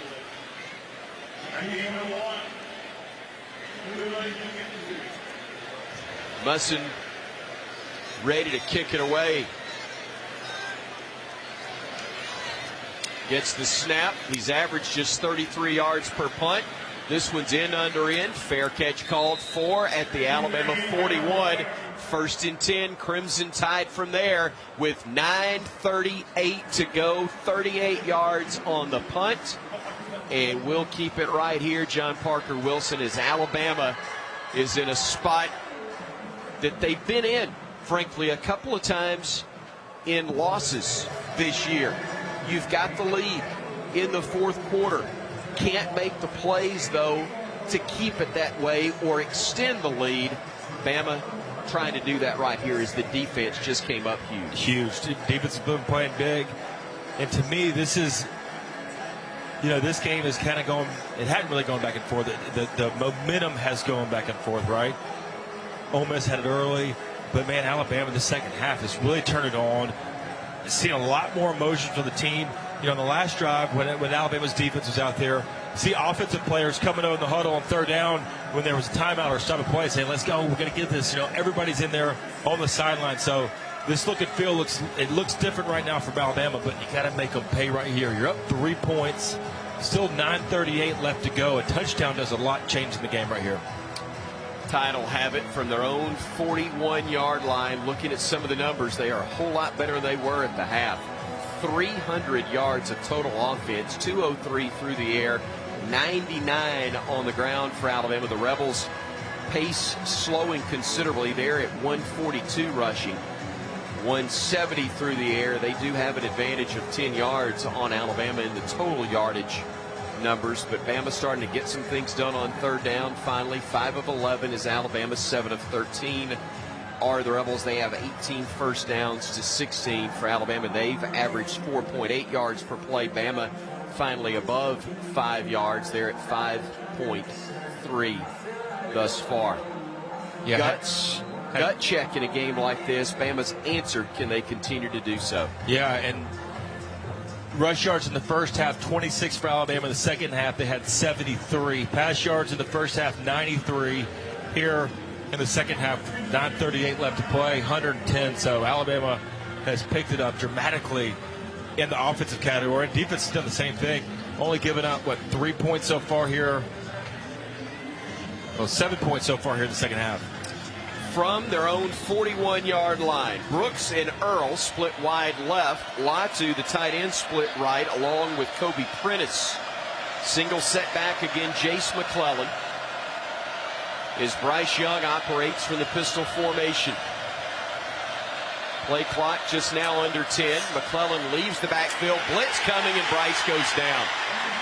He had no chance right there. The blitz came from the edge. Otis Reese, the senior from Leesburg, Georgia, able to get there in a hurry and force Alabama into a loss of 7 yards on that play. Third sack of the day by the Ole Miss defense. It had to be miscommunication up front from Alabama's offensive line, because that guy's Kevin Free. It was an empty backfield. Bryce didn't even have his eyes to the left. Thought he was picked up. Evidently he wasn't. Second down at about 16, we'll call it. Young getting the snap. Pressure coming from the right edge. Bryce will float left. Throws a pass caught. Knocked out of bounds Brooks. He's going to be about 4 yards shy of the first down, but 3rd and 4 looks a whole lot better. The officials are talking things over right now. They may say that Brooks was out of bounds and came back into the field to play. The hat is down by the official, and they may rule this an incomplete pass or illegal touching of the football by a man who had left the field of play. Yeah, there's a flag down on the field right now. Was he forced out, or did he? Side judge during the play, the receiver stepped out of bounds. He was supposed to touch the pass. That's an illegal touching. But he lost it down. 3rd down. Whew, man, is that a big call? It's a big one right there, because you lose it down. It was 2nd down, and it would have been 3rd and 4. Now it's going to be 3rd and 17 coming up for Alabama. Yeah. All the way back to the original line of scrimmage. Or back where it was in the previous snap, I should say, and that does indeed make 3rd down and about 16 or 17 for Alabama. From just shy of the 35, Young with an empty backfield, getting the snap, pressure coming, throwing downfield. No, it's knocked down at the line of scrimmage by the Rebels. And Bama will have to punt it away after the Tide defense forced a 3 and out. The Rebel defense does the same. Yeah, that sack hurts us right there. Untouched. Bryce didn't even have eyes on it. That one was just batted down right at the line of scrimmage. It probably would have been well short of the first down, even if we did catch the ball. Tavius Robinson, the defensive end, at 6'6", is the one who got the hand up to make that play. Here's Burnap on to punt. 44-yard average so far, a high end-under-end kick. Fair catch called for and made by Jonathan Mingo, and the Rebels will have it with 8:14 to play. Bama forced a 3 and out on the last drive. We'll see if they can do it again here. Working with a 27-24 lead with 8 minutes and 14 seconds remaining in the ball game. Ole Miss will have it from their own 23. Their quarterback, Jackson Dart, out of Kaysville, Utah. Transfer from USC. Operates from the pistol. Judkins, the running back, to his right. He'll go with a fake pitch there, and he wants to go downfield. He's got a man. Mingo slipped, but still made the grab. First down, Ole Miss, and they'll go fastball now as they hurry up to the 42-yard line. It's a gain of about 16 yards, 20 they'll say now, on the play. From the 42, play action. Dart, force out of the pocket, has to throw it away, and Byron Young, who's lived in that backfield in the second half, got to him again right as he released the football. Yeah, able to do it. That was a 3-man rush. Go back to the previous play.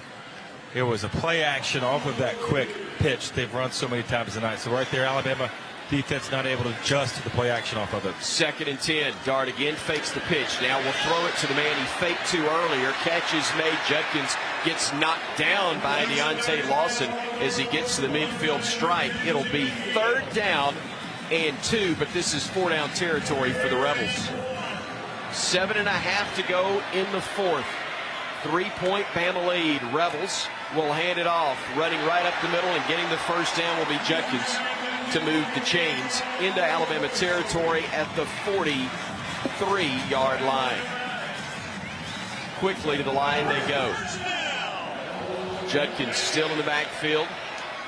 Dart, play action, looking, firing to the man out of the backfield and wrapped up. Lawson, a great stop, holding him to only 1.5 yards, maybe 2 on the play. Yeah, so they hit the big play to start the drive, the play action, ran it again where they cut it back, and that was the 3rd time on this drive they run the same play. Alabama stayed home that time.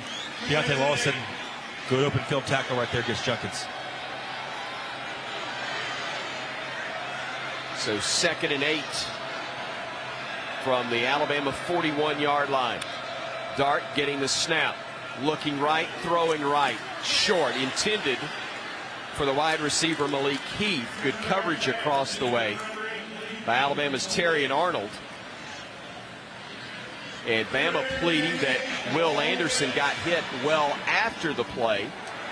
And Dallas Turner will help him up, and Anderson in some pain. He is holding his right hand. I think he's saying he got yanked down by that right hand, and he is hurting as he's back at the line of scrimmage trying to get some feeling back in that thing. Everybody getting set. Play clock under 5. Now down to 2. They'll snap it to Dart. He'll throw. It's batted into the air and knocked down. Byron Young having the night of his life right here for Alabama. Will Anderson still hurt, and I'd love to know what happened on that previous play. Couldn't tell, didn't see a replay of it, but after the play, the Alabama players are still trying to talk to the referee. 4th down and 7. Pressure.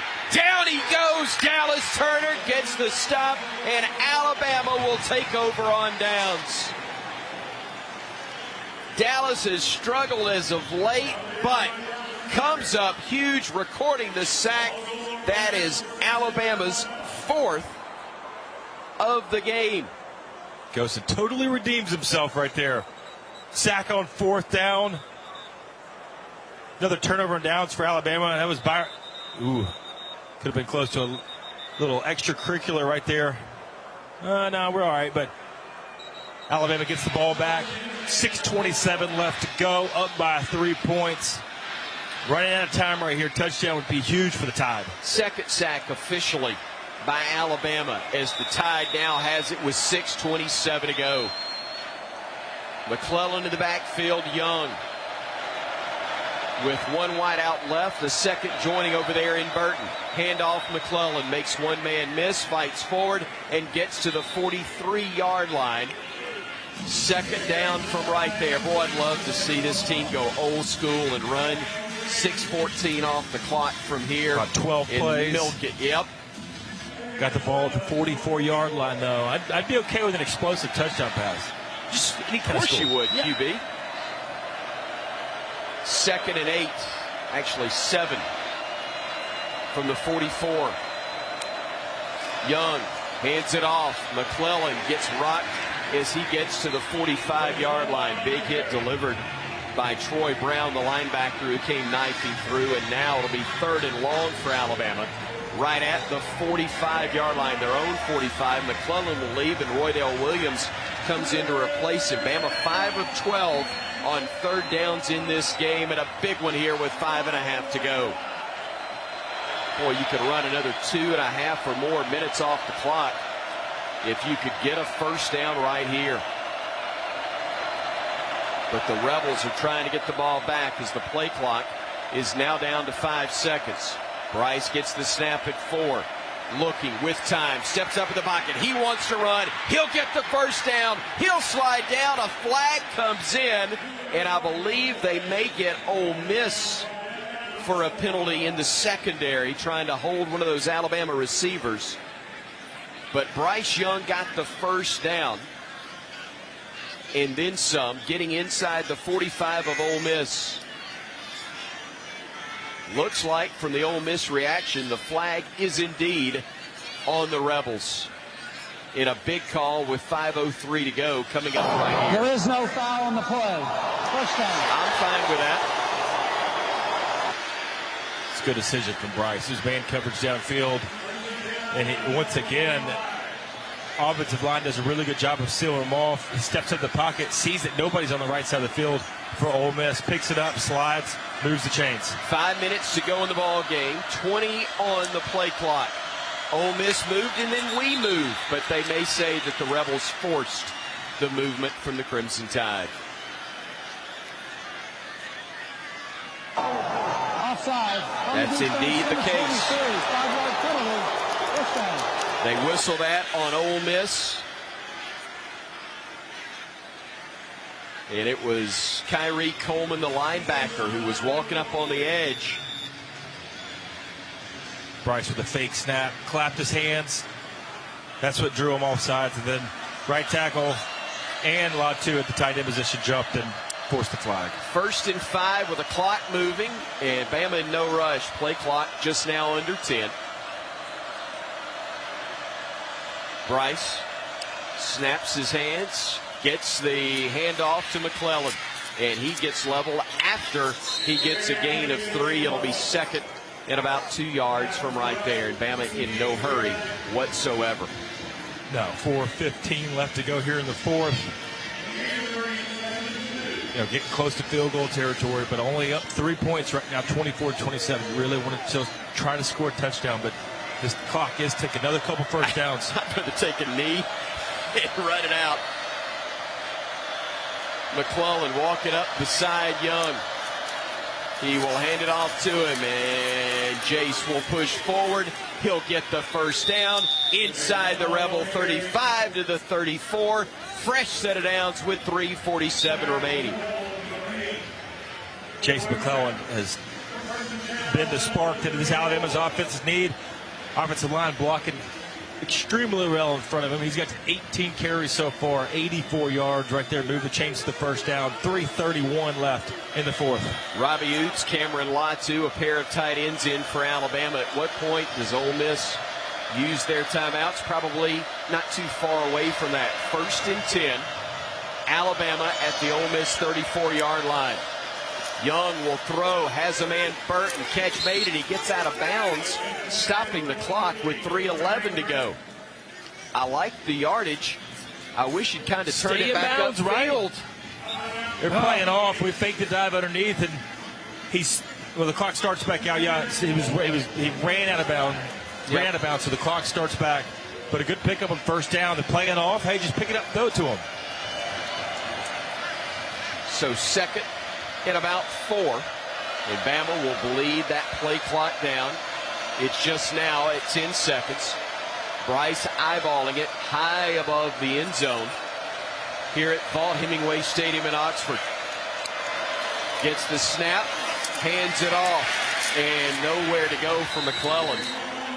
Boy, JP, you saw something, didn't you? Did you see it? Yep. Burton's the guy on top of him. He was the number 2 in the slot. Had Brooks on the outside. And that's why they called it Ole Miss before. They called it after, but he was wide open. His linebacker or safety blitz, and there was nobody covering him. He free released. Bryce went to the left. If he pulls it and throws it, it's a walk-in touchdown. But a timeout with 2:34 to go. Ole Miss has 2 of those remaining. And Alabama will have 3rd down and 7 upcoming right here. Where are we at on the field? We're at the 31-yard line. Yep, you're definitely within Will Reichard's range. You're in Will Reichard's, yeah. But I don't think you're – I'm not going to say you're not thinking that. That's not accurate. But my point is Bama would love to get the first down right here, obviously, and you can run out the clock. Yeah. I know they've got 2 timeouts remaining, but I still like your chances of bleeding it down about all you'd need to. If we pick up the first down right here, we are definitely in the driver's seat. But 3rd and 7, this is going to be the best play call that you got right here. This is when Bryce has been pretty deadly, especially tonight, on making plays with his feet. If it's not there, keeping the play going. We've got 2 running backs in the game right now. No tight end, 3 wideouts. 2 running backs, McClellan and Williams, one on either side of Bryce Young. He's got 2 wideouts right, 1 left. Young waiting on the snap. Will get it with 4 on the play clock. Looking, pressure coming, throws right side. That is going to be incomplete. He was trying to connect with Jace McClellan. Good coverage by Tysheen Johnson. And that will force Alabama to try the field goal here from Will Reichard, trying to add to a 3-point lead with just 2:28 to go. Okay, Willie. Well, this is going to be a 49-yard try. The snap from Nealon Hibbett, the hold up coming from James Burdup, and Reichard from the left hash.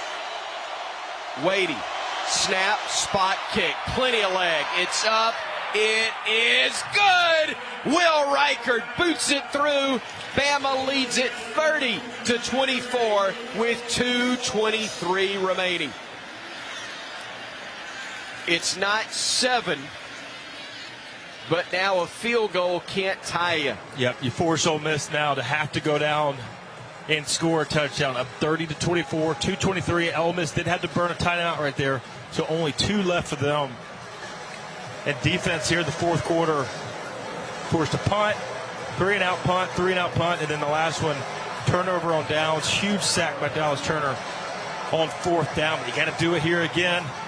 Try to pin them deep here on the kickoff and then go to work. Roger Hoover providing us with the Bromberg scoring drive numbers. 9 plays, 28 yards, 3:53.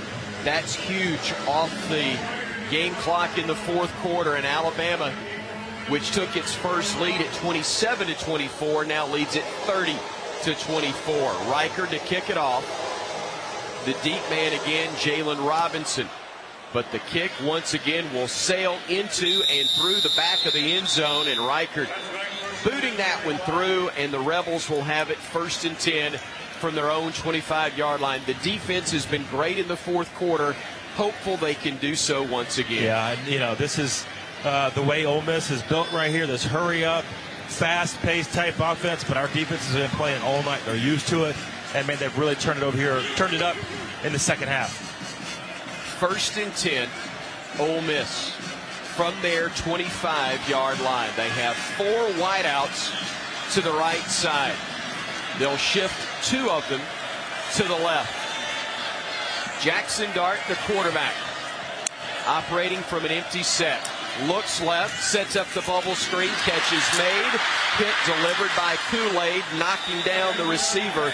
That was Jalen Robinson, I believe, who made the grab. Check that. It was 1-9, Dayton Wade, not number 9, Robinson. So Wade able to pick up 9 yards on the play. It's 2nd and 1, 2:03 to go.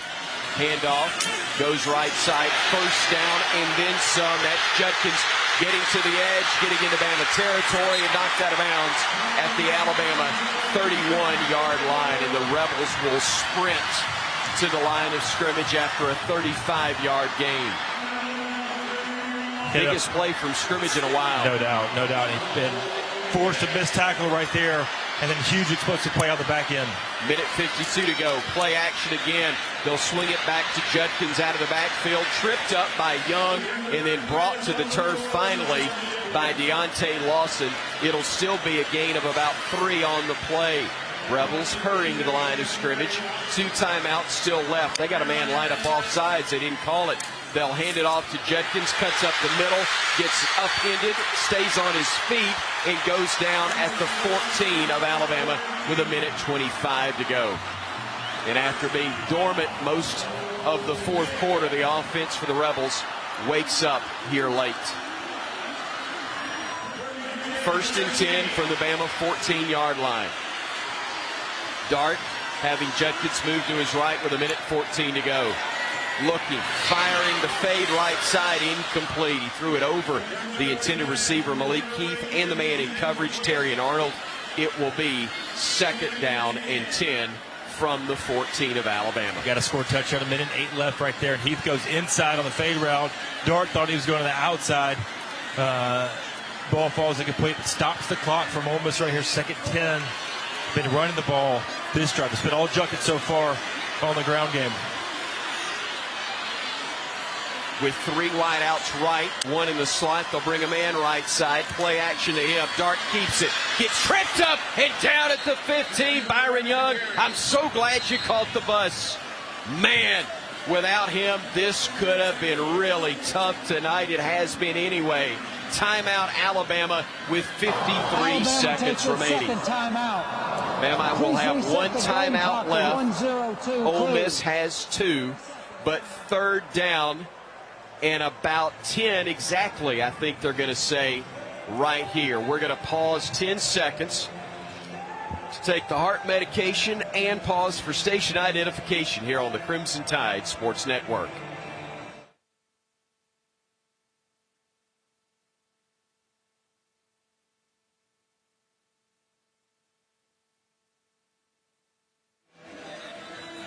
Stay tuned after the game for the Region's 5th quarter show and the post-game press conference with head coach Nick Saban, brought to you by Tri-Green Equipment, your John Deere dealer for North Alabama and Middle Tennessee.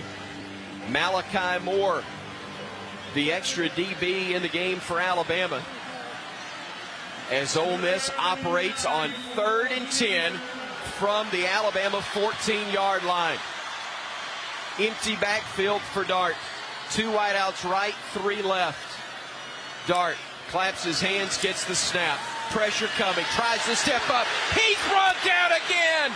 Byron Young again at the 20-yard line. 3rd sack of the game. And Lane has to burn a timeout here. 53 seconds remaining. Timeout, Ole Miss. They'll have 4th down and 14 from the Alabama 20-yard line. Byron Young, 11 tackles on the night, 6 of them solos, and 2 sacks, bringing Jackson Dart down to the ground right there. Now Alabama, biggest play of the night, 4th and 15 coming up. Can we stand strong?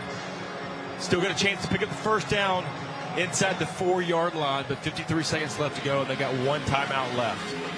Tom Stipe thinking for all of us just now. Here we go again. Another one down inside the final minute. Bama defense trying to come up big. 4th and 14 from the Alabama 20. Dart with Judkins in the backfield with him. Gets the snap. Looking, firing, up in the air, knocked away, incomplete. Bryant Branch knocked it away from Mingo, and Alabama turns away the Rebels. It started by forcing Ole Miss to turn it over on downs inside the Alabama red zone. Dear Lord, let it end that way as well, as Bama will take over right at their own 20-yard line. What a play from Bryant Branch right there. He's got Mingo, their best receiver, in the slot, one-on-one. There's 2 safeties over top, but he's got to run step for step for him right down the field. Doesn't get better coverage from him right there in the biggest situation of the game. Now we get a chance to run the best play in football, and that's the victory. It is indeed. Bryce Young will work under center for the first time tonight. Takes a knee. I said it before. I'll say it again. Let's get out of here. 41 seconds in ticking.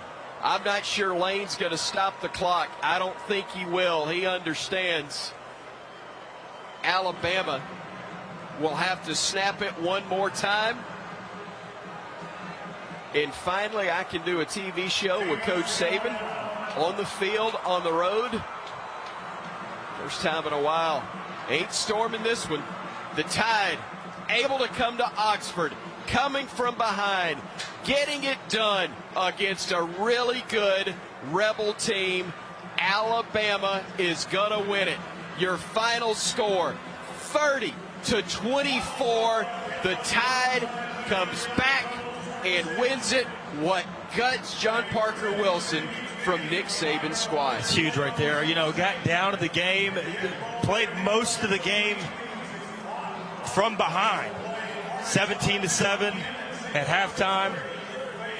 it was 17-14, and this team, man, I'm proud of this team that when they came out and fouled, and even got down early, were able to get it going. And a completely different team in the second half. So I hope I can see what Coach Saban said to them at halftime, because they came out with a different spark. We were able to run the ball, more dominant than we have in the past month, it feels like. Guys making plays, Byron Young showing up huge, and this is a big road win for Alabama, 30-24, to hold off the Rebels and doing just enough at the end of the game, especially the fourth quarter, to come out with a win. Special win indeed for Alabama as the Crimson Tide improves to 8-2 on the year. The Rebels with the loss drop to 8-2 on the season. Post game coming your way in a moment. We'll turn it over to Roger Hoover. For Roger, for JP, for Tom, for Butch, for Ethan, Jim, and Jerry, I'm Chris Stewart. Bama a winner, 30-24, your final on the Crimson Tide Sports Network from Learfield.